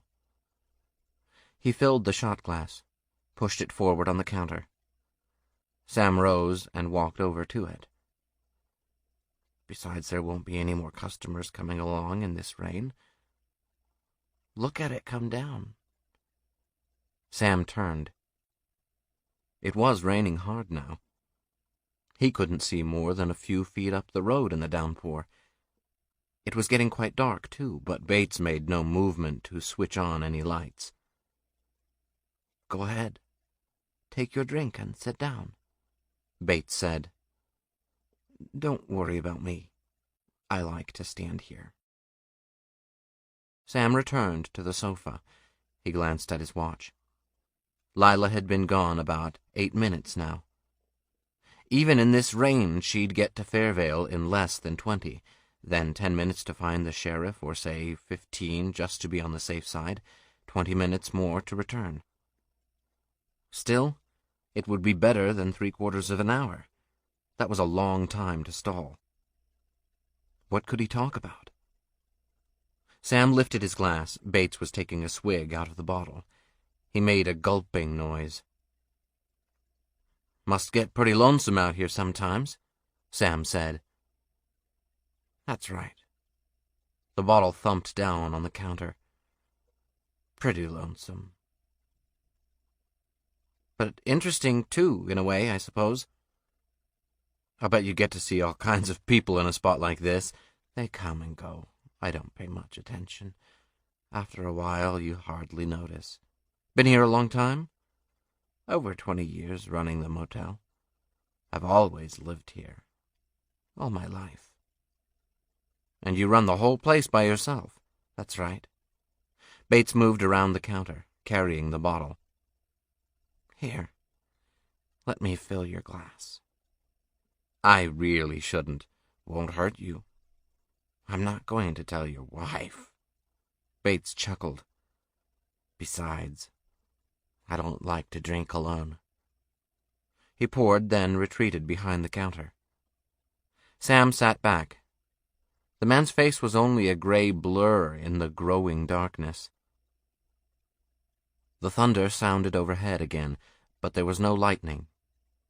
And here inside everything seemed quiet and peaceful. Looking at this man, listening to him, Sam was beginning to feel slightly ashamed. He sounded so damned ordinary. It was hard to imagine him being mixed up in something like this. And just what was he mixed up in anyway, if he was mixed up? Sam didn't know. Mary had stolen some money. Mary had been here overnight. She had lost an earring in the shower. But she could have banged her head. She could have cut her ear when the earring came off. Yes, and she could have gone on to Chicago, too, just the way Arbogast and the sheriff seemed to think. He really didn't know very much about Mary, when he came right down to it. In a way, her sister seemed more familiar. A nice girl, but too hair-triggered, too impulsive. Always making snap judgments and decisions, like this business of wanting to run straight up and search Bates's house. Good thing he'd talked her out of that one. Let her bring the sheriff. Maybe even that was a mistake. The way Bates was acting now, he didn't seem like a man who had anything on his conscience. Sam remembered that he was supposed to be talking. It wouldn't do to just sit here. You were right, he murmured. It is raining pretty hard. I like the sound of the rain, Bates said. I like the way it comes down hard. It's exciting. Never thought of it that way. Guess you can use a little excitement around here. I don't know. We get our share. We? I thought you said you lived here alone. I said I operated the motel alone. But it belongs to both of us. My mother and me. Sam almost choked on the whiskey. He lowered the glass, clenching it tightly in his fist. I didn't know. Of course not. How could you? Nobody does. That's because she always stays in the house. She has to stay there. You see, most people think she's dead. The voice was calm. Sam couldn't see Bates's face in the dimness now, but he knew it was calm too. Actually, there is excitement around here after all. Like there was 20 years ago when Mother and Uncle Joe Considine drank the poison. I called the sheriff, and he came out and found them. Mother left a note, explaining everything. Then they had an inquest, but I didn't go to it. I was sick, very sick. They took me to the hospital. I was in the hospital a long time. Almost too long to do any good when I got out. But I managed. Managed? Bates didn't reply, but Sam heard the gurgle and then the bottle's thump. Here, Bates said. Let me pour you another. Not yet. I insist. He was coming around the counter now, and his shadowy bulk loomed over Sam. He reached for Sam's glass. Sam drew back. First, tell me the rest, he said quickly. Bates halted. Oh, yes. I brought Mother back home with me. That was the exciting part, you see. Going out to the cemetery at night and digging up the grave. She'd been shut up in that coffin for such a long time that at first I thought she really was dead. But she wasn't, of course. She couldn't be. Or else she wouldn't have been able to communicate with me when I was in the hospital all that while. It was only a trance state, really, what we call suspended animation. I knew how to revive her. There are ways, you know, even if some folks call it magic. Magic, that's just a label, you know. Completely meaningless. It wasn't so very long ago that people were saying that electricity was magic. Actually, it's a force which can be harnessed if you know the secret. Life is a force too, a vital force, and like electricity you can turn it off and on, off and on. I'd turned it off, and I knew how to turn it on again. Do you understand me? Yes, it's very interesting. I thought you might be interested. You and the young lady. She isn't really your wife, is she? Why, you see, I know more than you think I know. And more than you know yourself. Mr. Bates, are you quite sure you're all right? I mean, I know what you mean. You think I'm drunk, don't you? But I wasn't drunk when you came here. I wasn't drunk when you found that earring and told the young lady to go to the sheriff. Sit still now. Don't be alarmed. I'm not alarmed, am I? And I would be if anything was wrong, but nothing is wrong. You don't think I'd tell you all this if there was anything wrong, do you?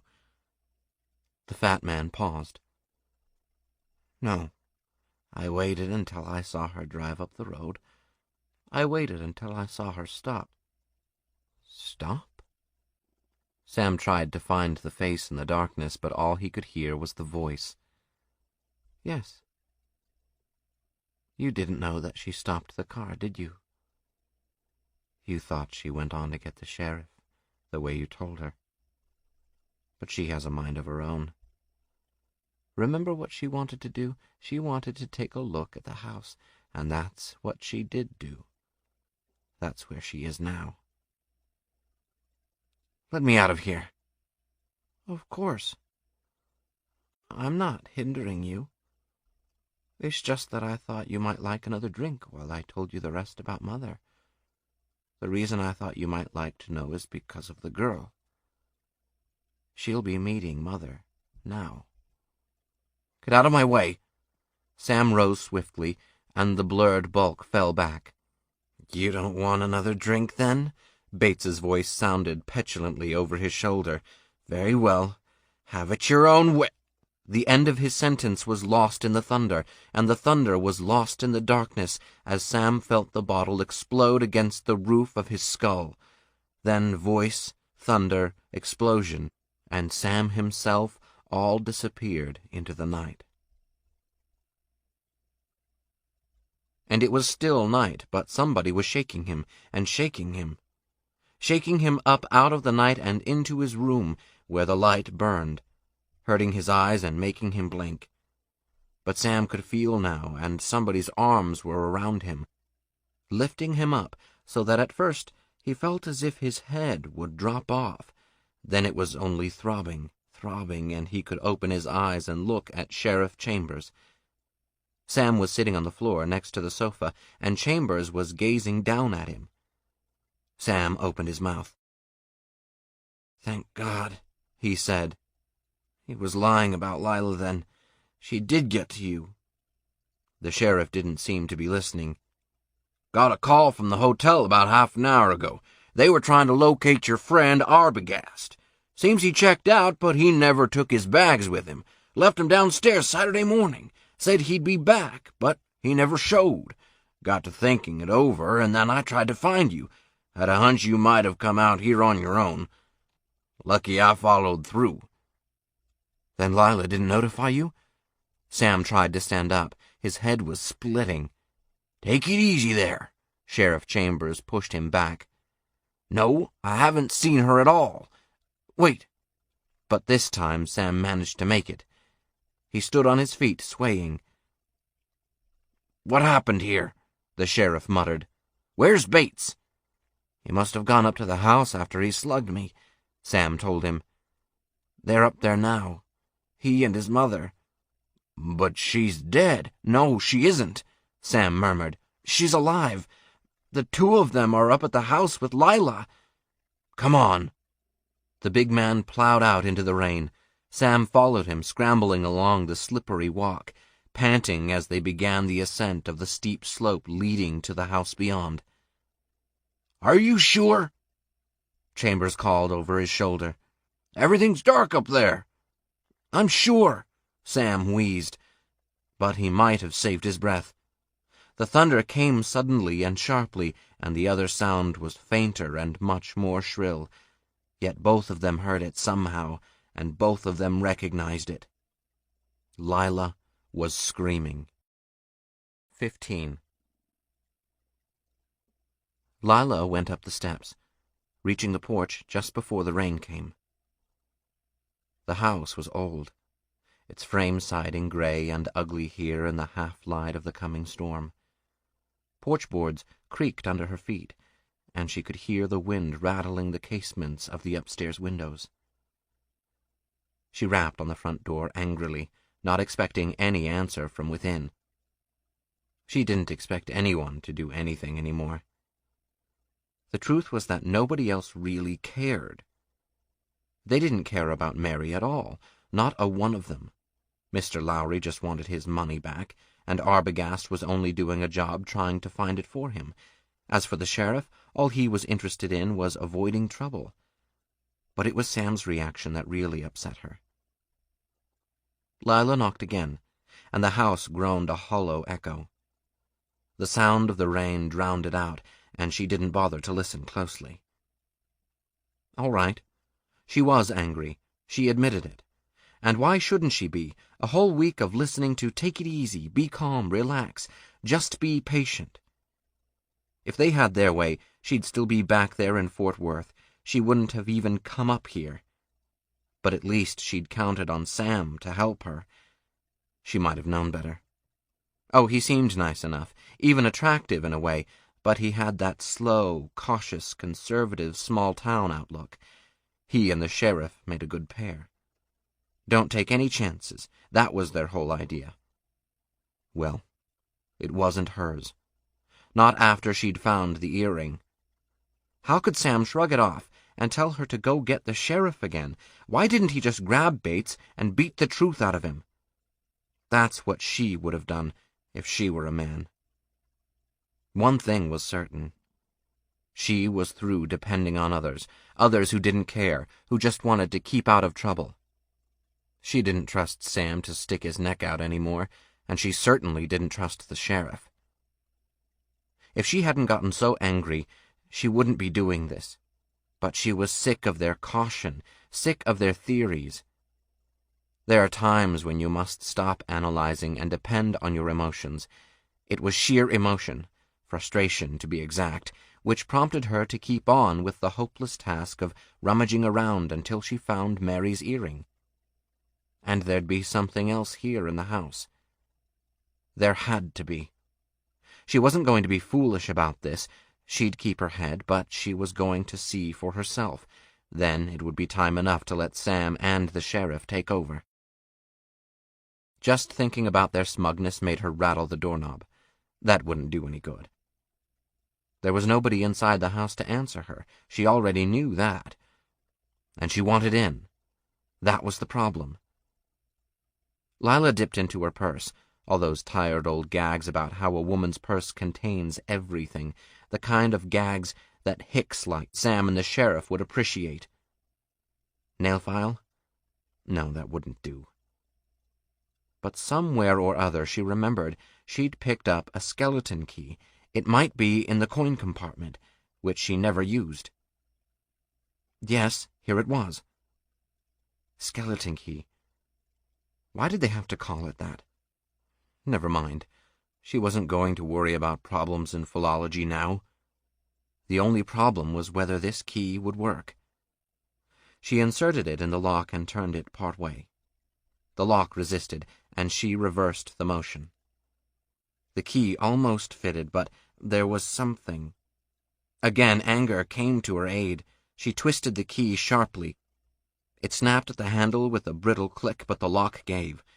She turned the doorknob, felt the door move away from her hand. It was open. Lila stood in the hall. It was darker inside the house than out there on the porch, but there must be a light switch somewhere along the wall here. She found it, snapped it on. The unshaded overhead bulb gave off a feeble, sickly glare against the background of peeling, shredded wallpaper. What was the design?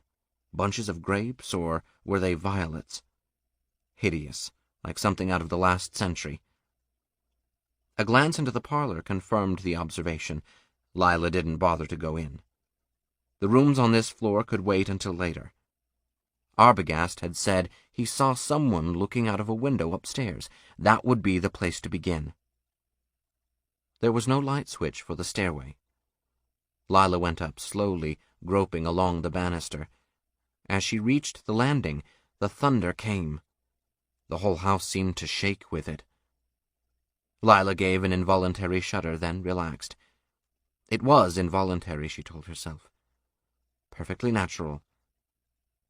Certainly, there was nothing about an empty house like this to frighten anybody, and now she could turn on the light here in the upstairs hall. It had been papered in green stripes, and if that didn't frighten her, then nothing could. Ghastly.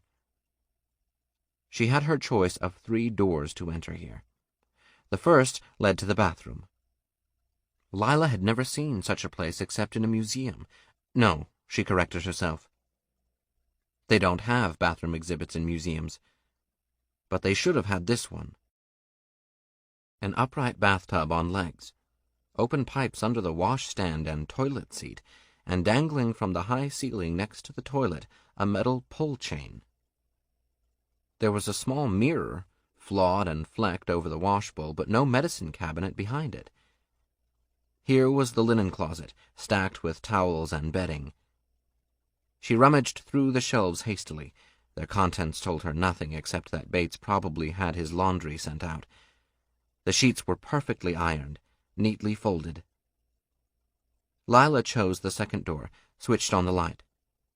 Another weak and naked overhead bulb, but its illumination was sufficient to reveal the room for what it was. Bates's bedroom. Singularly small, singularly cramped, with a low cot more suitable for a little boy than a grown man. Probably he'd always slept here, ever since he was a child. The bed itself was rumpled and showed signs of recent occupancy. There was a bureau over in the corner, next to the closet. One of those antique horrors with a dark oak finish and corroded drawer pulls. She had no compunctions about searching the drawers. The top one contained neckties and handkerchiefs, most of them soiled. The neckties were wide and old-fashioned. She found a tie clasp in a box from which it had apparently never been removed, and 2 sets of cufflinks. The second drawer contained shirts, the third held socks and underwear. The bottom drawer was filled with white, shapeless garments, which she finally and almost incredulously identified as nightgowns. Maybe he wore a bedcap, too. Really, this whole house belonged in a museum. It was odd that there were no personal mementos, though, no papers, no photographs. But then perhaps he kept them down at the motel in the desk there. Yes, that was very likely. Lila turned her attention to the pictures on the walls. There were 2 of them. The first showed a small boy sitting on a pony, and the second showed the same child standing in front of a rural schoolhouse with 5 other children, all girls. It took Lila several moments before she identified the youngster as Norman Bates. He had been quite thin as a child. Nothing remained now except the closet and the 2 large bookshelves in the corner. She disposed of the closet quickly. It contained 2 suits on hangers, a jacket, an overcoat, a pair of soiled and paint-spotted trousers.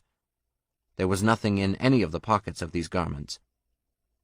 2 pair of shoes and a pair of bedroom slippers on the floor completed the inventory. The bookshelves now. Here Lila found herself pausing, puzzling, then peering in perplexity at the incongruous contents of Norman Bates's library. A new model of the universe, the extension of consciousness, the witch cult in Western Europe, dimension and being.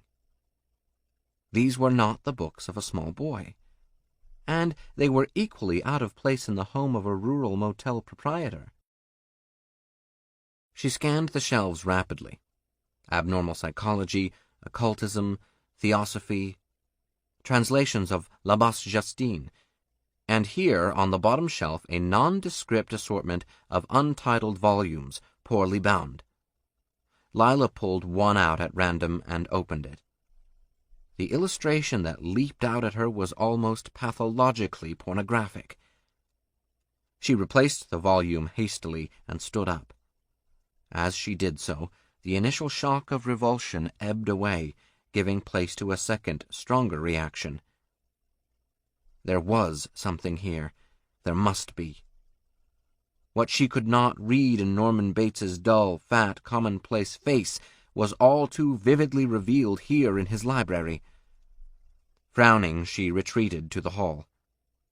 The rain clattered harshly on the roof, and thunder boomed as she opened the dark paneled door leading to the 3rd room. For a moment she stood staring into the dimness, inhaling a musty, mingled odor of stale perfume and what? She pressed the light switch at the side of the doorway, then gasped. This was the front bedroom, no doubt of it, and the sheriff had said something about how Bates had kept it unchanged since his mother's death. But Lila wasn't quite prepared for the actuality. Lila wasn't quite prepared to step bodily into another era, and yet she found herself there, back in the world as it had been long before she was born. For the decor of this room had been outmoded many years before Bates's mother died. It was a room such as she thought had not existed for the past 50 years. A room that belonged in a world of gilt ormolu clocks, Dresden figurines, sachet-scented pincushions, turkey-red carpet, tasseled draperies, frescoed vanity tops, and 4-poster beds. A room of rockers, china cats, of hand-embroidered bedspreads, and overstuffed chairs covered with antimacassars. And it was still alive. That was what gave Lila the feeling of dislocation in space and time. Downstairs were remnants of the past ravaged by decay, and upstairs all was shabbiness and neglect.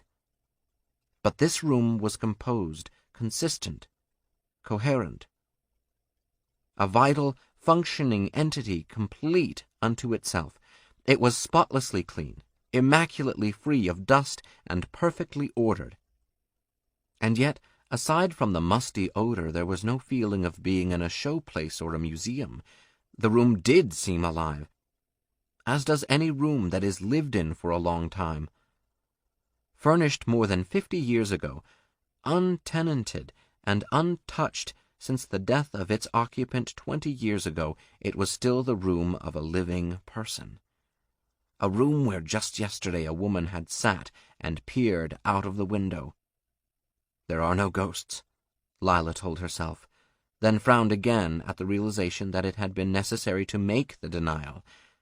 And yet, here in this room, she could feel a living presence. She turned to the closet. Coats and dresses still hung in a neat row, though some of the garments were sagging and wrinkled through long lack of pressing. Here were the short skirts of a quarter of a century ago. Up on the shelf, the ornate hats, the headscarves, several shawls, such as an older woman might wear in a rural community. At the rear of the closet was a deep, empty recess, which might have been meant for the storage of luggage, and nothing more. Lila started over to examine the dresser and vanity, then halted beside the bed. The hand-embroidered bedspread was very lovely. She put out a hand to feel the texture, then drew it back hastily. The bedspread was tucked in tightly at the bottom and hung perfectly over the sides, but the top was out of line.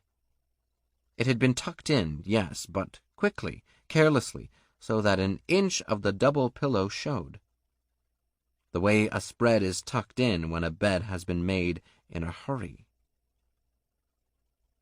She ripped the spread down, pulled back the covers.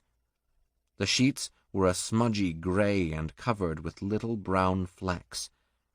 But the bed itself and the pillow above it bore the faint yet unmistakable indentation made by a recent occupant. She could almost trace the outline of the body by the way the undersheet sagged, and there was a deep depression in the center of the pillow where the brown flecks were thickest. There are no ghosts, Lila told herself again. This room has been used. Bates didn't sleep here.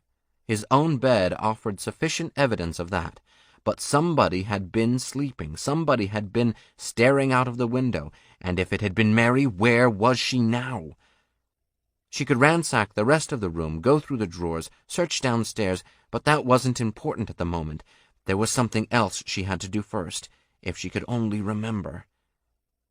Where was Mary now? Then she knew. What was it Sheriff Chambers had said? That he found Norman Bates down in the woods behind the house, gathering firewood? Firewood for the furnace. Yes, that was it, the furnace in the basement. Lila turned and fled down the stairs. The front door was open, and the wind howled in. The front door was open because she'd used the skeleton key. And now she knew why the term bothered her. It was because of the skeleton, of course, and she knew why she had been so angry, too, ever since finding the earring. She had been angry because she was afraid, and the anger helped to hide the fear of what had happened to Mary, what she knew had happened to Mary, down in the cellar. It was because of Mary that she was afraid, not for herself. He had kept her here all week. Maybe he'd tortured her. Maybe he'd done to her what that man was doing in that filthy book. He'd tortured her until he found out about the money, and then... The cellar. She had to find the cellar. Lila groped her way along the downstairs hall into the kitchen. She found the light, then gasped at the tiny furry creature crouched on the shelf before her, ready to spring. But it was only a stuffed squirrel. Its button eyes idiotically alive in the reflection of the overhead light. The basement stairs were just ahead. She fumbled at the wall until her hand brushed over another switch. The light went on below, just a faint and faltering glow in the darkened depths. Thunder growled in counterpoint to the clatter of her heels. The bare bulb dangled from a cord directly in front of the furnace. It was a big furnace with a heavy iron door. Lila stood there staring at it. She was trembling now. She admitted that to herself. She could admit everything now. She'd been a fool to come here alone, a fool to do what she had done, a fool to do what she was doing now, but she had to do it because of Mary. She had to open the furnace door and see what she knew would be inside. God, what if the fire was still going? What if... But the door was cold. And there was no heat from the furnace, no heat from within the dark, utterly empty recess behind the door. She stooped, peering without even attempting to use the coal poker. No ashes, no smell of burning, nothing at all. Unless it had been recently cleaned, the furnace hadn't been used since last spring. Lila turned away.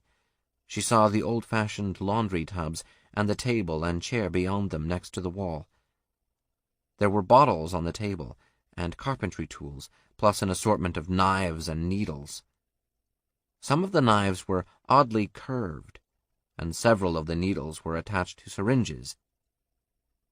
Behind them rose a clutter of wooden blocks, heavy wire, and large, shapeless blobs of a white substance she could not immediately identify. One of the bigger fragments looked something like the cast she had worn as a child, that time she'd broken her leg. Lila approached the table, gazing at the knives in puzzled concentration. Then she heard the sound. At first she thought it was thunder, but then came the creaking from overhead, and she knew somebody had come into the house. Somebody was tiptoeing along the hall. Was it Sam? Had he come to find her? But then why didn't he call her name? And why did he close the cellar door? The cellar door had closed just now. She could hear the sharp click of the lock and the footsteps moving away, back along the hall. The intruder must be going upstairs to the second floor. She was locked in the cellar, and there was no way out. No way out, nowhere to hide. The whole basement was visible to anyone descending the cellar stairs, and somebody would be coming down those stairs soon. She knew it now. If she could only keep herself concealed for a moment, then whoever came after her would have to descend all the way into the basement, and she'd have a chance to run for the stairs then. The best place would be under the stairway itself, if she could cover up with some old papers or some rags. Then Lila saw the blanket, pinned to the far wall. It was a big Indian blanket, ragged and old. She tugged at it, and the rotted cloth ripped free of the nails which held it in place. It came off the wall, off the door. The door! The blanket had concealed it completely, but there must be another room here, probably an old-fashioned fruit cellar. That would be the ideal place to hide and wait. And she wouldn't have to wait much longer, because now she could hear the faint, far-away footsteps coming down the hall again, moving along into the kitchen. Lila opened the door of the fruit cellar. It was then that she screamed. She screamed when she saw the old woman lying there, the gaunt, gray-haired old woman whose brown, wrinkled face grinned up at her in an obscene greeting. "Mrs. Bates?" Lila gasped. "Yes?"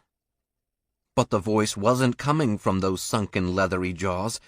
It came from behind her, from the top of the cellar stairs, where the figure stood. Lila turned to stare at the fat, shapeless figure, half concealed by the tight dress, which had been pulled down incongruously to cover the garments beneath. She stared up at the shrouding shawl, and at the white, painted, simpering face beneath it.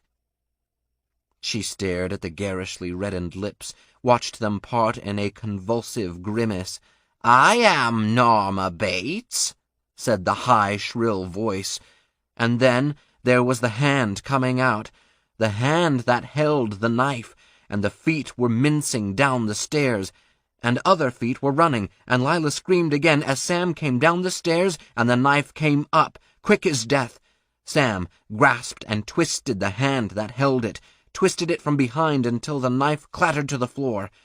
Lila closed her mouth, but the scream continued. It was the insane scream of an hysterical woman, and it came from the throat of Norman Bates. 16. It took almost a week to reclaim the cars and the bodies from the swamp. The county highway crew had to come in with a dredger and hoist, but in the end the job was done. They found the money, too, right there in the glove compartment. Funny thing, it didn't even have a speck of mud on it, not a speck. Somewhere along about the time they finished with the swamp, the men who knocked over the bank at Fulton were captured down in Oklahoma, but the story rated less than half a column in the Fairvale Weekly Herald. Almost the entire front page was given over to the Bates case.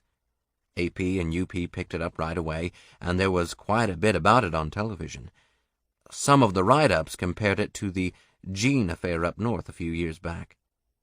They worked up a sweat over the House of Horror, and tried their damnedest to make out that Norman Bates had been murdering motel visitors for years. They called for a complete investigation of every missing person case in the entire area for the past 2 decades, and urged that the entire swamp be drained to see if it would yield more bodies. But then, of course, the newspaper writers didn't have to foot the bill for such a project. Sheriff Chambers gave out a number of interviews, several of which were actually printed in full, 2 of them with photographs. He promised a full investigation of all aspects of the case. The local district attorney called for a speedy trial. Primary election was coming in October, and did nothing to directly contradict the written and oral rumors which were circulating, in which Norman Bates was portrayed as guilty of cannibalism, Satanism, incest, and necrophilia. Actually, of course, he had never even talked to Bates, who was now temporarily confined for observation at the state hospital. Neither had the rumor-mongers, but that didn't stop them. Long before the week was out, it was beginning to appear that virtually the entire population of Fairvale, to say nothing of the entire county area south of there, had been personally and immediately acquainted with Norman Bates. Some of them had gone to school with him when he was a boy, and even then they had all noticed something funny about the way he acted. Quite a few had seen him around that motel of his, and they, too, attested to the fact that they'd always suspected him. There were those who remembered his mother and Joe Considine, and they tried to establish how they knew something was wrong when those 2 were supposed to have committed suicide that way. But, of course, the gruesome tidbits of 20 years ago seemed stale indeed as compared to more recent revelations. The motel, of course, was closed, which seemed a pity in a way, because there was no end to the number of morbid curiosity lovers who sought it out.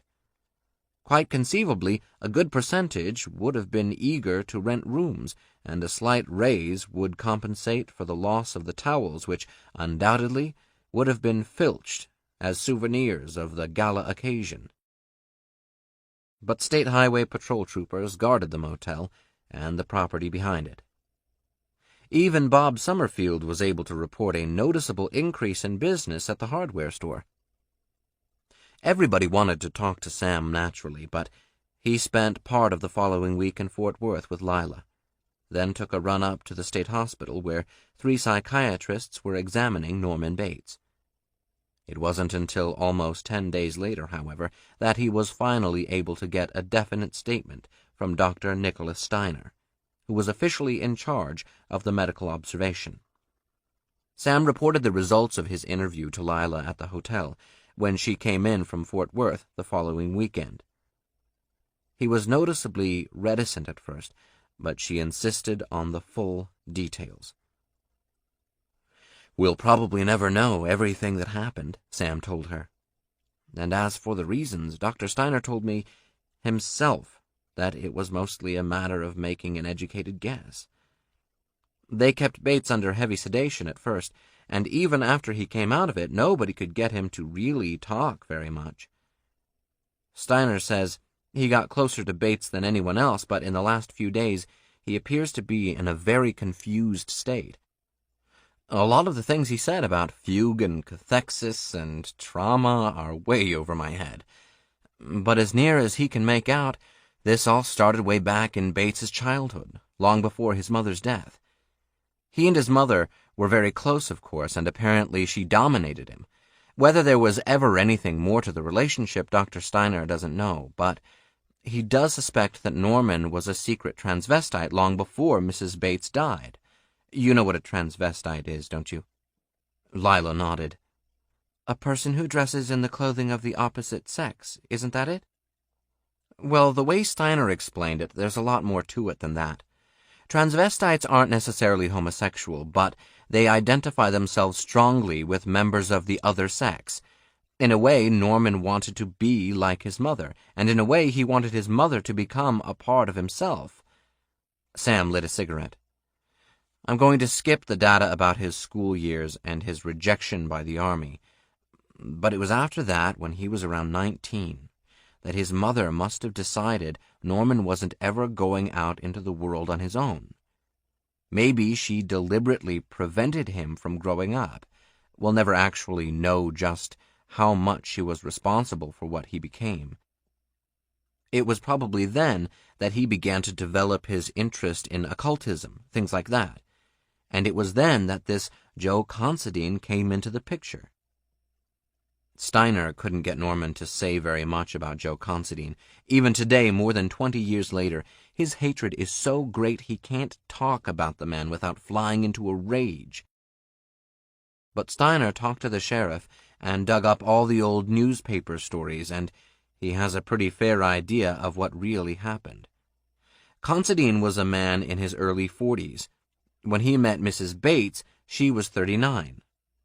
I guess she wasn't much to look at, on the skinny side and prematurely gray, but ever since her husband had run off and left her, she had owned quite a lot of farm property he'd put in her own name. It had brought in a good income during all these years, and even though she paid out a fair amount to the couple who worked it for her, she was well off. Considine began to court her. It wasn't too easy. I gather Mrs. Bates hated men ever since her husband deserted her and the baby, and this is one of the reasons why she treated Norman the way she did, according to Dr. Steiner. But I was telling you about Considine. He finally got her to come around and agree to a marriage. He'd brought up this idea of selling the farm and using the money to build a motel. The old highway ran right alongside the place in those days, and there was a lot of business to be had. Apparently, Norman had no objections to the motel idea. The plan went through without a hitch, and for the first 3 months he and his mother ran the new place together. It was then, and only then, that his mother told him that she and Considine were going to be married. "And that sent him off?" Lila asked. Sam ground out his cigarette in the ashtray. It was a good excuse for him to turn away as he answered. "Not exactly. According to what Dr. Steiner found out, it seems the announcement was made under rather embarrassing circumstances, after Norman had walked in on his mother and Considine together in the upstairs bedroom. Whether the full effect of the shock was experienced immediately, or whether it took quite a while for the reaction to set in, we don't know. But we do know what happened as a result. Norman poisoned his mother and Considine with strychnine. He used some kind of rat poison, served it to them with their coffee. I guess he waited until they had some sort of private celebration together. Anyway, there was a big dinner on the table, and the coffee was laced with brandy. It must have helped to kill the taste." "Horrible," Lila shuddered. "From all I hear, it was. The way I understand it, strychnine poisoning brings on convulsions, but not unconsciousness. The victims usually die from asphyxiation, when the chest muscles stiffen. Norman must have watched it all, and it was too much to bear. It was when he was writing the suicide note that Dr. Steiner thinks it happened. He had planned the note, of course, and knew how to imitate his mother's handwriting perfectly. He'd even figured out a reason, something about a pregnancy and Considine being unable to marry because he had a wife and a family living out on the West Coast, where he'd lived under another name. Dr. Steiner says the wording of the note itself would be enough to tip off anyone that something was wrong, but nobody noticed, any more than they noticed what really happened to Norman after he finished the note and phoned the sheriff to come out. They knew at the time that he was hysterical from shock and excitement. What they didn't know is that while writing the note, he'd changed. Apparently, now that it was all over, he couldn't stand the loss of his mother. He wanted her back. As he wrote the note in her handwriting, addressed to himself, he literally changed his mind.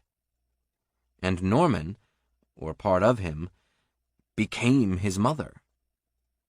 Dr. Steiner says these cases are more frequent than you'd think, particularly when the personality is already unstable, as Norman's was. And the grief set him off. His reaction was so severe, nobody even thought to question the suicide pact. Both Considine and his mother were in their graves long before Norman was discharged from the hospital. And that's when he dug her up? Lila frowned. Apparently he did so within a few months at most. He had this taxidermy hobby and knew what he'd have to do. But I don't understand. If he thought he was his mother, then it isn't quite that simple. According to Steiner, Bates was now a multiple personality with at least 3 facets. There was Norman, the little boy who needed his mother and hated anything or anyone who came between him and her. Then Norma, the mother, who could not be allowed to die.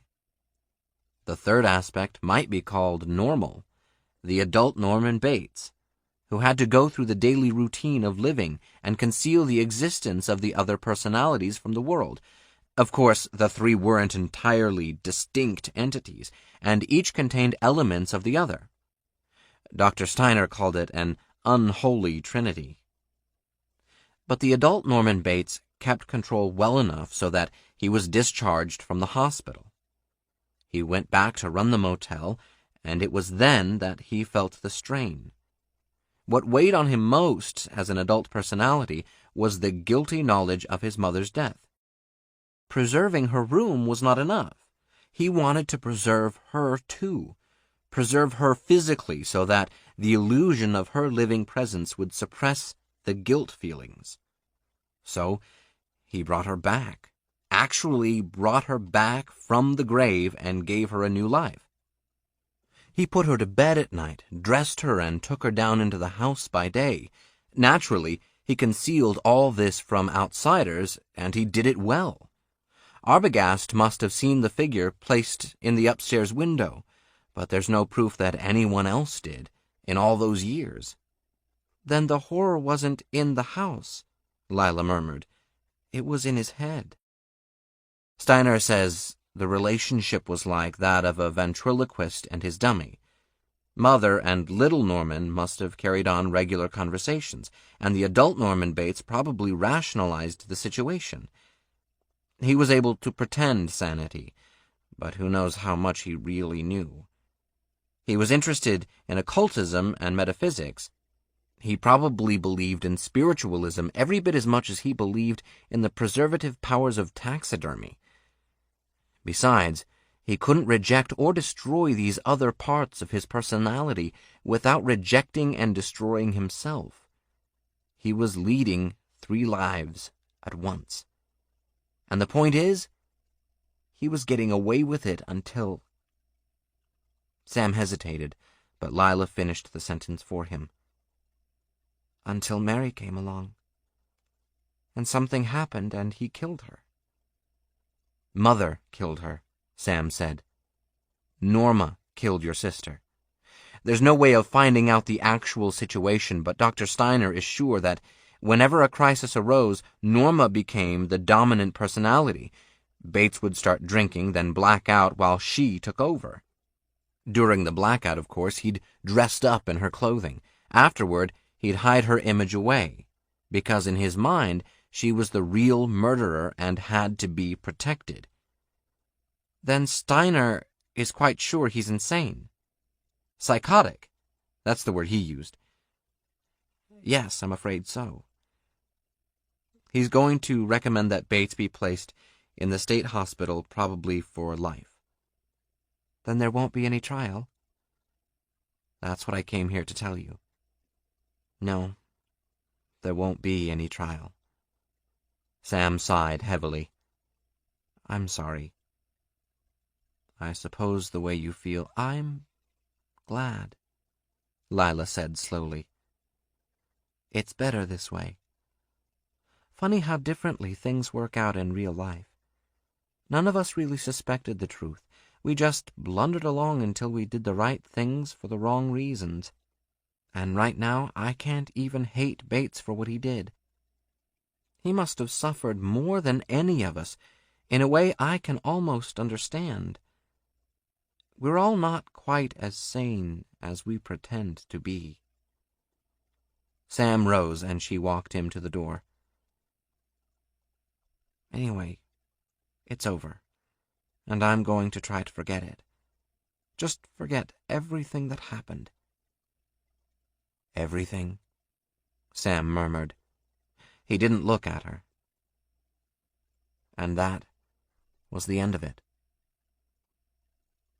Or almost the end. 17. The real end came quietly. It came in the small, barred room where the voices had muttered and mingled for so long a time, the man's voice, the woman's voice, the child's. The voices had exploded when triggered into fission, but now, almost miraculously, a fusion took place. So that there was only one voice. And that was right, because there was only one person in the room. There always had been one person, and only one. She knew it now. She knew it, and she was glad. It was so much better to be this way, to be fully and completely aware of oneself as one really was, to be serenely strong, serenely confident, serenely secure. She could look back upon the past as though it were all a bad dream, and that's just what it had been, a bad dream, peopled with illusions. There had been a bad boy in the bad dream, a bad boy who had killed her lover and tried to poison her. Somewhere in the dream was the strangling and the wheezing and the clawing at the throat and the faces that turned blue. Somewhere in the dream was the graveyard at night, and the digging, and the panting, and the splintering of the coffin lid, and then the moment of discovery, the moment of staring at what lay within. But what lay within wasn't really dead. Not any more. The bad boy was dead instead, and that was as it should be. There had been a bad man in the bad dream, too, and he was also a murderer. He had peeked through the wall, and he drank, and he read filthy books, and believed in all sorts of crazy nonsense, but worst of all, he was responsible for the deaths of 2 innocent people, a young girl with beautiful breasts and a man who wore a gray Stetson hat. She knew all about it, of course, and that's why she could remember the details, because she had been there at the time, watching, but all she did was watch. The bad man had really committed the murders, and then he tried to blame it on her. Mother killed them. That's what he said. But it was a lie. This concludes the reading of Psycho by Robert Bloch. Copyright 1959 by Robert Bloch. This book was read by Richard Powers. This unabridged recording was published by arrangement with Ralph M. Vichananza Limited and was produced in 2009 by Blackstone Audio, Inc., which holds the copyright. Neither this recording nor any portion of it may be reproduced or used for any purpose without prior written authorization from Blackstone Audio, Inc. If you would like to obtain a complete catalog of our titles or our monthly update telling you about new releases and our new collection of books on CD and MP3 CD, call 1-800-SAY-BOOK. That's 1-800-729-2665. You may also obtain the same information from our award-winning website. Our address, all one word, is www.blackstoneaudio.com. Thank you.